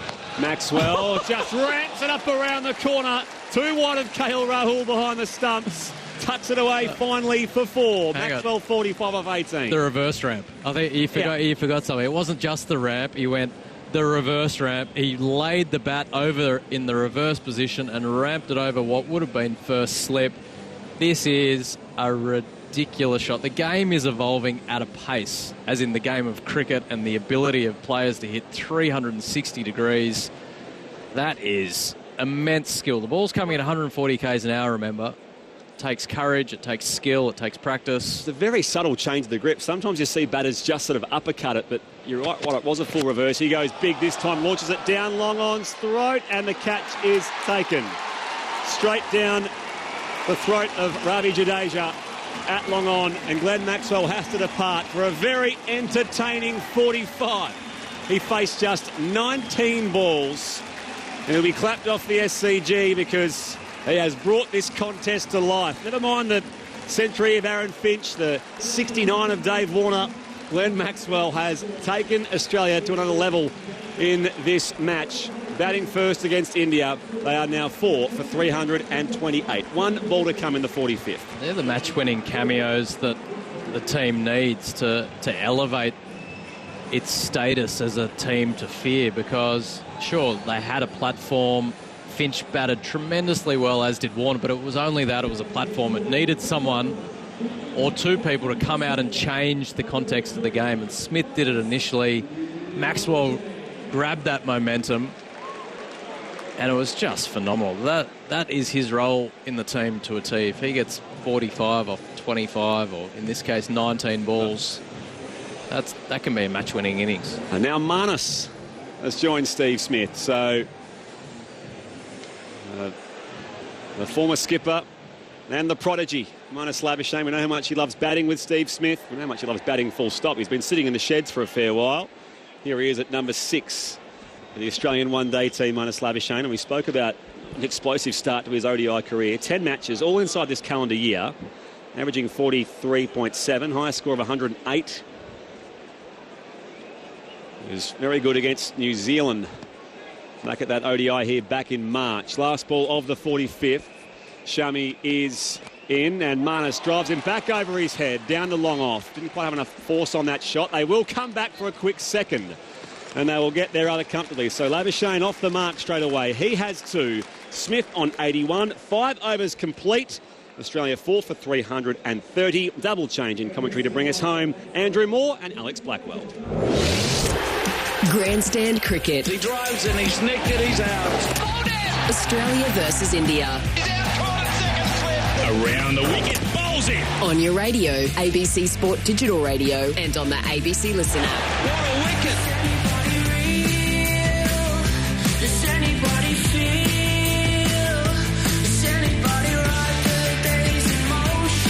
Incredible performance by the Australians. Incredibly long innings here. With still 5 overs to go and the score 4 for 330, Alex Blackwell. How entertaining was that not from Glenn Maxwell? Well, it was incredibly entertaining. He put on a partnership with Steve Smith, 64 off just under 30 balls. So it was a real injection of entertainment for everyone involved. It was a steady sort of 40 overs, and then it's really come to life. 66 runs off the last 5 overs, I believe. And now it's Sony, none for 64 off 8. He bowls the 46th over. It's a full toss to Smith. He plays it to Coley at cover, shy at the non-striker's end. Misses. Labuschagne had made good his ground in any case. So Steve Smith, 82 off 52. 4 for 331. Your texts remain welcome. 0467 920 222. Excellent coverage. Bring back old memories. Keep up the good work, says Rajesh from Cairns. Sounds amazing. Damn shame people who can't afford pay TV can't enjoy it too, says Muzz at Port Lincoln. Yes, again, the drama. A lot of people making comment of the fact that this one-day international series is not on free-to-air TV. It's a great shame. Very counterproductive, you would think. 4 for 331. Labuschagne on strike. Well, as Smith came to the crease, he got going extremely quickly. Obviously, Glenn Maxwell does that pretty much every time. It'll be up to Marnus to continue that trend and look to be aggressive straight away. It's Labuschagne. Gives himself room. Goes high in the air. Long off, moving to his right, and takes the catch in front of the side screen. And then a bit of a dance. Nice catch taken by Shikhar Dhawan, who has not had a good time in the outfield. Labuschagne goes, caught Dhawan, bowled Sony for 2, and the Australians now move along to 5 for 331 in the 46th over. Well, there's been 3 catches that really should have been taken and weren't for India. 2 of them were Shikhar Dhawan, so he would have been feeling quite nervous. That ball went very high off Marnus Labuschagne's bat. He was going dead straight to the sight screen, just got a little bit of a top edge, and it was a good catch from Shikhar Dhawan. 2 off 2 balls for Labuschagne. doing his job, essentially. Well, he needed to, yeah. The trend has been really hit out or get out for the last 4 overs. There's a very deep batting order. Glenn Maxwell and Smith just were absolutely going off. And it's hard to come in as a batter to know that you want to keep the run rate ticking along. I think Marnus is someone who typically just enjoys getting into his innings, but he's had to come out and go from ball 1. So Alex Carey comes in, left-hand bat, and his last appearance for Australia in September against England was a match-winning century with Glenn Maxwell. They put on over 200 against England. But it's Smith on strike, and it's a wide down the leg side by Sony. Umpire Tucker extends the arms. And Smith is livid with himself for not getting just a little tickle on that. The fine leg is up. And just a little bit of batter on that, or even a bit of pad, it might have gone for 4. Yeah, too wide. And Steve Smithy was really exaggerating his... You don't have to guess how he's feeling, Steve Smith. Heart always on sleeve. 5 for 332, Smith 82. Alex Carey yet to face a ball. Here's Sony coming into Smith with a short third man in place. This has glided away. Beautifully timed by Smith, backward of point. Nice fielding, however, this time in the outfield by Shreyas Iyer. And keeps Steve Smith to 1. He's 84. 5 for 300. In fact, they got back for a second run.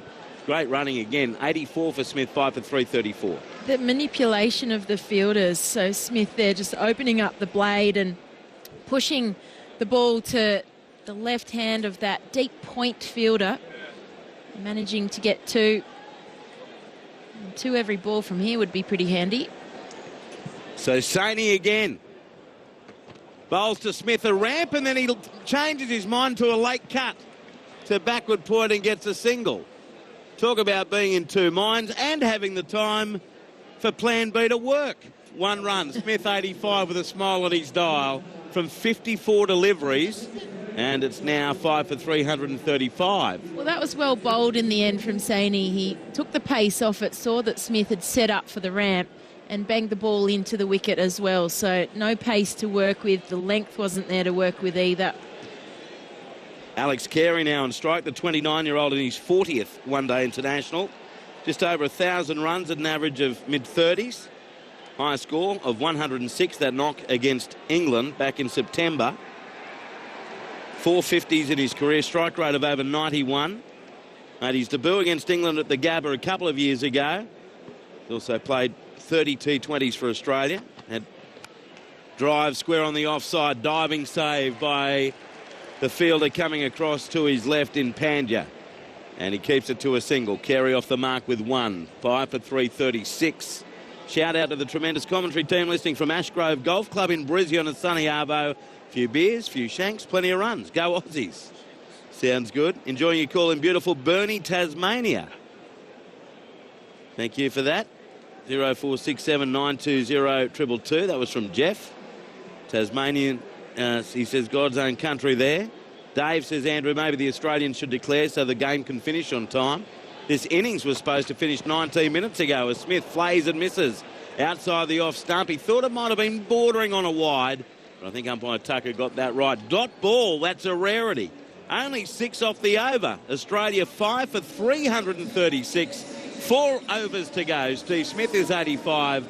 Alex Carey 1.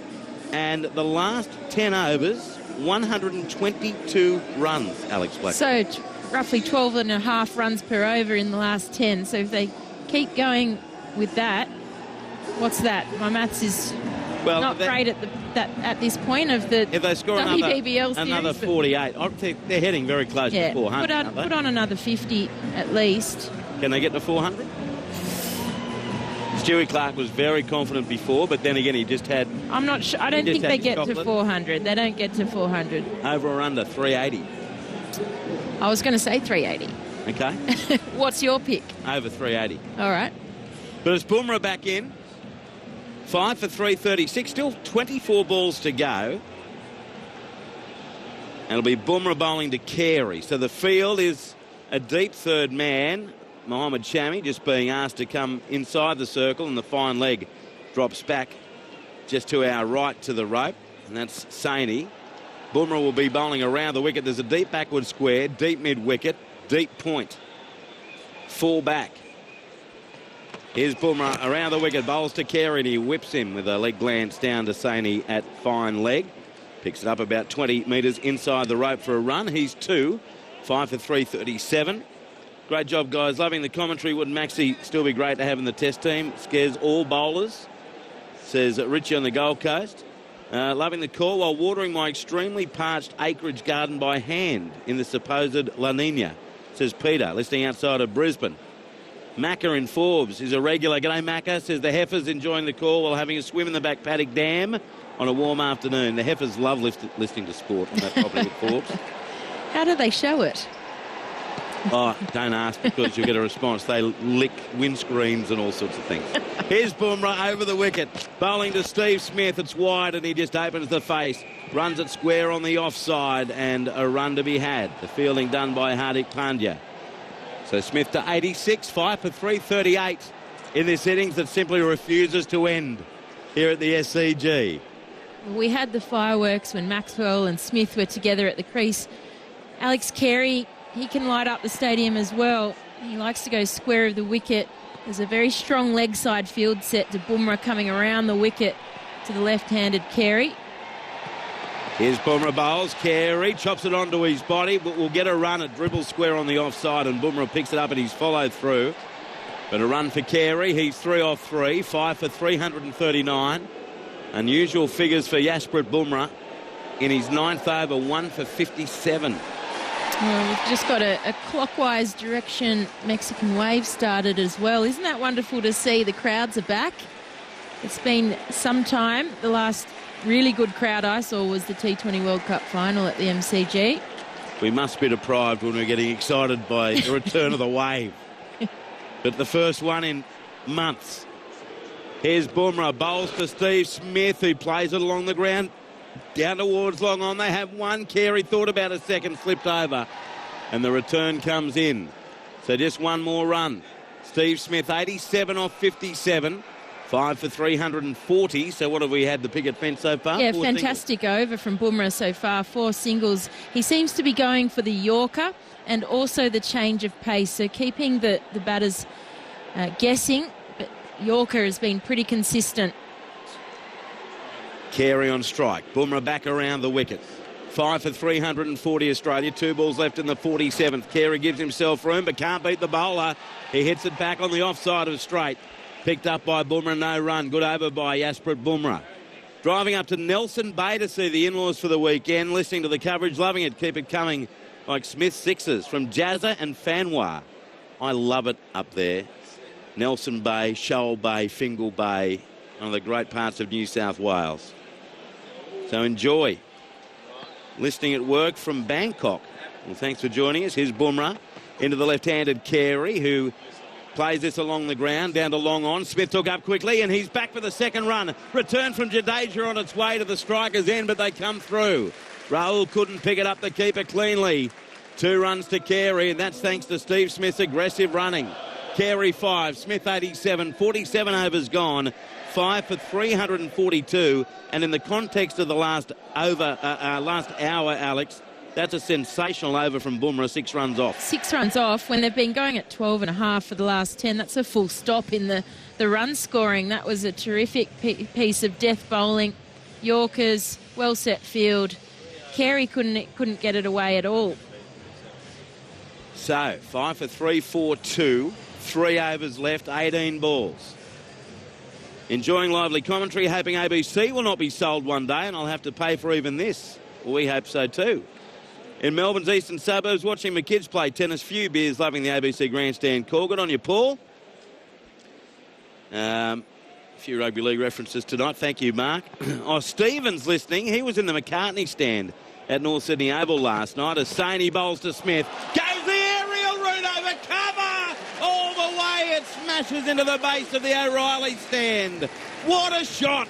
Steve Smith, 93 off 58. Australia 5 for 348 in the 48. What a stroke. Well, he's enjoyed that part of the ground today, that sort of rock back, hit over the fielder at extra cover. There's a massive gap out there, and it really doesn't matter when you're clearing the fence by that much. He's done it with ease. Into the 90s now, Steve Smith. He is right on track for his 10th century in this form of the game. He's already registered his 26th half century. It is his 126th one-day international, Steve Smith. 93 off 58. Here comes Sony, right across the crease, and he almost laps it down to short, fine leg. Only one run. Well, as it's picked up by Bumrah. Sorry, Alex. 5 for 349, Smith to 94. He's spewing that he's missed out there. He's gone for the ramp shot, just sort of toed-end it. So he's gone directly the opposite end of the ground. One shot, 6 over extra cover, and then he's targeted the direct opposite part of the ground, 45. And he's livid with himself. So Sony around the wicket to Carey. Short, fine leg, deep backward square. This inning started at 2:40 local time, right? It's now 6:36. Around the wicket, Sony to Carey. Short, pulled off the body. The ball dribbles away on the offside of the end. Can't get a run. So Sony gets a dot ball, a slower ball, just over 124 k an hour. Sony not having the best of days. 1 for 77 in his final over.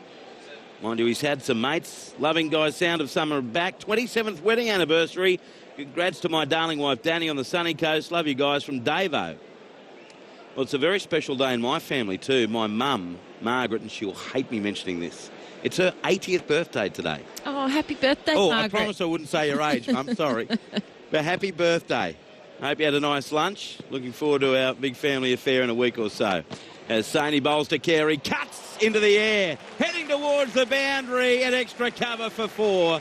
Too short, too wide, and Alex Carey said thank you. 5 for 353, Carey's first boundary. We're in the 48th over.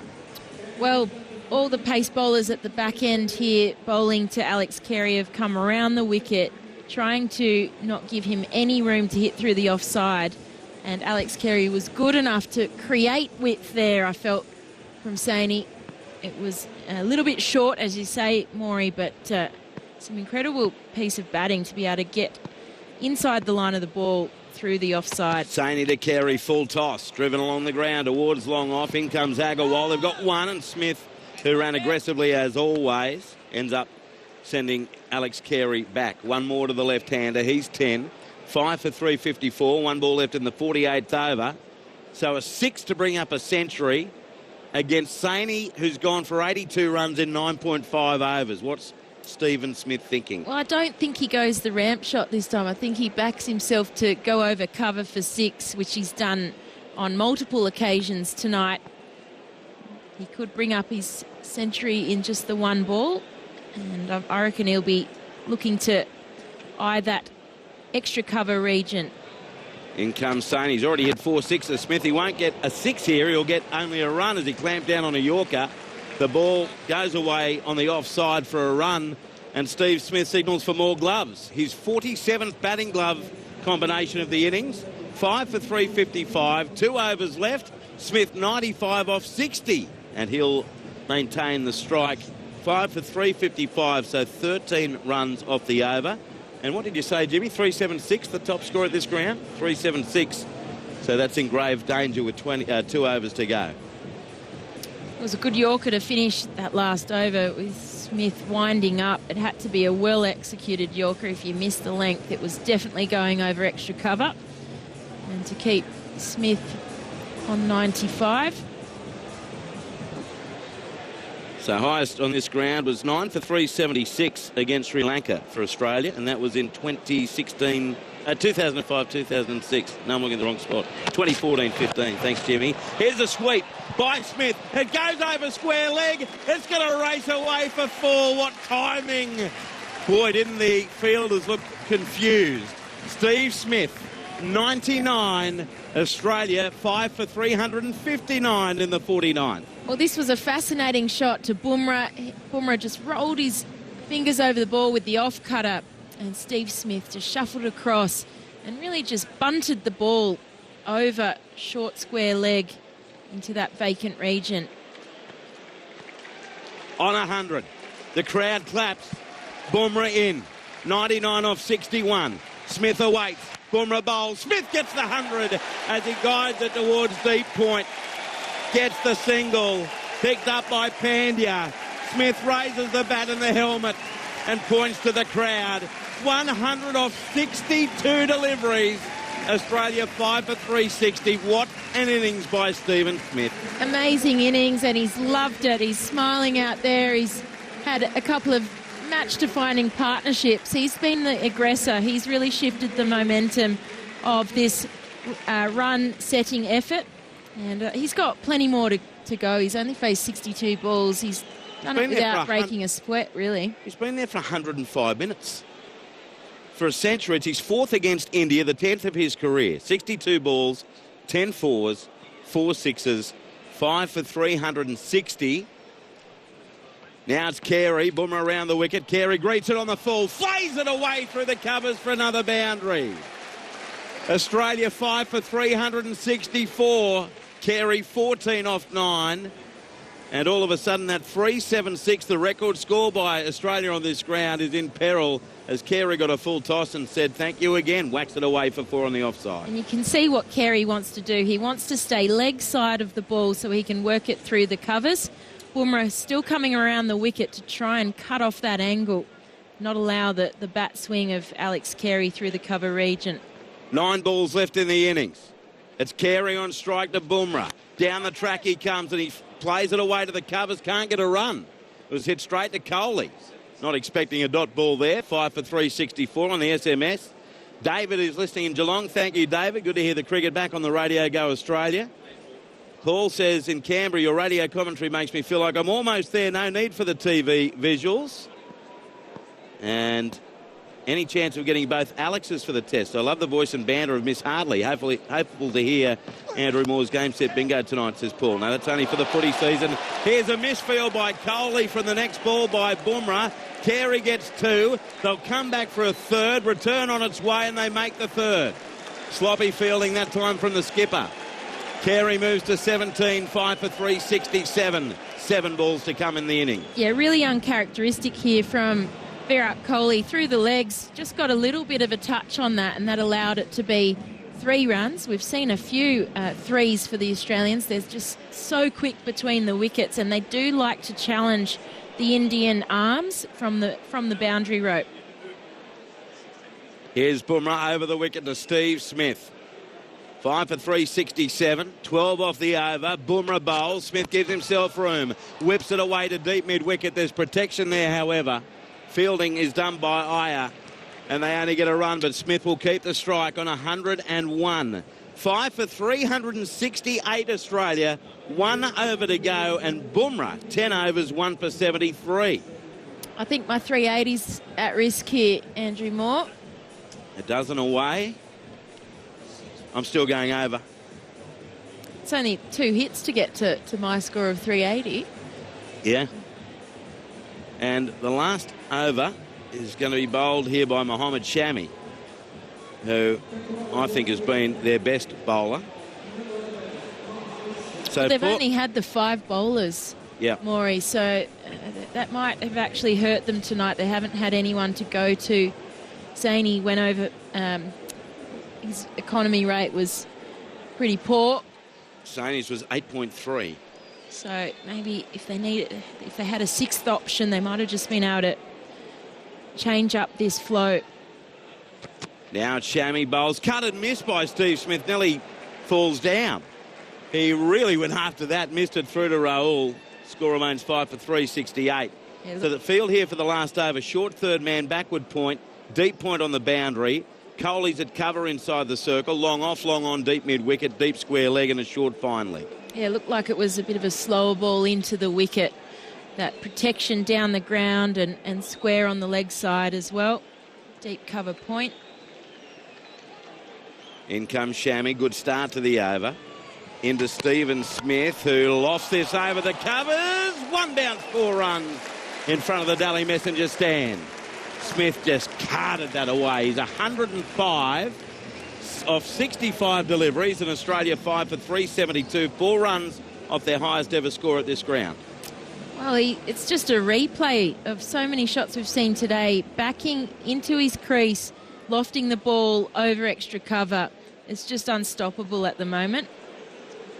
Enjoy the summer of cricket, Andrew and team. Legend, says Jason. Thank you, Jason. You too. Loving the cricket. Birthday drinks for my husband, Ian, in our garage from Raylene at Kiama. As now, he's bowled. Steve Smith's out. Short of a length that time from Shammy. And the bails fly. Smith out for 105 in the final over. Australia 6 for 372. What an innings from the New South Welshman, Stephen Smith. Well, we've all been treated to a very special innings from Steve Smith, 105 off 66. He's livid with himself. He hasn't faced the last 3 deliveries. He'll be thinking, I could have got 3 sixes off that, but he's entertained us all at the SCG. He's hit the ball cleanly from ball 1. He changed the momentum as soon as he got to the crease, joining Aaron Finch. Fantastic to see him too, acknowledging everyone in the ground. Went the full 360 with a bat in the air. A really, really wonderful knock by Stephen Smith. So it is 6 for 372. So Steve Smith out for 105. He faced 66 balls, hit 11 fours and 4 sixes in that innings. And he's out in the final over with Australia. 6 for 372, and Pat Cummins has come to the crease in this final over. For the Australians, 3 balls left. Mohammad Shami bowls to the right-handed Cummins, who hits the ball powerfully. One bounce down to long off to where Shikhar Dhawan is fielding, and they get a single. So he's off the mark, Pat Cummins, playing his 68th one day for Australia. 6 for 373, 2 balls left. Do they get the Australian record in this ground, or do they get to Alex Blackwell's 380? Well, Alex Carey, he's been hitting them pretty cleanly as soon as he's come to the crease as well. So 17 off 11, he's got an opportunity here to get a couple more boundaries. It's been a terrific effort from the Australians. Carey, short fine leg, short third man, 2 balls left. Around the wicket, Shami, beautifully pitched up on the stumps, and Carey can only play it back to the bowler. What a great last over this is from Mohammad Shami, despite that magnificent strike by Stephen Smith on the SMS. Oh, Jamal's listening from Wagga, our old friend. Hello, Jamal. Love your work. Hi, Andrew. Thank God you're up and running. Summer is back. Cricket on the radio. Great calling, Alex. Hope you're doing the test, says Grant. I'm enjoying listening on the Rosebud Pier on the Mornington Peninsula. It's crowded with school kids jumping off into the water. How good, David. Thank you for letting us know. So Shami around the wicket. Last ball of the inning. Alex Carey goes the ramp. It goes to the keeper. He underarms it to the strikers and misses. They get through for a bye. And Australia finishes at 6 for 374. So they don't get the record and they don't get to 380. But it is an imposing tally here at the SCG for an innings that has lasted 3 hours and 28 minutes. Australia 6 for 374. Carey finishes 17 not out. Pat Cummins not out on 1. Well, it was a fantastic finish by Shami. He was the pick of the bowlers for India. Australia were too good, really, with the batting. 374, as you say, a very imposing total. 2 century stands. It was incredible batting, especially from Finch and also Steve Smith today. I thought Warner was wonderful as well. He set the tone. And how about that cameo from Glenn Maxwell? We expect it every time he comes to the crease. He was particularly entertaining today. But good finish from Shami, just 6 off that last over. It really just got a little bit of momentum for the Indians as they turn to the batting effort. Adrian Tam, who's doing a great job as our scorer, corrects me. 4 hours and 5 minutes to get through that 50 overs. Now, play will resume still half an hour from now at 7:19.